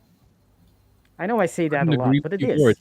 It looks so good. It looks so effortless for you, Victor. Like, just it took a lot of time though to get there. Fair. I'm not saying it's simple. I'm saying just that you make it look effortless, but that is what you get from years and years and years of experience and years and years and years of just wanting to be a student in the market. And this is what you get. You get to make it look like it's effortless. So no, I And like it. that's the phase where a lot of people say it gets boring because it becomes repetitive. But that's what consistency looks like. The same thing over and over again. And yes, it does look boring in a certain way, but in another way, it's also exciting. I get excited because there's not a big surprise. There's a range of possibility. You can lose, you can win. A week can have a losing week, a winning week, but it is within the same range all the time. It doesn't surprise me anymore. Okay, so I don't know if this is going to be a winning day or a losing day, but it's all it's all the same. If when you zoom back, it's the same range, and it tends to get. I don't actually say it gets boring, but that's what they mean when some people say it. Trading needs to be boring.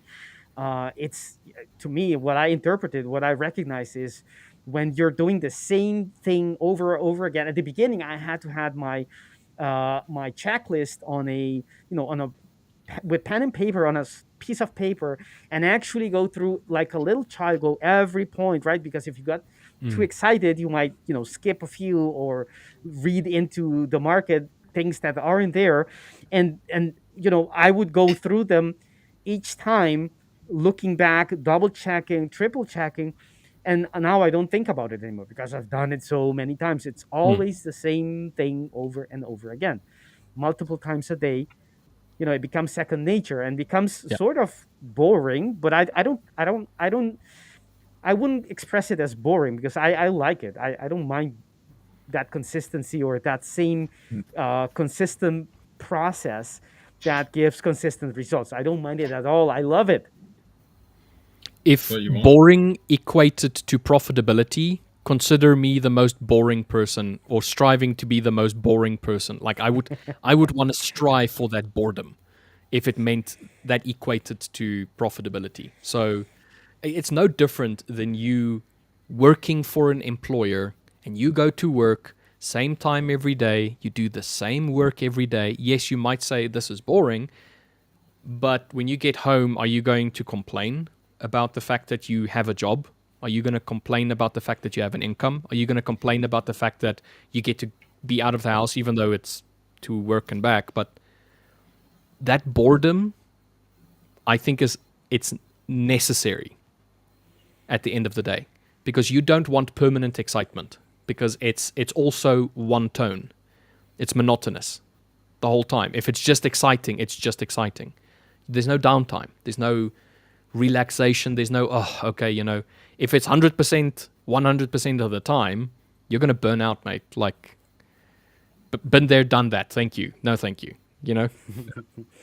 Yeah, and why are we trading comes to mind. The question, why are you trading? Are you trading to get the thrill, or are you trading to have a consistent, dependable income that you can live off from?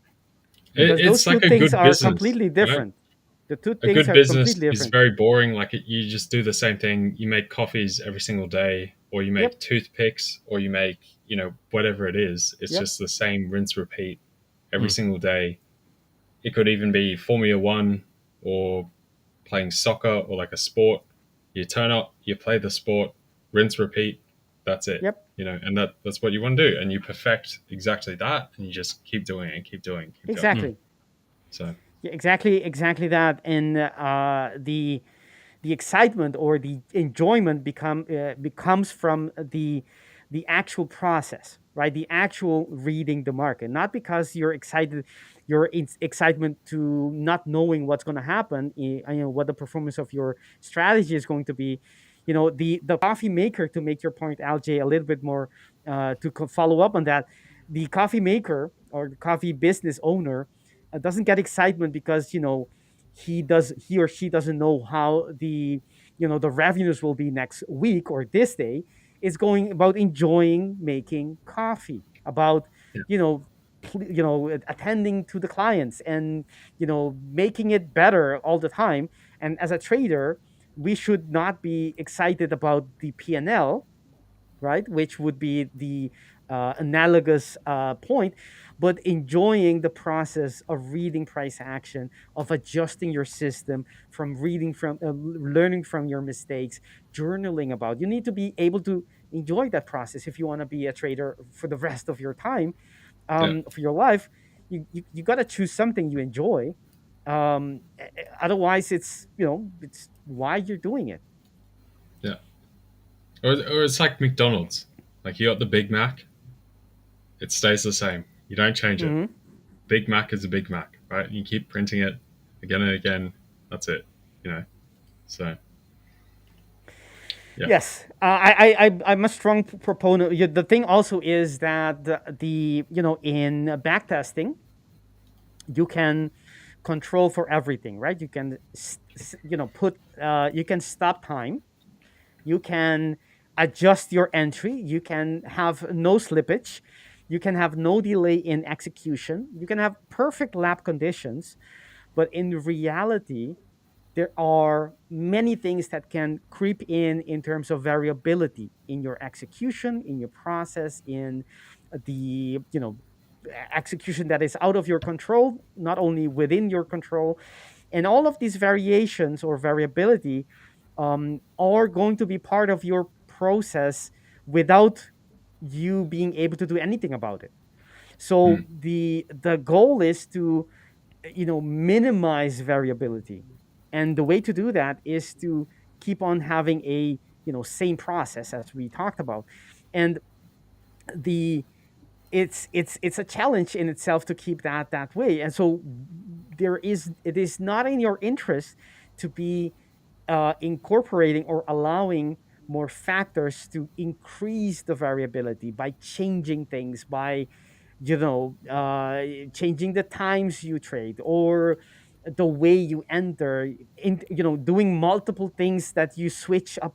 Sometimes you use one way of entering or one way of managing, and the other times you switch that around because whatever you feel like it. That's not in your interest, because you're uh, the same thing with experiments, right? A good experiment only changes one thing, so it can measure the effect of that one variable. But if you have multiple things changing constantly, you don't know what the effect, what caused the effect, right? Whether it be good or bad.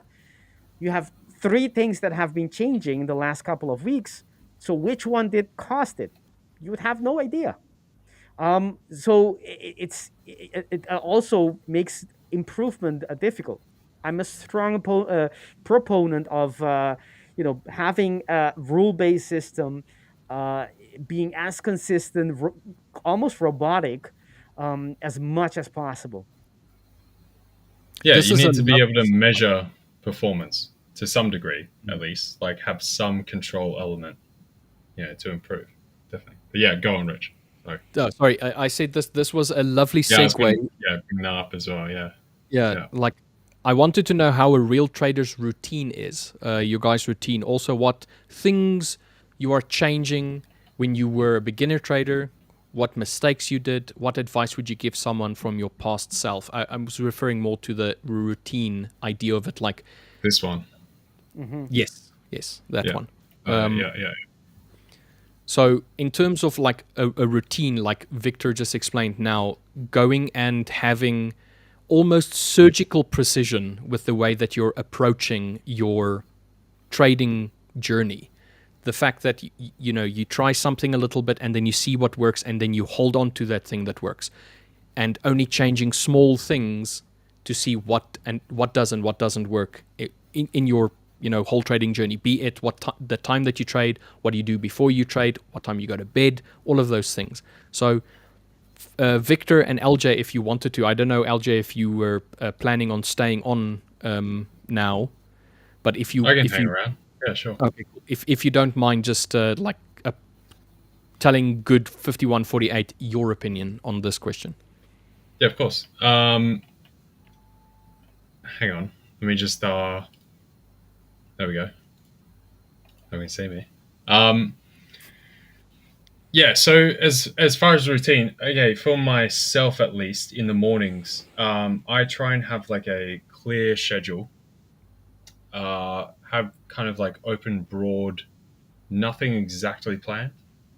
This works for me, where I kind of just let my mind kind of wander, think about ideas, whatever the market's doing. I might, watch some kind of podcast or some kind of informative stuff, or catch up on markets in some kind of in-depth, I don't know, interview with a certain hedge fund manager or someone of importance, or just generally churn around ideas, get my brain stimulated, functioning, kick up to gear. So you start from zero, get up to first gear, second gear, third gear. Now you're running, right? And then I sort of try and get into my day once I'm in that kind of flow state of that thinking manner, if that makes sense. That's what I've always done. I know it's really good. It might not even be to do with trading. I might think about other ideas that I want to do for my life, or construct other business stuff, or just anything. I just want to get that flow, creative kind of state engineered and started up. Often that is accompanied by some caffeine. You sit down with your coffee and just sort of think and let those ideas churn for a bit. Then I come to the market and then apply those ideas and express them. Either I'm lining up the trades for later, or sometimes they're available right there, whatever time I'm getting up, whether it's during late Asia session, early Asia session, might be London, whatever it is, and then go to execute. So that's the way I like to do it. Other people want to jump into stuff right away. I like to have my day very free. I know Jeff Bezos always says he doesn't do anything until like 10 a.m. He gets up very early, but has the whole morning period doing a similar concept of just letting your mind kind of churn and wander and develop those kind of ideas. That's the way I do things. I like that. I like that. How you express your thoughts through your actions. It sounds almost poetic. Almost. Almost. No, but it's great. It's great. I mean, you got to do what goes with your element, and apparently this is something you've been doing, LJ, and it is in line with how you are, how you work. So that's great. What I do is I try to have a repeatable process. You may have guessed it. What I do is I try to do the same things every day, all the time. So I have a schedule where my trading hours start, and I have to do my other stuff, my personal stuff before that, like working out. I do that in the morning before trading. And then I have a specific time at which I am allowed to train, allowed by myself because I set the same rules, but still. And then I trade all the signals, and the signals are rule based, mechanical, all the signals that I get, as simple as that, on uh, at least two pairs, euro dollar and pound dollar. And I have at the end of the day, and I work with alerts because obviously I need to get away from my desk from time to time. Um, and I have which are rule based as well, an end time of the window. After a certain moment, I will not take any signals. Even if it is completely valid, it becomes invalid because of time. And there are rules on my trade management as well as to whether or not I'm allowed to do certain things, right? Depending on whether I'm in session or out of session, trading window related, then I will apply. I need to apply whatever rules that my rule system tells me in terms of trade management, and that's it. At the end of the day, I do my journaling, which is same thing all over again. Go through my factual side of the journal, which is the actual trades. Some I go. Obviously, I have the trades in a journal that automatically uploads everything, and you can already get some simple stats. But I will go into how many signals that I have, how many setups failed, and things like that. And for that, you need to regroup the system yourself, because there are some trades belong to a different signal and things like that. And do the R multiples, and all my journaling is in R multiples completely. And then I have the other section with the journal, which is the more reflective one, and which is what did not do well, what can I do better, and what I did do well, and that's it. Very simple. It takes me about 20 minutes, and that's my flow. I just do the same thing. That's the trading flow. I have another flow or workflow for taking time for my system. It needs review, monitoring, and sometimes adjustment from time to time.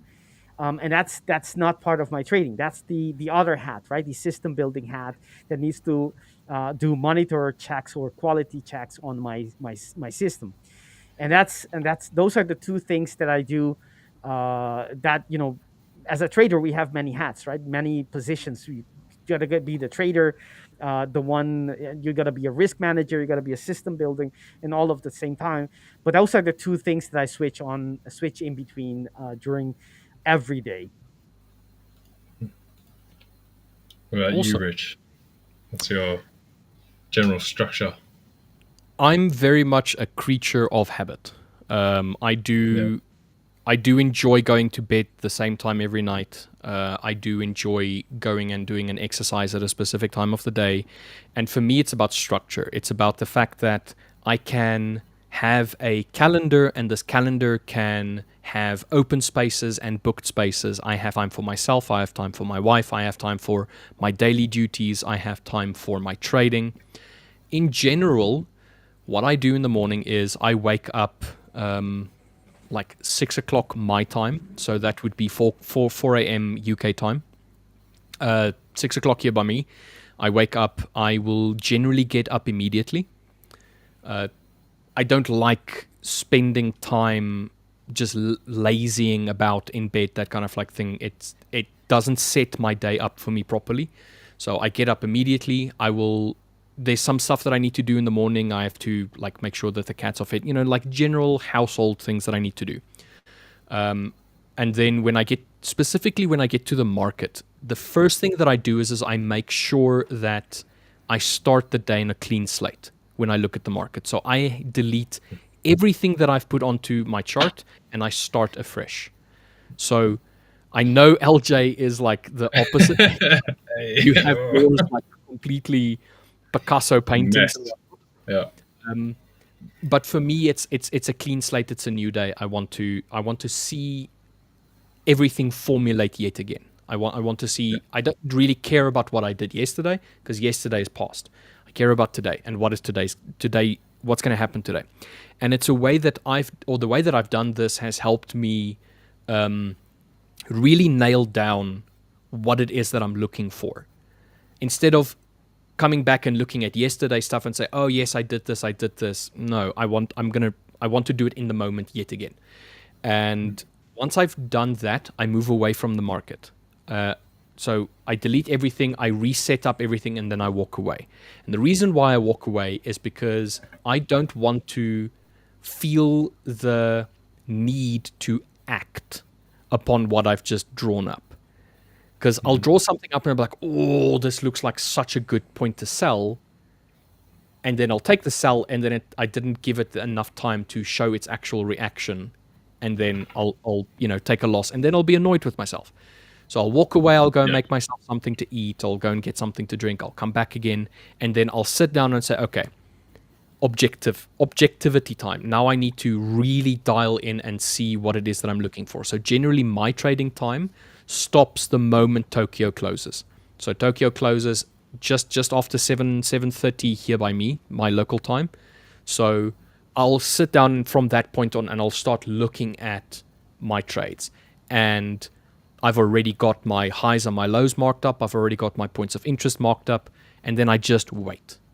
And then obviously I have a stream in the morning as well that I need to get ready for. And my wife wakes up later than I do. So then there's that whole good morning, love. How are you? You know, how did you sleep? Tell me about your dream. You know, all of that, like that interaction. And then get a hug, and then, okay, cool, focus time. And then I sit down, I close everything. If I was listening to a bit of music in the morning, which I do enjoy doing in the morning, it just wakes me up. I'll switch the music off. I'll remove every and all distractions that I can so that I purely focus on the market. And then that's the day. That's how it goes up until New York. New York, I'll stop trading. In general, that's when I stop trading. I'm going to make an adaptation to my routine in the sense that I want to start trading New York as well. But then I'm going to cut my London session slightly shorter, give myself a break in between, and then trade the New York session. The reason for that is I'm trying to expand my repertoire. I'm trying to expand my portfolio. Instead of just focusing on GU and EU and gold, I want to split it GU, EU for London, and then gold and, for argument's sake, NASDAQ or NAS or US Tech for the afternoon session, so that I'm expanding my horizons ever so slightly, because my trading is going really well with EU and GU, and I'm happy with it, but I'm someone that I like the idea of staying a student and not becoming a master. Because once you become a master, there's nothing for you to learn. So I would like to just stay a student. And that's it. And then my day always ends the same way. I try and eat my dinner at the exact same time, breakfast at the exact same time. It's that the habit is just there to ensure consistency for me. If I can be consistent in my day-to-day goings about that I do, it means that I have time in the event something goes wrong. So I know that if there's an emergency, I've got everything planned out already. I know that I have space to deal with this thing now. Where if I'm haphazardly doing things and something suddenly happens that requires my attention right now, if I've done something haphazardly throughout the day, I'm going to be frazzled. I'm going to be like, I need to, and I don't like that. I like control. And I know this sounds weird, but like, if it's within my control, I will take ownership of it. Yeah. And that is something I can control. I cannot control what the market's going to do. I can just control my input into the market that I can control. That's it. I like that, Richard. I love to. What did you say? I love to have control. I like to have control. I do like to have control, but I take ownership. It's like if I don't have control over the market, I don't care if it moves against me or where it goes. I have no control over that. And it's like this idea of having an internal and external locus of control. Mm-hmm. If it's internal, it's something that you have impact on. And if you have an impact on it, you should be happy. You know, congratulations, you've got something that you've got control over. If you don't have control over it, let it be. It means nothing to you. You have no control over it. Stop allowing it to or stop allowing something that you have zero control over to control you. So that's what I do. I take ownership. If I can control it, I will own it. It's my responsibility. I will move it. If I don't, whatever. Yeah, I totally agree with that. Yeah, I was going to say, you guys both have a very much more structured way of doing stuff. Mine is like organized chaos. Right? I don't have a plan. I don't have anything going on. It's kind of just, this is the time. I just do stuff. It's almost like when I going to the gym. I say I'm doing this group of, say shoulders, chest, something else. But I never have anything planned to do. You know how some people have like they'll write out in a book with how many reps they did, or that's completely the opposite of me. Yeah. So I'll just go, I'm doing generally this, but then I might chuck in, some back stuff or some arm, like something completely different that just, I'm like, that's how I'm feeling today. Cool, done. It's sort of similar with the market, right? But at the same time, obviously I'll go back to then the very like fundamental macro, like quantitative, like proper math type section at the same time. And then that's where it kind of blends and comes together. but the other portions are where I like formulate the abstract ideas and then kind of confirm it with the structured portions. That makes sense. Do you apply your quant skills in the gym as well? Yeah, I actually did back when I started trading. No, literally, like because I got a science background, that kind of stuff. I don't think you guys have seen, but yeah, if you see me when I was like 16, 17, 18, end of high school, just great. Yeah, you'll be like, what the hell? I'm sure that there's a way for you to share This man is with us. this man is large. Do you mean like Richard? When I was playing footy. Richard, another topic before we continue. I like the hand gesture you made when you hug your wife. I love that. That's so sweet. How you made that hand gesture. We could almost, envision you hugging your, that's lovely. But go ahead, LJ. Victor, do you need a hug? Do you want a hug from Rich? I can give you a virtual hug. I think this Yeah, world hug, would be 10,000 times better if we hugged each other more often. Yes.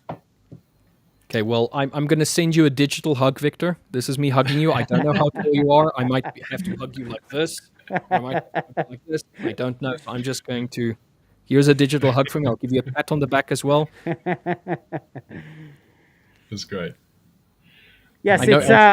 go ahead. No, carry on. Yeah, I was going to say it's, there's power in positivity. There is power in being kind. When in some culture it's seen as weakness, right? You got to be strong. You got to be, inspire.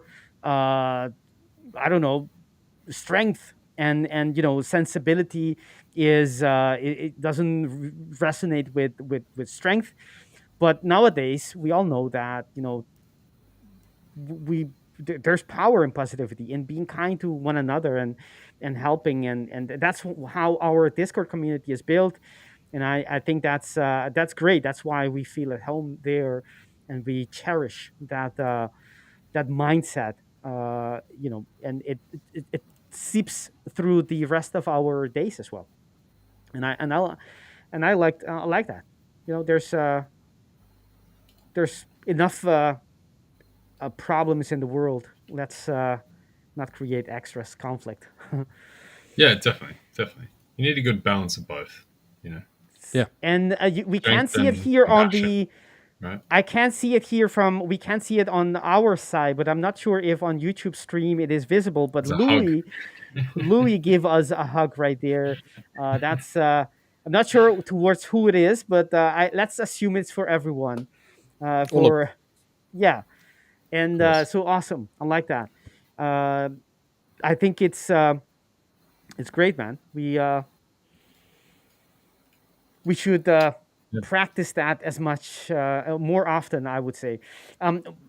Before, for those who are watching and wondering, this is one area that has overlap of H4 and H2, as well as Wait, hang this on. one. Do you want me to go back to yours, Victor? I'm sorry. Yes, I'm sorry. I forgot that on my screen wasn't. Are you showing something? No, I was just going to say this because I feel like trading's been kind of quiet. We're more active in Asia. Now we slowed down.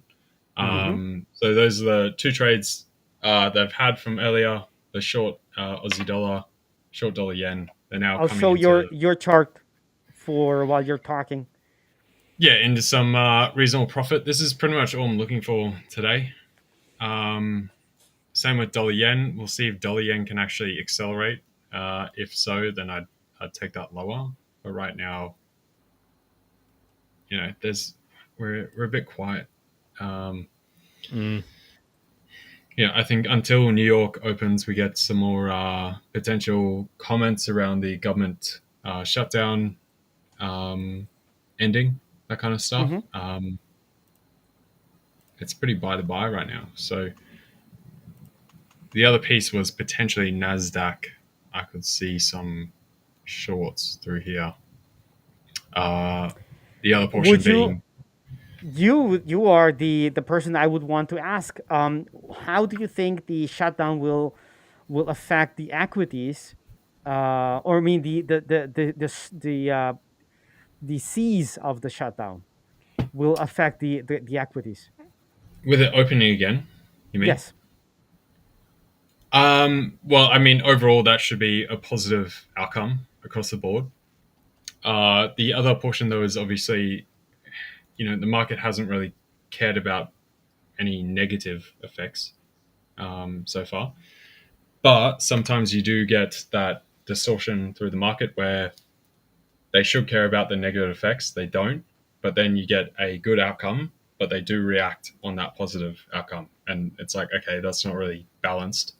But that's how markets work. So I would say, yes, it would very much be a boon initially to the market. You also have the other portion that then all the government workers are going to get paid. Right now, a lot of that money plus the money from treasuries and bonds that should be paid out, upwards of, it was about 250 billion the week before last. That would now be pressing on 300 and above. That liquidity then has to come back into the market, right? So that's going to be dollars into the market in general. That should also mean more US dollars overall into the market. Thus, the pressure in the rise of the US dollar that we've seen, despite all of that, should actually come off a bit. So as far as the US dollar, you might actually see an initial boost and then for it to come off. The other then portion that people will be looking for, that now means you've got the outstanding data that we haven't seen, plus the forward data now coming up, right? So we'll actually get some US dollar data coming through. So you'll get a very rapid shift to people pricing to forecast that going forward into the market. And then that will be a lot of capitulation because we have quite a few bits and pieces that come out all at once. All right, so I would say it's going to be a lot of gyration near term. But the initial burst will be positive. It'll be risk on. After that is the next question. And you think that's going to be that applies to all risk assets? So not only equities, but perhaps crypto as well, or Bitcoin, I should say? Yeah, it should be across the board. Same with for bonds, that kind of thing as well. So we should see an initial sort of knee-jerk reaction with that. Now that it's just out of the way, it's not going to increase as an amplified issue. It now starts to give better clarity to the Fed. Then people start looking to exactly that with the Fed. Now they're getting that data. What will that data be? What will their interpretation be of that data? So that's kind of the 1, 2, 3, 4 staircase of it going forward. Yeah. Awesome. I like that, because that's going to be a driver, most likely, right? That was the thing that made the last couple of weeks, uncertain, because we were not getting all the data. We missed on some high impact economical news, and I suppose the volatility we didn't get we might be getting it now, right? As people are interpreting what data they didn't get and now we're getting, and using it to adjust their views and their expectations going forward. So and we had quite a downturn in the sentiment on equities the last couple of days, right? People were you'll see the headlines being quite negative about being, are we topping? Are we starting, the down cycle? And crypto as well. It's been relatively quick. There was a shift in sentiment from 3 weeks ago, or maybe 4 weeks ago. People were maybe saying maybe there's going to be another leg until the end of the year. Into a week ago, the headlines were more like, "Oh, we're going down. We're going to perhaps even to the 80s or the 70s on Bitcoin." And I don't know about that. I'm not a fundamental guy, but I wonder if it has that far. I beg your pardon? I don't know about that far. That seems a bit much. Okay. again, I was talking about this stuff with Dirk earlier. So yeah, same deal. Okay, hopping back to this week's stuff, but along those lines, basically, like we saw the gap higher in dollar yen, you know, on the open. Part of that is because of that further optimism from potential ending of the government shutdown. Two, we had obviously the confirmation. It's been, everyone's known it for a while, that we'll get some kind of stimulus check from Trump per the tariffs to reimburse people, that kind of stuff. We've got the $2,000 per everyone earning below 150K. We basically worked out that's roughly 310-ish or so $billion. That's the equivalent of like a month and a half of QE back in 2020, like COVID times. Right, so that is a good bit of stimulus. So we've seen some of that positivity already come through the market from the weekend into Monday's open. So the question, how much is this priced in? Okay. So you could have, I would say it's probably going to be a small flash event that once things open, we dip up a bit, we could actually then see things pull back. Just like I was saying, everyone looks towards the forward data. So I think overall, that's the most likely outcome because we haven't seen any reaction. Same with the Challenger jobs data from last month in the US dollar. We have had a number of split pieces between some good, some bad with the private data. The US dollar has not reacted at all. We're not pricing it right now. So you could see a big flip in that and things coming off. And as I said, a strong portion of that is probably because they're pulling liquidity from the market, seeing as, we haven't been paying out the payrolls to government workers and a bunch of the treasuries and everything else going on right now. I see. So there you go. All right. Thank you for that, LJ. That's very insightful. That's the final wrap up. Sorry, I just had to round it off. Perfect. We don't want to keep you more than necessary, or more than we're able to. We're already very happy with you being here. As long as you have, and as you always do, you over deliver on your on your performance here at the 5ers. That's right. Because I was about to say I gotta tap out now, guys. Go wrap up some stuff. Got to do some admin stuff, and then go to bed. So I will see you guys tomorrow once again, and ciao for now. Thank you very much on behalf of the audience, and surely from Richard and myself as well, we send you a big hug. Thank you very much. Thanks, Victor. Thanks, Rich. Like this. Probably, yes. See you guys. Bye. Take care. Bye, mate. We have that's good stuff. We have one viewer who went on and checked out the podcast Titans of Tomorrow and looked at the one useful insights. Watched the podcast, so referring exactly to the one that we refer to from Saul, talking about the trading, the prop firm industry.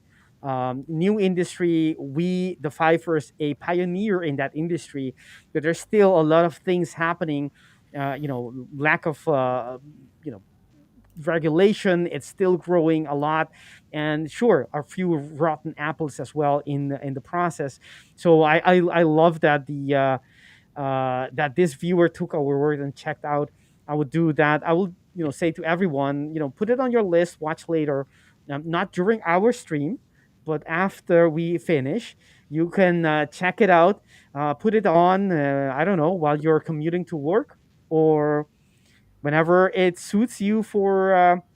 It's a good listen for sure, just to get an understanding. And one thing you want to, if you've been in the prop firm industry for some time, it is refreshing to see how the CEO of the 5ers, the transparency, the openness, he talks about these things that are not talked about very often by the prop firms themselves, because perhaps, I don't know for what their reasons are, but we are transparent, and that shows you want to be with those who are open and transparent about it. So that's great. I think there was someone asking about your stream, Richard. Where is it? Yes. You mentioned you have to do a stream somewhere. You were very mysterious about it, a bit cryptic, not saying who it was, what you're doing, what you're streaming about.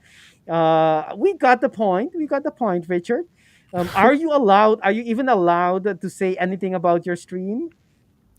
I do believe I'm allowed to. It would be weird if I wasn't. I mean, it would be almost like a 5ers dictatorship if I wasn't allowed to. No, I have a little stream along with William. William Davis.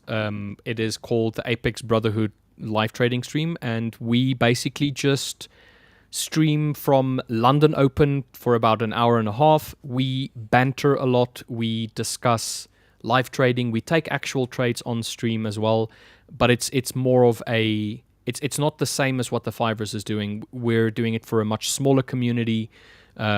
Just a lot of banter and personal discussions with the people that's in the chat specifically. It's not a signal service. We don't advocate for the copying of trades at all. What we do is we like to have just open discussions about everything from psychology to trading to just how our day has been, that kind of like thing. If anybody wanted to, they are more than welcome to join us. It is the Apex Brotherhood Live Trading. We also have a Discord if you wanted to join the Discord as well. But yeah. Perfect. Join Richard and Will. Everyone, check it out. All right, so we have someone, unbiased trader, talking about the being accountable and having ownership. I think that's something you were mentioning, Richard, about you control. How did the rationale go? You want to be you want to control. You want to know what you can control, and once you know what you can control, you can be accountable for that which you control. Yes. That's the point, right? You're not accountable for things you cannot control. Let's say P&L. P&L is out of our control. The process, the steps we take each day, those are within our control because we decide to do them or not. Exactly. The P&L is a matter of probabilities and will play out, in time. Yes. Perfect. The one is basically the outcome that you're striving for without actually focusing on it. You want the P&L to be in your favor. Obviously, everybody wants that. But you don't have control over if this specific trade that you're about to take is going to form part of your losing trades or your winning trades. Just the actions that you take, the mindset that you're in, the surroundings that you choose to be in, the people that you surround yourself with, those are all things that you have control over. I choose to take ownership of those. If it's in my control and I take the ownership, I'm the one responsible. So I make sure that if I choose the responsibility for something or I take the ownership of something, that I don't blame other people or I blame situations or I blame the universe. Oh, this again, my stop loss has been hit. Woe is me. No, I chose to take this trade. The outcome is what the outcome is. And you will be happier by taking responsibility for things that's within your control rather than taking responsibility for things that's outside of your control. Totally. When you take ownership, do you get the title as well? Yes. Like the deed? Like the deed? Yes. I you have the document with the deed. The owner. This is owned by Richard Butler. Yes, but it's mental. It's all up here. I'm just playing with you. Yeah, no, it's something that has helped me in my past. If you're somebody that is very logical about how you approach things, sometimes what happens is you can get lost in that logic. I don't know if this makes sense. I'm not a particularly emotional person. I don't generally take emotional decisions. I'm a very very structured, very much maths, and just if I can analyze it, then but I kind of like fall in the same category of overanalyzing. I can datify something, and just realizing that sometimes you need to step back and you need to get the broader picture. And what helped me with that was the idea of, if something is not within my control, it's fine. I don't need to worry about it. I don't need to focus on it. I should not have it impact me, but it does impact me. Okay, so if it impacts me, what is my next decision point? Like emotion. Let's just take emotion as an example. I used to be a poker player, and I used to get very anxious while I was playing poker, and I realized that I was giving a lot of I was giving a lot over to this emotion. I was giving a lot over to this anxiety. And then at some point, I just decided, you know what? Doesn't matter. It just doesn't matter. This emotion that I'm feeling, this anxiety that I'm feeling, it just doesn't matter. And then from there on, I slowly but surely moved away from the idea of having that one specific moment be the antithesis of what I'm feeling on that day, because I can allow that one little thing to just completely screw up my whole day. Oh, I'm worried because this thing is about to happen, or I'm worried that that is about to come to fruition. And then I would base my whole day around that idea, because logically that is what's going to happen. This event is going to happen. I'm going to feel an emotion, and the emotion is going to impact me. But instead of, I kind of like stop at the second step. So it's like, I know the thing's going to happen. I'm going to have an emotional reaction. Done. I'm not going to allow the third step to happen. I'm not going to allow it to take away from my day. So if I was anxious when I was playing poker, I would be anxious the whole day, knowing that I'm going to go and play poker tonight, and I already have this association with, I'm going to play poker, I'm going to have anxiety. I'm going to, be jittery and that kind of like thing. So I kind of like just decided I don't have control over it. There's no point in me worrying about it. I'm just going to let it go. It seems simple, but it's very difficult in the moment to realize that you need to let things go. And in that case, like even with this trade, I marked up a trade. I didn't take the trade. I was busy listening and I was talking to everybody. I had the control to take the trade, but I decided not to, because I wanted to be focused and not take something that potentially was going against my strategy. Technically, it was very good, but there were some aspects of it that wasn't in line with my strategy, so I decided I'll wait. Now I'm looking at it, I'm like, oh, I should have. Nope, not necessary. I don't have to look at this trade and say, I should have entered the trade. That's being results orientated. All I'm saying is, I marked it, I missed it, that is 100% fine. I'll wait until the next one tomorrow, and then I'll take that one tomorrow, as an example.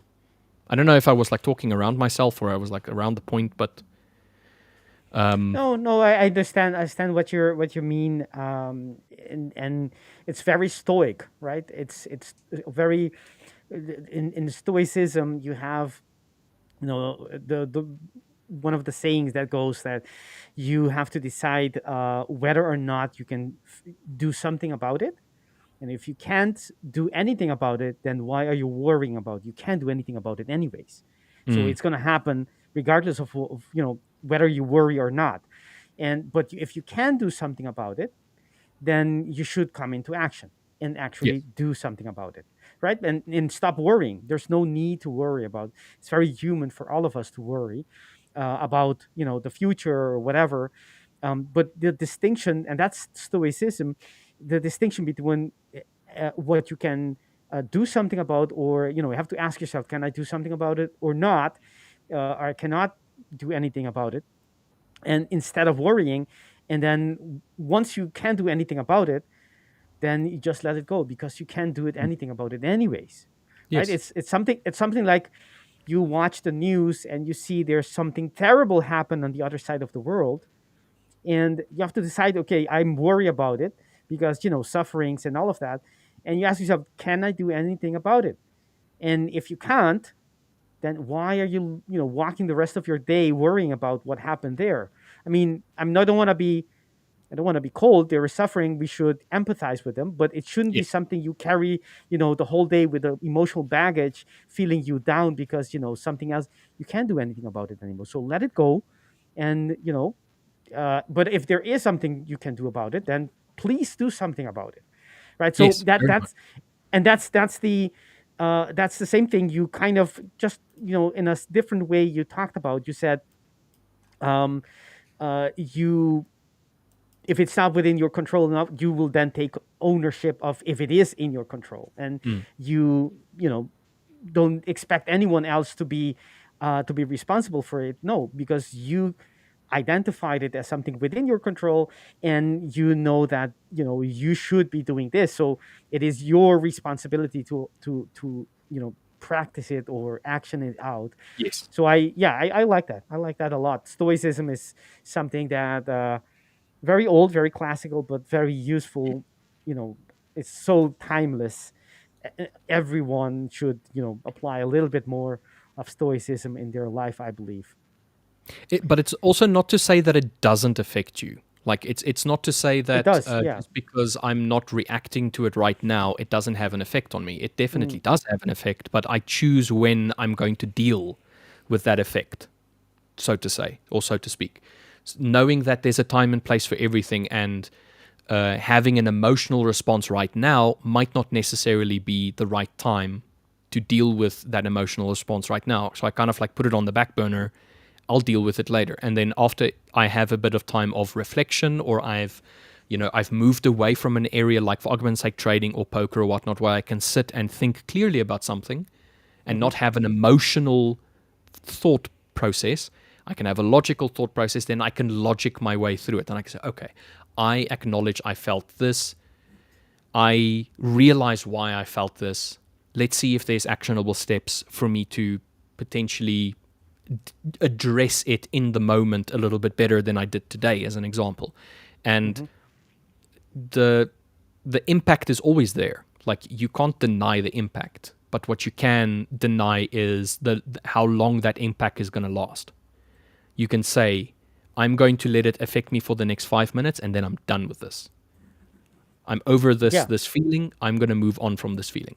But you put it so nicely, Victor. You even though you keep saying that English is not your first language, as an example, you have such a beautiful way of putting it into words. Like, you're like a wordsmith.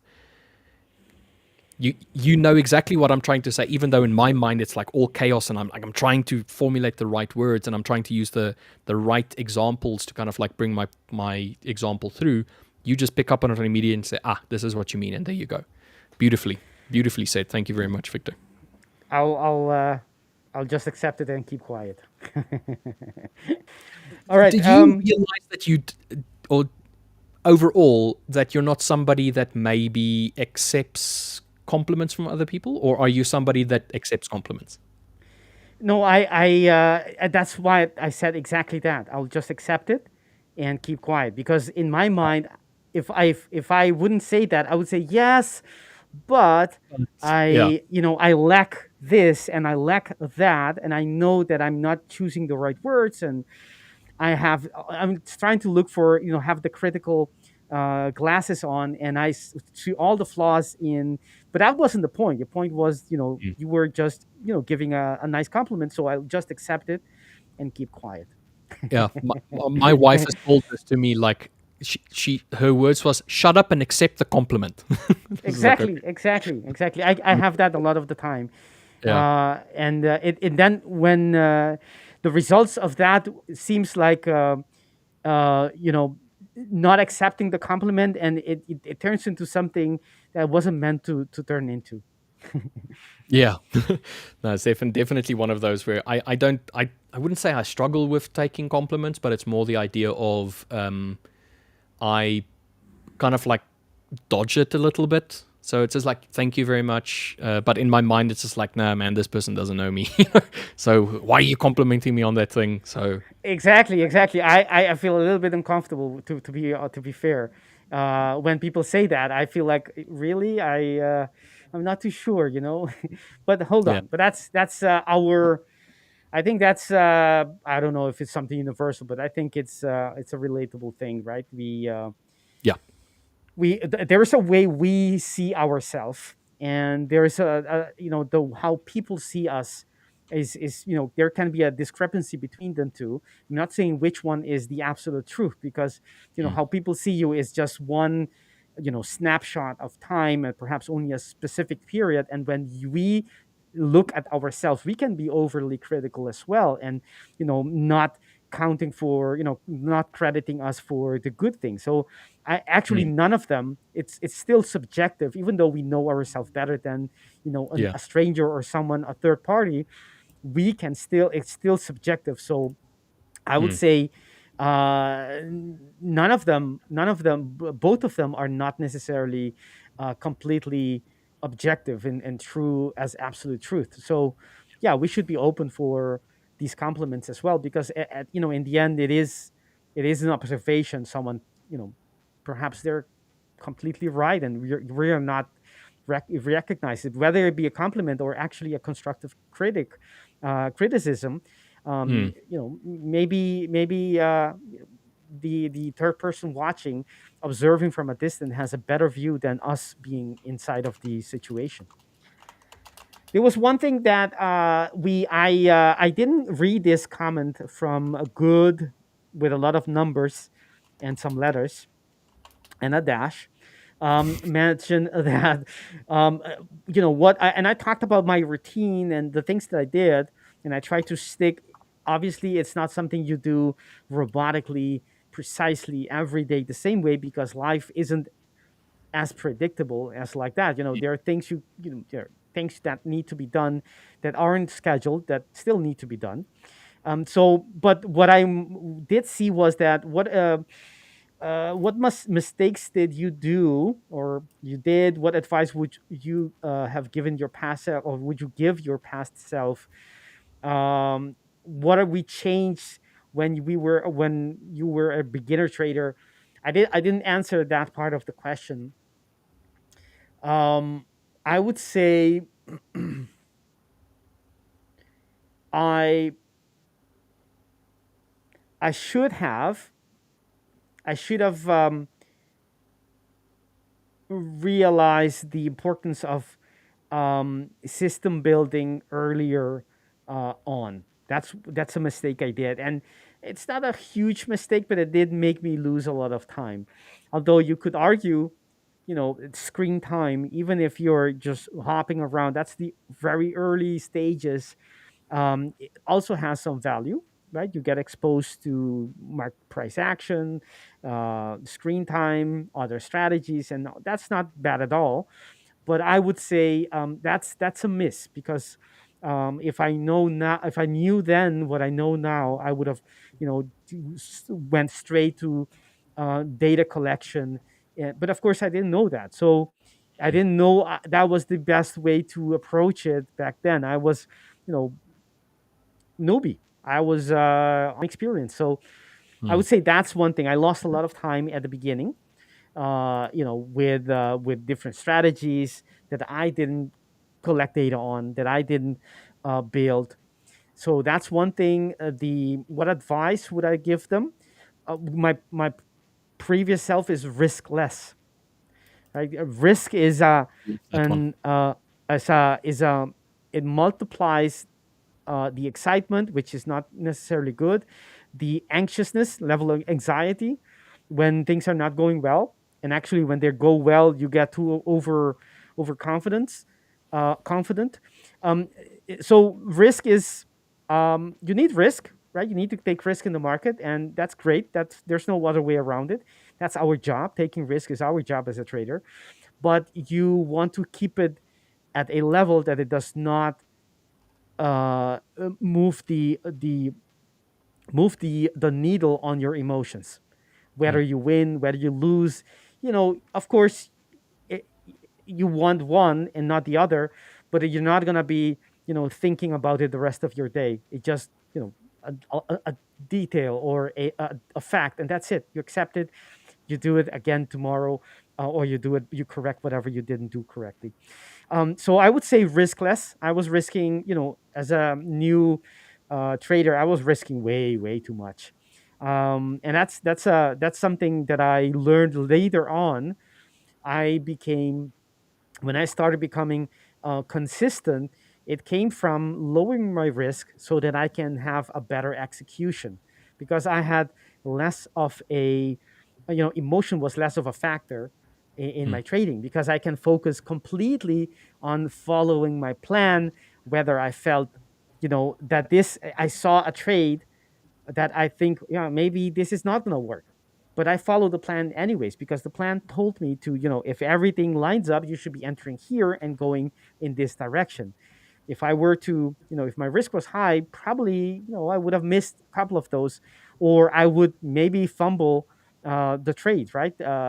Mismanage it because it wasn't comfortable. So, and I noticed that by lowering the risk, yes, you're winning, the results will be less, but the execution will be so much better that in the end, it will be way better than risking more and having a bad execution. So, risking less would be one thing that I would say myself. Um, Hopefully that helps. Yeah, Let's see. Go ahead. I find that there's two things that I have learned. And well, first thing first, I'm not somebody that likes living in the past, because I believe that you needed to experience what you experienced in your life in order for you to be where you are today. Yes. That's my belief. So I don't regret any of the stuff that I've experienced in my life, because it's led to where I am today. That just wanted to preface that. One thing that I learned from my beginner trading time to where I am now is the amount of importance that I place on a single trade. The value of that one trade. In the beginning, I used to really blow up the importance of a single trade. Like, if I didn't win this trade, then all is lost. That kind of thing. Yep. So curbing my expectation of the importance of a single trade and spreading it out and realizing that it's not any single moment, even though every moment in the market is unique. It's not that unique that it is going to be of that much importance. I needed to bracket. I needed to expand. That was the one thing that, as a young trader and an inexperienced trader, something that I had to learn. Let's call it the hard way. The second thing is, I have a best of three strategy that I use, which is my risk management strategy. I do kind of feel like if I had incorporated my best of three strategy for myself earlier on, it would have saved quite a bit of hiccup across my trading journey. So I love what Victor just said now, what you said now about the whole risk management, making sure that you risk the correct amount for your sanity, your emotion, and for practicality's sake as well. I'm a very, very large proponent, or I do believe that I'm a big proponent for risk management. I love risk management. It's one of my favorite things to discuss with regards to trading. And if I had in the past just incorporated my risk strategy that I use today back then, man, I would have been so much further ahead of the game than I am today. But once again, prefaced, I don't live in the past. I had to experience that so that I could really emphasize the importance of risk management to myself by experiencing all of those days where I did not follow risk management and lost big accounts or lost a lot of money. It's one of those things. So yeah, I just wanted to mention that as something that I have learned as a green trader to a what I would consider just a moderately experienced trader. How modest of you, Richard. No, but sure, yes. The person we are today is. It's not how we were built, right? It's not only genetics, it's not only nature, but also nurture, right? The experience we had along the way that formed us and made us the person we are today. That goes for human beings, your psychology, goes for your body, but it also goes for you as a trader. So if you even the mistakes, actually, perhaps even because of our mistakes, we are the person we are today. So there are many things, many awesome lessons we learned by my respect for the market comes from blowing accounts.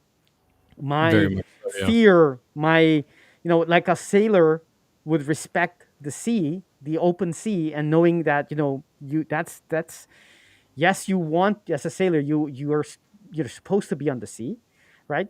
That's what a Mm. sailor does. But you understand that you don't play with the sea, right? You go well prepared. You take cover when you don't go out when there's a storm Respect and it. things like that. And that's what, beg your pardon. Respect it. Yes, you respect it, because you understand that if you don't, it will. It's a force of nature. It will crush you, right? You will not exist.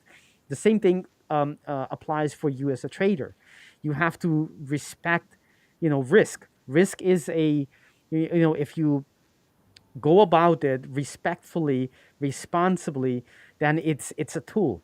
But if you disregard it and just wing it, it's gonna crush you, and you're not gonna be here as a trader. Your account will not survive it. It's as simple as that. So, but all of these this respect, reverence that I have for risk and risking too much. There's something because of those losses in blowing accounts that I had in the beginning, made me understand that that's that's not what I want. That's not how you survive. That's the opposite of so risking Yeah. less, a level that is responsible, that makes sense in terms of profit, but it also, and more importantly, makes sense in terms of drawdown, your equity drawdown.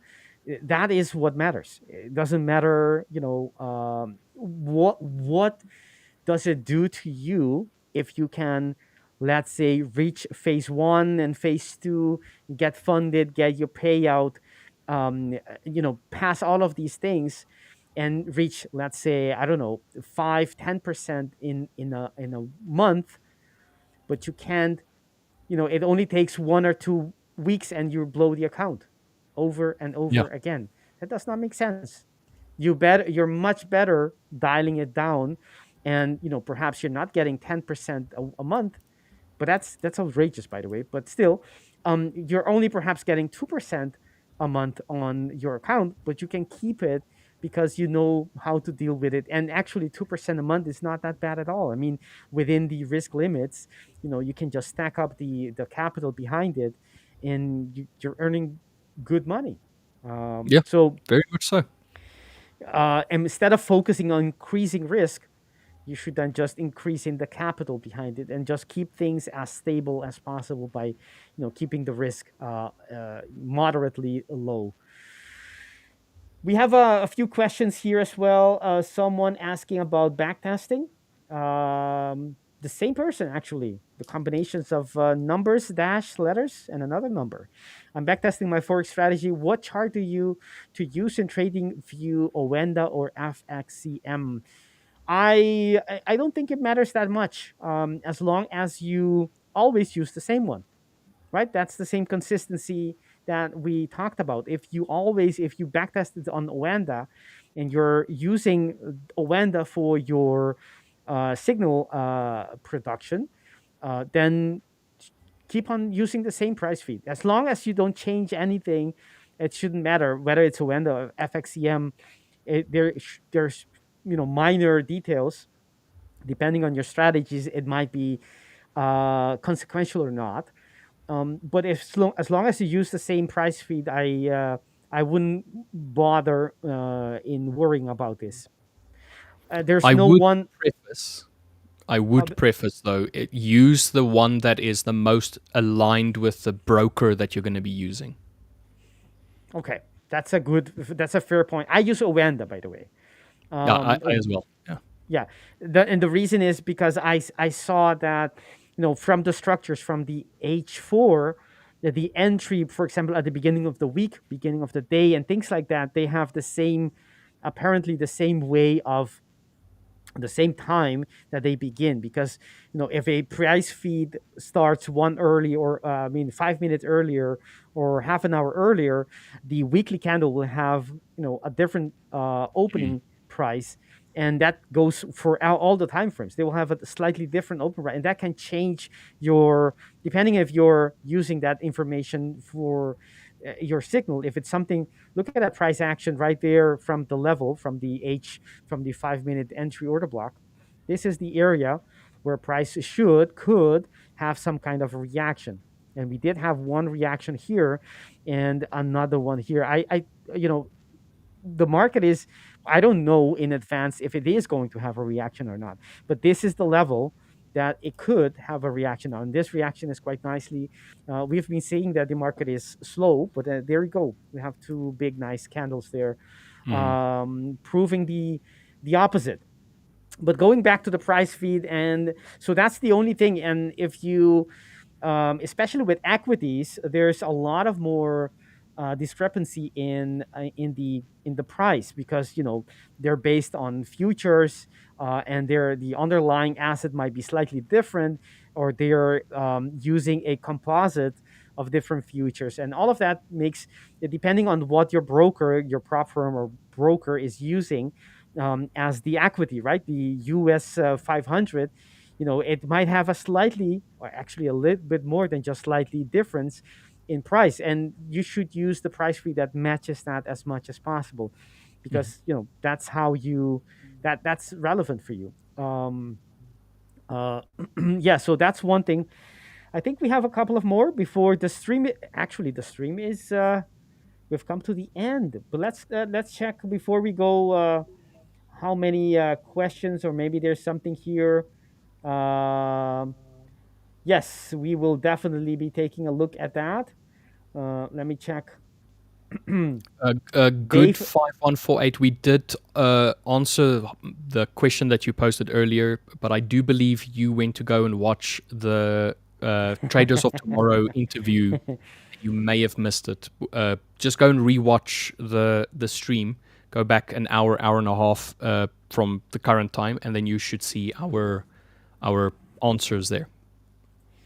And we have Mr. David G with us today. We are doing well. Thank you for asking. And yes, we are getting very, very near that milestone, the 100.